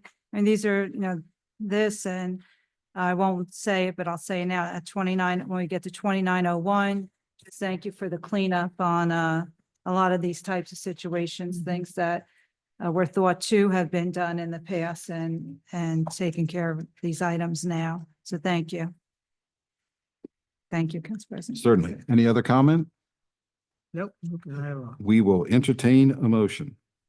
I'll make a motion to approve 2898. Second. Councilwoman Castellino. Yes. Councilwoman Geber Michael. Yes. Councilwoman Rudin. Yes. Councilwoman Scarpa, Yes. Council President Kukoviac. Yes. The motion carries. Proposed ordinance 2899-25, an ordinance amending and supplementing Chapter 7, Traffic, subsection 7-20, stop intersections, 721, multi-way stops, and 7-21.1, multiple way stops near schools, playgrounds, and youth recreational facilities of the revised general ordinances of the Township of West Orange. Make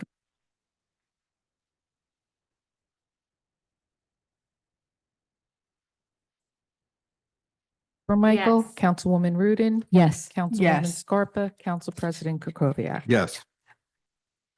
This ordinance proposes designates various types of new stop intersections with stop signs on the named approaches based on recommendations from the West Orange Police Traffic Division and resident requests. Now I'm opening the floor for a public hearing on this ordinance. If anyone would like to speak, please come to the podium. Seeing no one, I'm closing public hearing. Would anyone like to comment from my colleagues? No. Seeing none, I will entertain a motion. Make a motion to introduce on second. I'll I mean, second. approve on second and final reading. A second. Thank you. Councilwoman Castellino. Yes. Councilwoman Yes. Geber Michael, Councilwoman Rudin. Yes. Councilwoman Yes. Scarpa, Council President Kukoviac. Yes, The motion carries. thank you. Proposed ordinance 2901-25, an ordinance amending and supplementing chapter 4.6, 4-6, drug-free school zones, subsection 4-6.2, adoption of directive and schematic maps of the revised general ordinances of the Township of West Orange. This amends chapter 4-6, drug-free school zones of the revised general ordinances. It establishes a drug-free school zone at Liberty Middle School and Golda Ak Academy Upper Campus and updates the names of other schools that have changed in the past. I'll make a motion to introduce. Second. Councilwoman Castellino. Yes. Councilwoman Geber Michael. Yes. Councilwoman Rudin. Yes. Councilwoman Yes. Scarpa, Council President Kukoviac. Yes. Motion carries. Ordinance on first reading. Oh, no, we have Oh. a public hearing. That was to introduce. I apologize, folks. Okay, not a big deal. Not a big deal. No Uh, worries. I'm opening the floor to a public hearing on ordinance 2901-24. If anyone would like to speak on this ordinance, please come to the podium. Seeing none, I'm closing public hearing, open to any comment from my colleagues. And then we will entertain a motion. Motion to approve on second and final Second. reading. Thank you. Councilwoman Castellino. Yes. Councilwoman Geber Yes. Michael, Councilwoman Rudin, Yes. Councilwoman Yes. Scarpa, Council President Kukoviac. Yes, The motion carries. ordinance is on first reading? Do you want me to Yes. take over? Yes, I think perhaps you should. Just my humiliation isn't quite complete, but it could be if I continue to do that. Don't sweat it. Did well. 2902-25, an ordinance amending chapter 4, section 34.3 of the revised general ordinances of West Orange, extra duty employment for police officers, rates of compensation, administrative fees, payment for services. Make a motion to introduce I'll on first second. reading. Thank you. Councilwoman Castellino. Yes. Councilwoman Geber Yes. Michael, Councilwoman Rudin. Yes. Councilwoman Yes. Scarpa, Council President Kukoviac. For those of you who are playing at home, we do not have public hearings on first readings of ordinances. When these come back on the agenda, you have a chance to have a public hearing and comment. Vote. Yeah, your vote. Vote, yeah. Did you? Yeah, I need your vote. Oh, I didn't vote? No, No. it's late. That's why it's 11 Okay. o'clock. Go ahead. Happens to all of us. Okay, I'll vote yes. thank you. The motion carries. It's okay. 2903-25, an ordinance amending chapter 10, sections 2 and 11 of the revised general ordinances of the Township of West Orange regarding additional requirements for dog and cat licensing for multifamily homes and veterinarians. Is there a motion to introduce on first I'll reading? make a motion to introduce. Thank you. Second? I'm going to second this even though Can, I may. can I raise an issue regarding this? We have to do the Oh, motion yeah, first. do the and motion. then- So you'll second, I second, okay, yes. that's fine, go on. Now. Okay. This ordinance, I guess is an attempt to create a better registry for rabies for dogs. And it requires all veterinarian or animal clinics within West Orange licensed under New Jersey law to provide the township with a list of clients who reside in West Orange, including the type of dog, the resident's name, address, telephone number, and email address. And this is to be provided by every licensed veterinarian and or clinic on an annual basis, beginning the first of each year. So I looked into this ordinance. I called the manager of the West Orange Animal Hospital, who is on the Board of Veterinary Medical Examiners. His name is Dr. Donald Bruno, and he was absolutely astonished. He said, "This is illegal. We are prohibited from doing this. Client records are confidential. Whoever came up with this idea needs to look at the codes that guide our standards.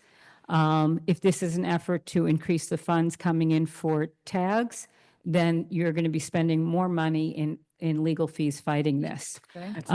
So he also wanted the public to know that there's a board meeting tomorrow morning at 9:30 a.m. Of the Board of Veterinary Medical Examiners. Anybody can attend it, ask questions. If they have any concerns, there's a link to the public meeting on the New Jersey State of Board of Medical Examiners. So, having done a little research on this, I do not think that this is something that the town should pursue because of the legal issues that would follow if we require our local vets to disclose all of this information about people's pets. Thank you, Councilwoman. Councilwoman. Thank you, Council President. Thank you so much, Councilwoman Rudin. I appreciate you. You know, when I saw this on the agenda, I was opposed to this. I think it is a violation, and there are better uses, I think, of our time and administration to look at other things that we can do to improve, not come after pet owners for not registering, their animals, especially by violating HIPAA. So thank you for speaking to the doctor. Thank you for bringing this to light. And I'm a no on this. I'm a no. I have a question. Councilwoman. Why is administration recommending this?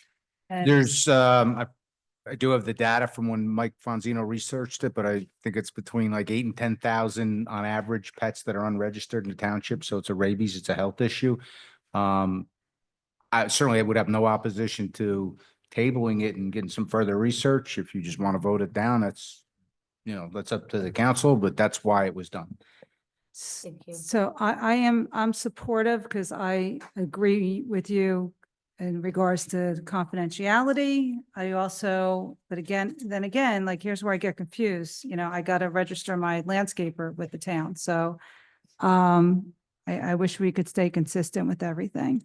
But yeah, I would support not going forward with that. Can I say something? Council. There already is a rule on the books that we are supposed to register our dogs. And we should make that more public to our residents, that this is a requirement. Instead of doing it in the back door through veterinarian clinics, registering your pets for safety reasons in the township should be followed, just like every other law should be followed in town. It's already on the books. I thought that Mr. Fonzino had checked with the state. I know he has an issue with one of his children today, a health issue, so he's not available. I don't want to bother him. He'd probably answer the phone, but I don't want to call him. He was actually going to be here. This came up to explain it. Again, if you want to just vote it down, if it's something you disfavor, that's certainly council's prerogative. If it's something you want to table and wait until you can hear from Mr. Fonzino, that's another option. Well, I personally don't see the sense in this, but I would like to hear from Mr. Fonzino. He talked about rabies, and I think that's a legitimate concern. But we've got a motion on the floor. I guess we'll take a vote and see what happens. Okay.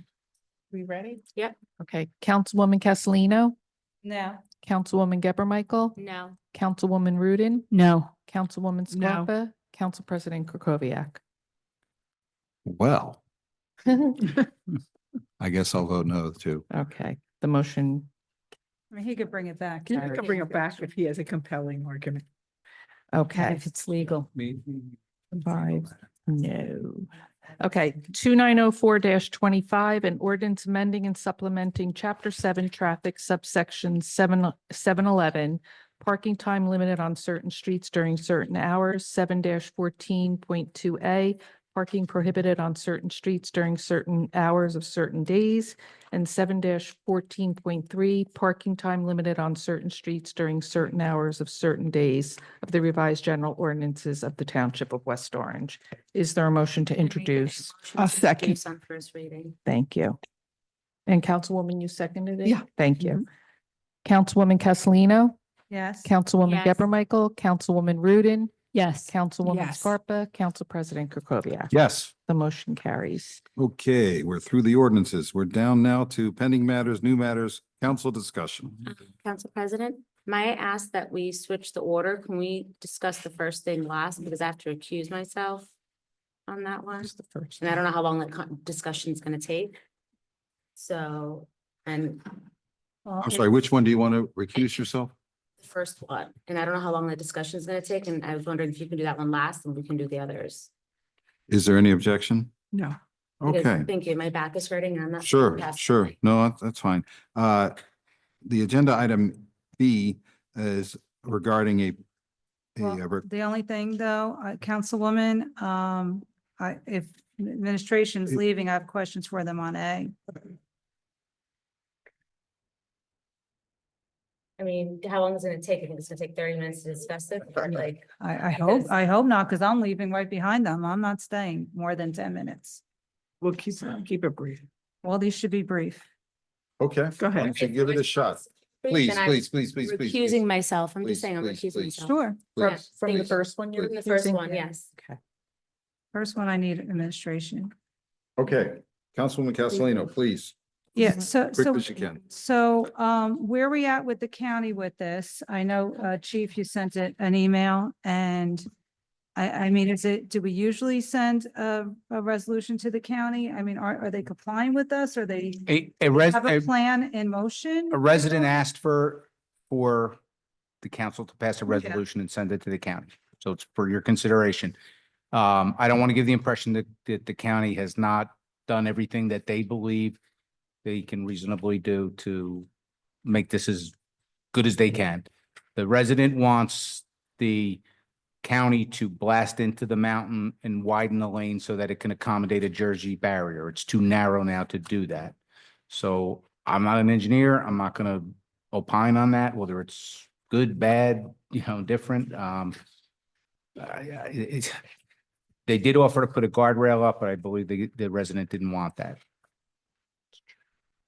Okay, do they offer any other, I don't think there's really any other things they could do. What about a camera for speeding? Yes. What about a camera? Camera and speeding. And what about, We don't use speed cameras in New Jersey. They're not enforceable. I What mean, we about can put the, sleeping? we can put the message board up and how fast you're going, but At least that's something should basically be going to done. be uphill and the speed is more downhill. There's nowhere to accommodate that board on the downhill curve. so I agree with the resident where something more needs to be done there. I hate that we have to send a resolution to get that done.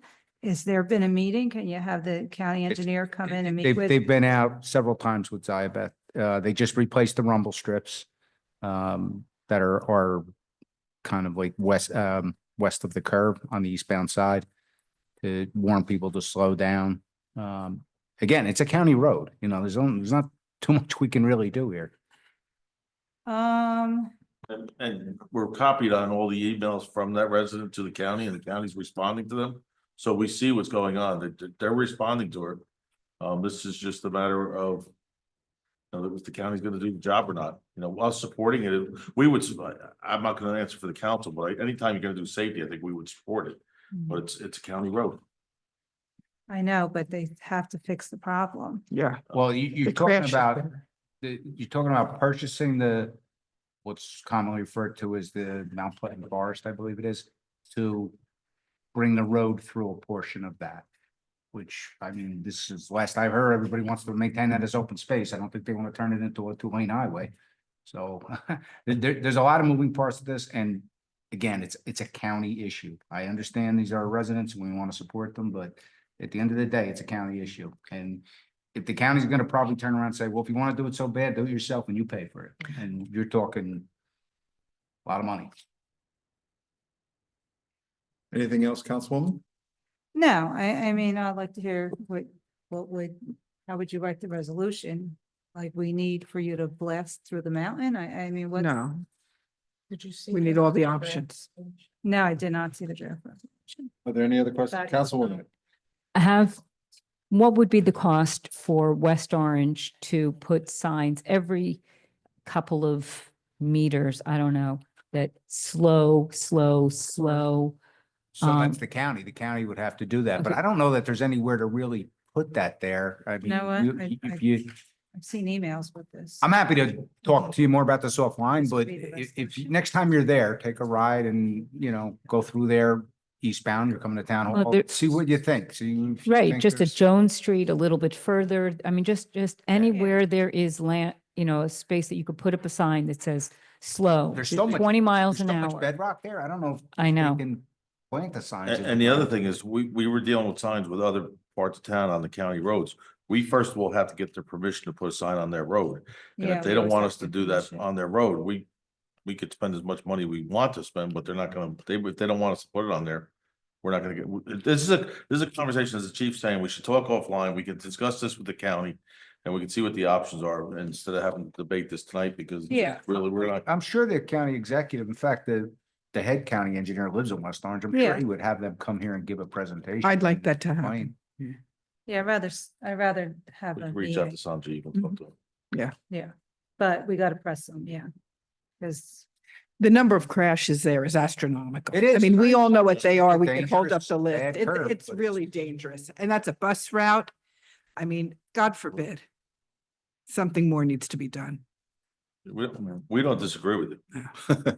all right, so will you Yeah. let us know when there's Public a safety is meeting? kind of our thing. So, Yeah, we'll reach out and see if they're willing to come and speak. I don't think they would have an aversion to that.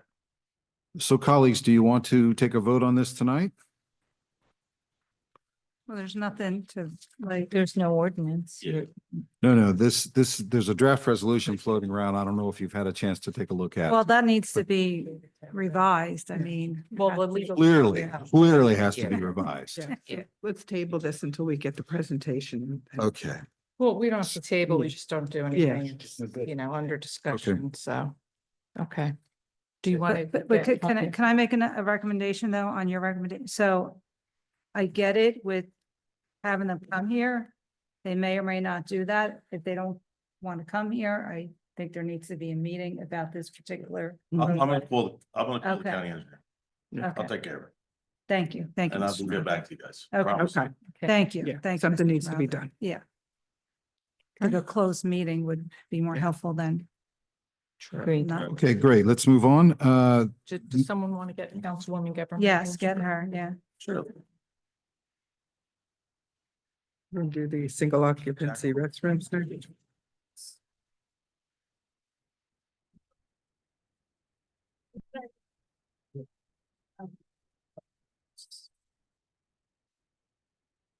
Thank you guys. Thank you, Councilwoman. Next item is single occupancy restroom ordinance. We have a request. I think the mayor put this on our agenda and requesting an ordinance having to do with signage at single occupancy restrooms in the township. I have to say, I read the bullet points. I think there were 4 bullet points along with ordinances from other municipalities. And I found myself wanting to see what the draft ordinance would say, because it's not clear to me from the bullet points what we're being asked to consider. Please, Sure. Councilwoman. I'll just give some history. This is from resident Stephen Johnston, who's been advocating for this, and I also hope this passes and has support from the council. So the request is to pass an ordinance requiring that all publicly accessible single occupancy restrooms display a gender neutral sign. In other words, ensure that restrooms available to the public and used one person at a time are not restricted based on gender. Single-use occupancy gender-neutral restroom bills have been passed in Maplewood, Montclair, Jersey City, and Princeton, and an executive order was issued in Hoboken. Many have been in place for years. New York City required single occupancy restrooms to be gender neutral in 2016. The entire state of New York followed in 2021. The state of California also required gender neutral signage on single occupancy restrooms as of 2017.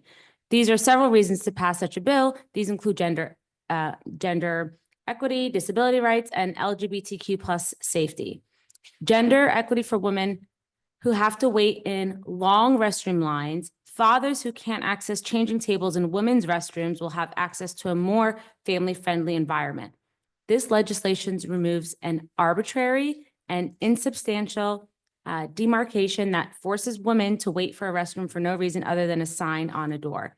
Disability access to restrooms will be increased as gender will not be a barrier to access. Signage on a single occupancy restroom can delay access and so cause distress. This leaves individuals who need to use the restroom as soon as possible strained in an awkward position. I'm reading his words, in an awkward position of waiting in pain, having to ignore bathroom gender signs, or begging others to move up in line. Allowing single occupancy restrooms to be open to anyone regardless of gender can remove this barrier and quicken access. So this legislation will support the LGBTQ community and help decrease the possibility of bathroom discrimination. For those who fall outside the gender binary, gendered restrooms force a non-binary person to make a difficult choice that could impact their safety. Requiring that single-use restrooms have gender-neutral signage prevents the self-righteous from policing restrooms, gender expression, and queer bodies. The passage of this bill will ensure members of the queer community can move through society with more comfort, knowing that they will not be turned away where single occupancy restrooms exist in West Orange. The cost of the bill for local businesses is minuscule. Restroom signs can be purchased at various stores for as low as $2 or as much as $20 with Braille. The bill does not specify what the sign has to say, only that single occupancy restrooms cannot be limited to a specific gender. The sign could simply say restroom as noted in the bill. The business owner could print out their own sign and laminate it or not. They could buy a plastic sign that simply says restroom on it, or on it that would be a one-time purchase for decades. The cost of this bill is low, but its impact will be felt by those who are vulnerable and in need of our support. This legislation is supported by the American Psychological, bless you. This legislation is supported by the American Psychological Association and the National Institutes of Health, which support gender-neutral restroom policies as essential for health and well-being. Our neighbors here in New Jersey have seen a value of this legislation. Entire states have as well. Millions of people live with the benefit of the right of bathroom access regardless of gender, and we should add West Orange to that number. Thank you. So I have it. I could have sworn I sent it to you. Maybe I sent it to Madam Clerk, but I will resend it to everyone. So I'm hoping tonight that we can make a motion to introduce this for the next meeting so that way we can vote on it as a resolution. But but this has been shared to council members. Yeah, we have it. Yeah. So this says ordinance. You're saying it's a resolution? I meant to say ordinance. I'm sorry. Ordinance. I apologize. So if we can vote for it on first reading in the next meeting. Any questions, comments from? Yeah. Yes. So Councilwoman. so just to be consistent in all we do, so we don't have crazy meetings. We have Secret again, so we can avoid crazy meetings? Share it. I'll Yes. pay you. Get my Yes, check. let's not put everything on the agendas. So there's state law, and I didn't get a chance to talk to Mr. Fonzino about this. Okay. I've been, ever since this came up, every time I'm in an establishment in West Orange, I look to see what the business owners have posted. I've yet to find any restroom that is offensive. Not to say there's not one out there. Again. I'm sorry, what do you mean by, I Well, with the apologize for interrupting. signage, What do with you the sign, in regards to Oh, the signage, is yeah. offensive.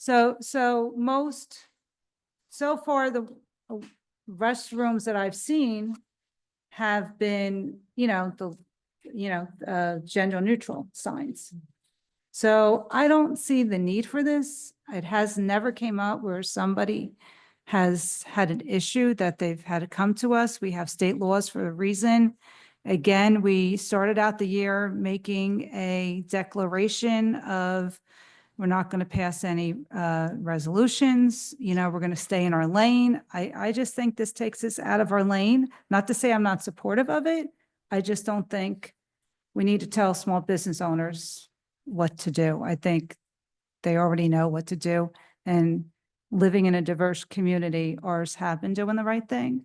Because, yeah, family bathrooms are a need. There's a lot of single parents out there as much as there are people that, may want to use different restrooms. But at the end of the day, there's state laws for a reason. I just feel like we're once again going out of our lane when we made a declaration in January. But that's my opinion. Anyone else? State law always supersedes. Yeah, always. But I don't know what the state law says. Yeah, I didn't get a chance to talk to Mr. Okay. Fonzino on this. This was, That's right, he had a problem. yeah, that Other concerns. Anybody else have any comment? Because I got to say, reading his bullet points, I was unclear why we would even need this. So I would just ask you, are there any reports of Yeah. any sort of problems or complaints here in West Orange about this situation that you I- know of? No, but I believe it's to be more inclusive for the LGBT community as mentioned, so that they feel more comfortable and safe as well. So I don't see why we wouldn't pass something like this. So I just want to follow up on Councilwoman Castellino, Sure. because when I was thinking about this, I was thinking single occupancy. There's one restroom that serves all of the customers in there, in the yeah, they're already. establishment. If there's a single Yeah. facility, I- but Let me But- clarify for you. So there might be two stalls that are single occupancy, meaning Yeah. one toilet in each. Yeah, yes, not stalls, but two Yeah. different bathrooms. Yes. Yeah. Separated by a So, wall. so what what Stephen is asking for is to not have male and female, just to have restroom signs. So that way anyone can use them. but Which makes you mean sense. like the little pictures, a little picture of male and female? Or where it reads male and female, like restrooms. Most of them say restrooms anyway. Well, not, no. Yeah, don't I think so. there's state law. I think we don't, I think we, Can I interject real quick? yeah. So at the mayor's direction, Director Fonzino is having his inspectors going around when they're doing their regular Yeah. health inspections to notice what type of bathrooms are, if they're singles use. So he's actually collecting data as we go. And most of the single use bathrooms, they just say basically single use, whether there's Yeah. one or multiple single Most of them uses. say So- restroom. So he has been doing that since the mayor has met with Mr. Johnston. And so Yeah. I believe it's been for the last several months. Don't Yeah, quote me, I but remember you bringing this up several so months. they have been collecting that data. So it should be more readily available within, I would say, within a year's time, because we're supposed to do frequent inspections. So Mhm. just if that helps with an argument or a discussion or whatever. So for the sake of time, I'm just gonna go ahead and make a motion. You guys can either Sure. support it or not. I mean, he's been asking for it. Other members in the LGBTQ community have been asking for it. So I make a motion for us to vote on this. So Wait a minute, yeah. wait a minute. I'm the council president. You should ask me to move it along. You should Okay, sorry. not, you Can should we not, move it yeah, along, please. yeah, Yeah. yeah, but I'm trying I to just save wanna get- time here. I understand that you're the council president. I'm trying to save time because it's 11:30 and we still have several other pending matter issues. So There's one May left I- after this. yes, so may I move it along? I'm leaving after that. Sure. Thank you. So I make a motion to vote for this so we can place it on the agenda in the next meeting on first reading, this ordinance that I've shared with everyone again, so it's at the top of your emails. I second it. And before the vote, I Googled, it said in New Jersey, there's no state law explicitly mandating all single occupancy restrooms be gender neutral, but many municipalities like Montclair, Princeton, Jersey City, and Hoboken have ordinances requiring this. Additionally, the state's anti-discrimination law protects individuals from discrimination, including regarding restroom access based on gender identity. Thank you, which is exactly what I read in my statement, mentioned the towns that passed this. So I don't think they would pass something that would violate state statute. And just so you know, Stephen is an attorney I know. in government, so. thank you. Yes, I know of all his credentials. Okay. Great. Councilwoman Castellino? So Oh. I'm always supportive of all members of our community. But again, we made a statement in January, so I'm going to say no. Okay. Councilwoman Geber Michael, I'm gonna say yes, because I never agreed to that statement. We serve the community, everyone. Councilwoman Rudin, Yes. Councilwoman Scarpa, Yes. Council President Kukoviac. Yes, I'll see what it says. The motion We carries. have an ordinance in front of us, so I'll see what it Okay, says. okay. The last one is a switch of the council liaison to the rent leveling board. Councilwoman Rudin has begged me God bless you. because she has nothing else to do. So she wants the rent leveling board. All and yours. And I have reluctantly, Had to tug it away. yes. So anyway, it requires our vote and our approval. And so I move that that we switch the council liaison of the rent leveling board from me to I'll second. Councilwoman Rudin. Okay. Councilwoman Castellino, Yes. Councilwoman Geber Michael, Yes. Councilwoman Rudin, Yes. Councilwoman Scarpa, Yes. Council President Kukoviac. Yes. The motion carries. I'll send you your appointment letter tomorrow. Thank you so much. I will entertain a motion to adjourn. Wait, nope, I have something else I'd like to add, because I said I would add to speak about the referendum right. tonight, so we can have support for that for the next meeting, so we can get this done and move on. Okay, before we move any further, and we can do that. I want to make it clear to everyone that my preference is to lock in the agenda of all items when it comes out on, I think it's Friday morning to up to Friday noon, correct?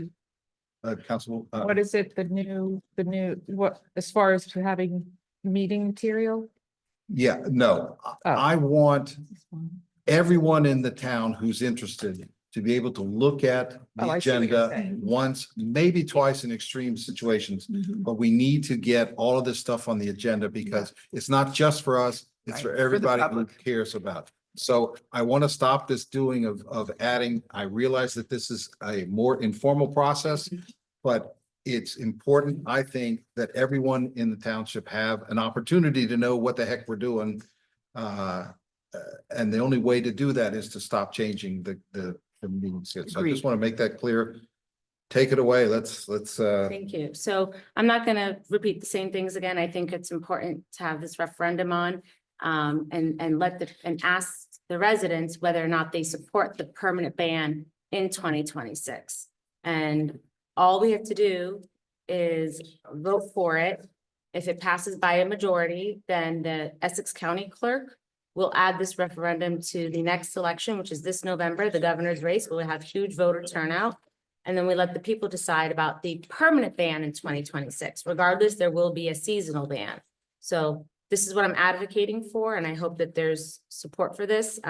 We've heard residents ask for a referendum. We've heard landscapers and others ask for it. And I think it's the right thing to do to let the people decide about the permanent ban in 2026.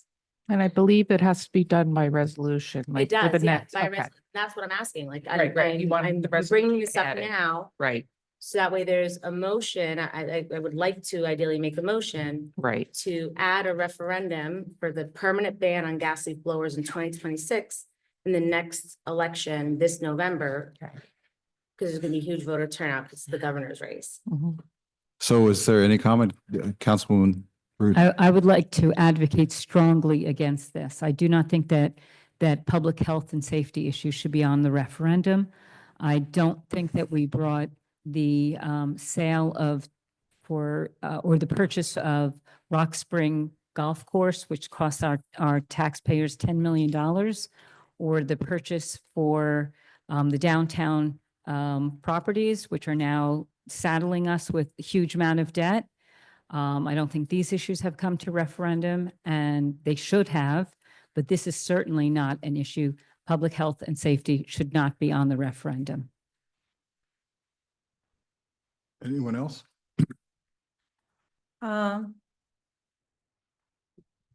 I would be supportive of the referendum if it was if it was before you pass an ordinance.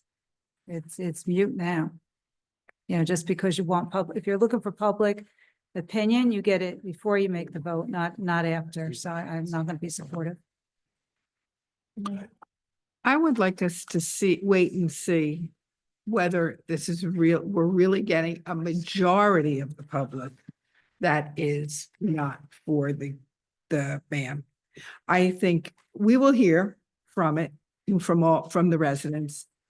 I think the referendum should be put in place if we have a large majority of people in town who are not. Yeah, they can favor. start a petition.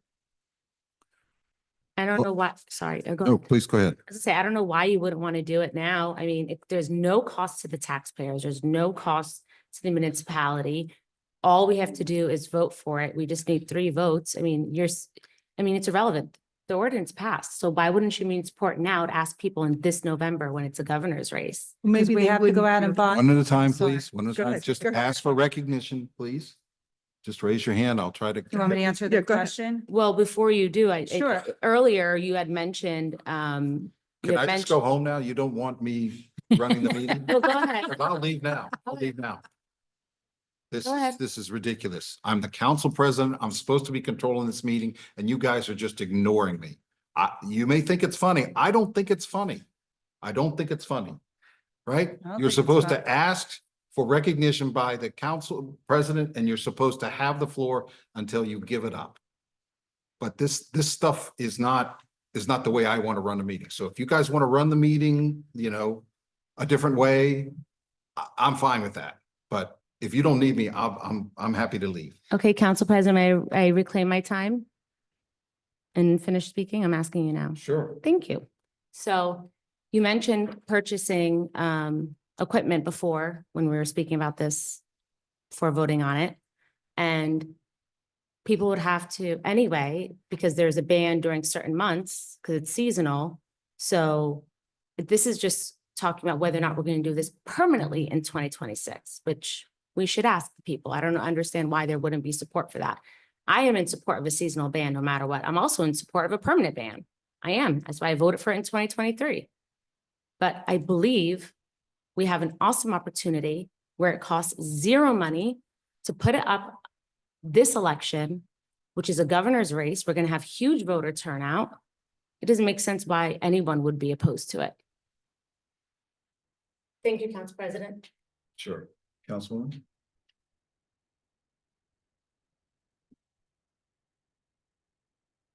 All I'm going to say is we're going to go out and buy equipment. People are going to go out and buy equipment and then you're going to have a vote for a referendum. Just doesn't make sense. So I can't support that. Councilwoman? Just to rebut, I hope you realize that the referendum isn't about the seasonal ban. The referendum is for the permanent ban in 2026. So if there's a seasonal ban, which there is now this year, and people want to use blowers after April 15th, they need to use electric blowers. So people are still going to have to purchase them. So your rebuttal doesn't make sense to me. You have this opportunity to let the people choose in November, and now you're saying, no, you don't support the referendum. You could say yes to support the referendum and let the people decide in November for a permanent ban. Councilwoman?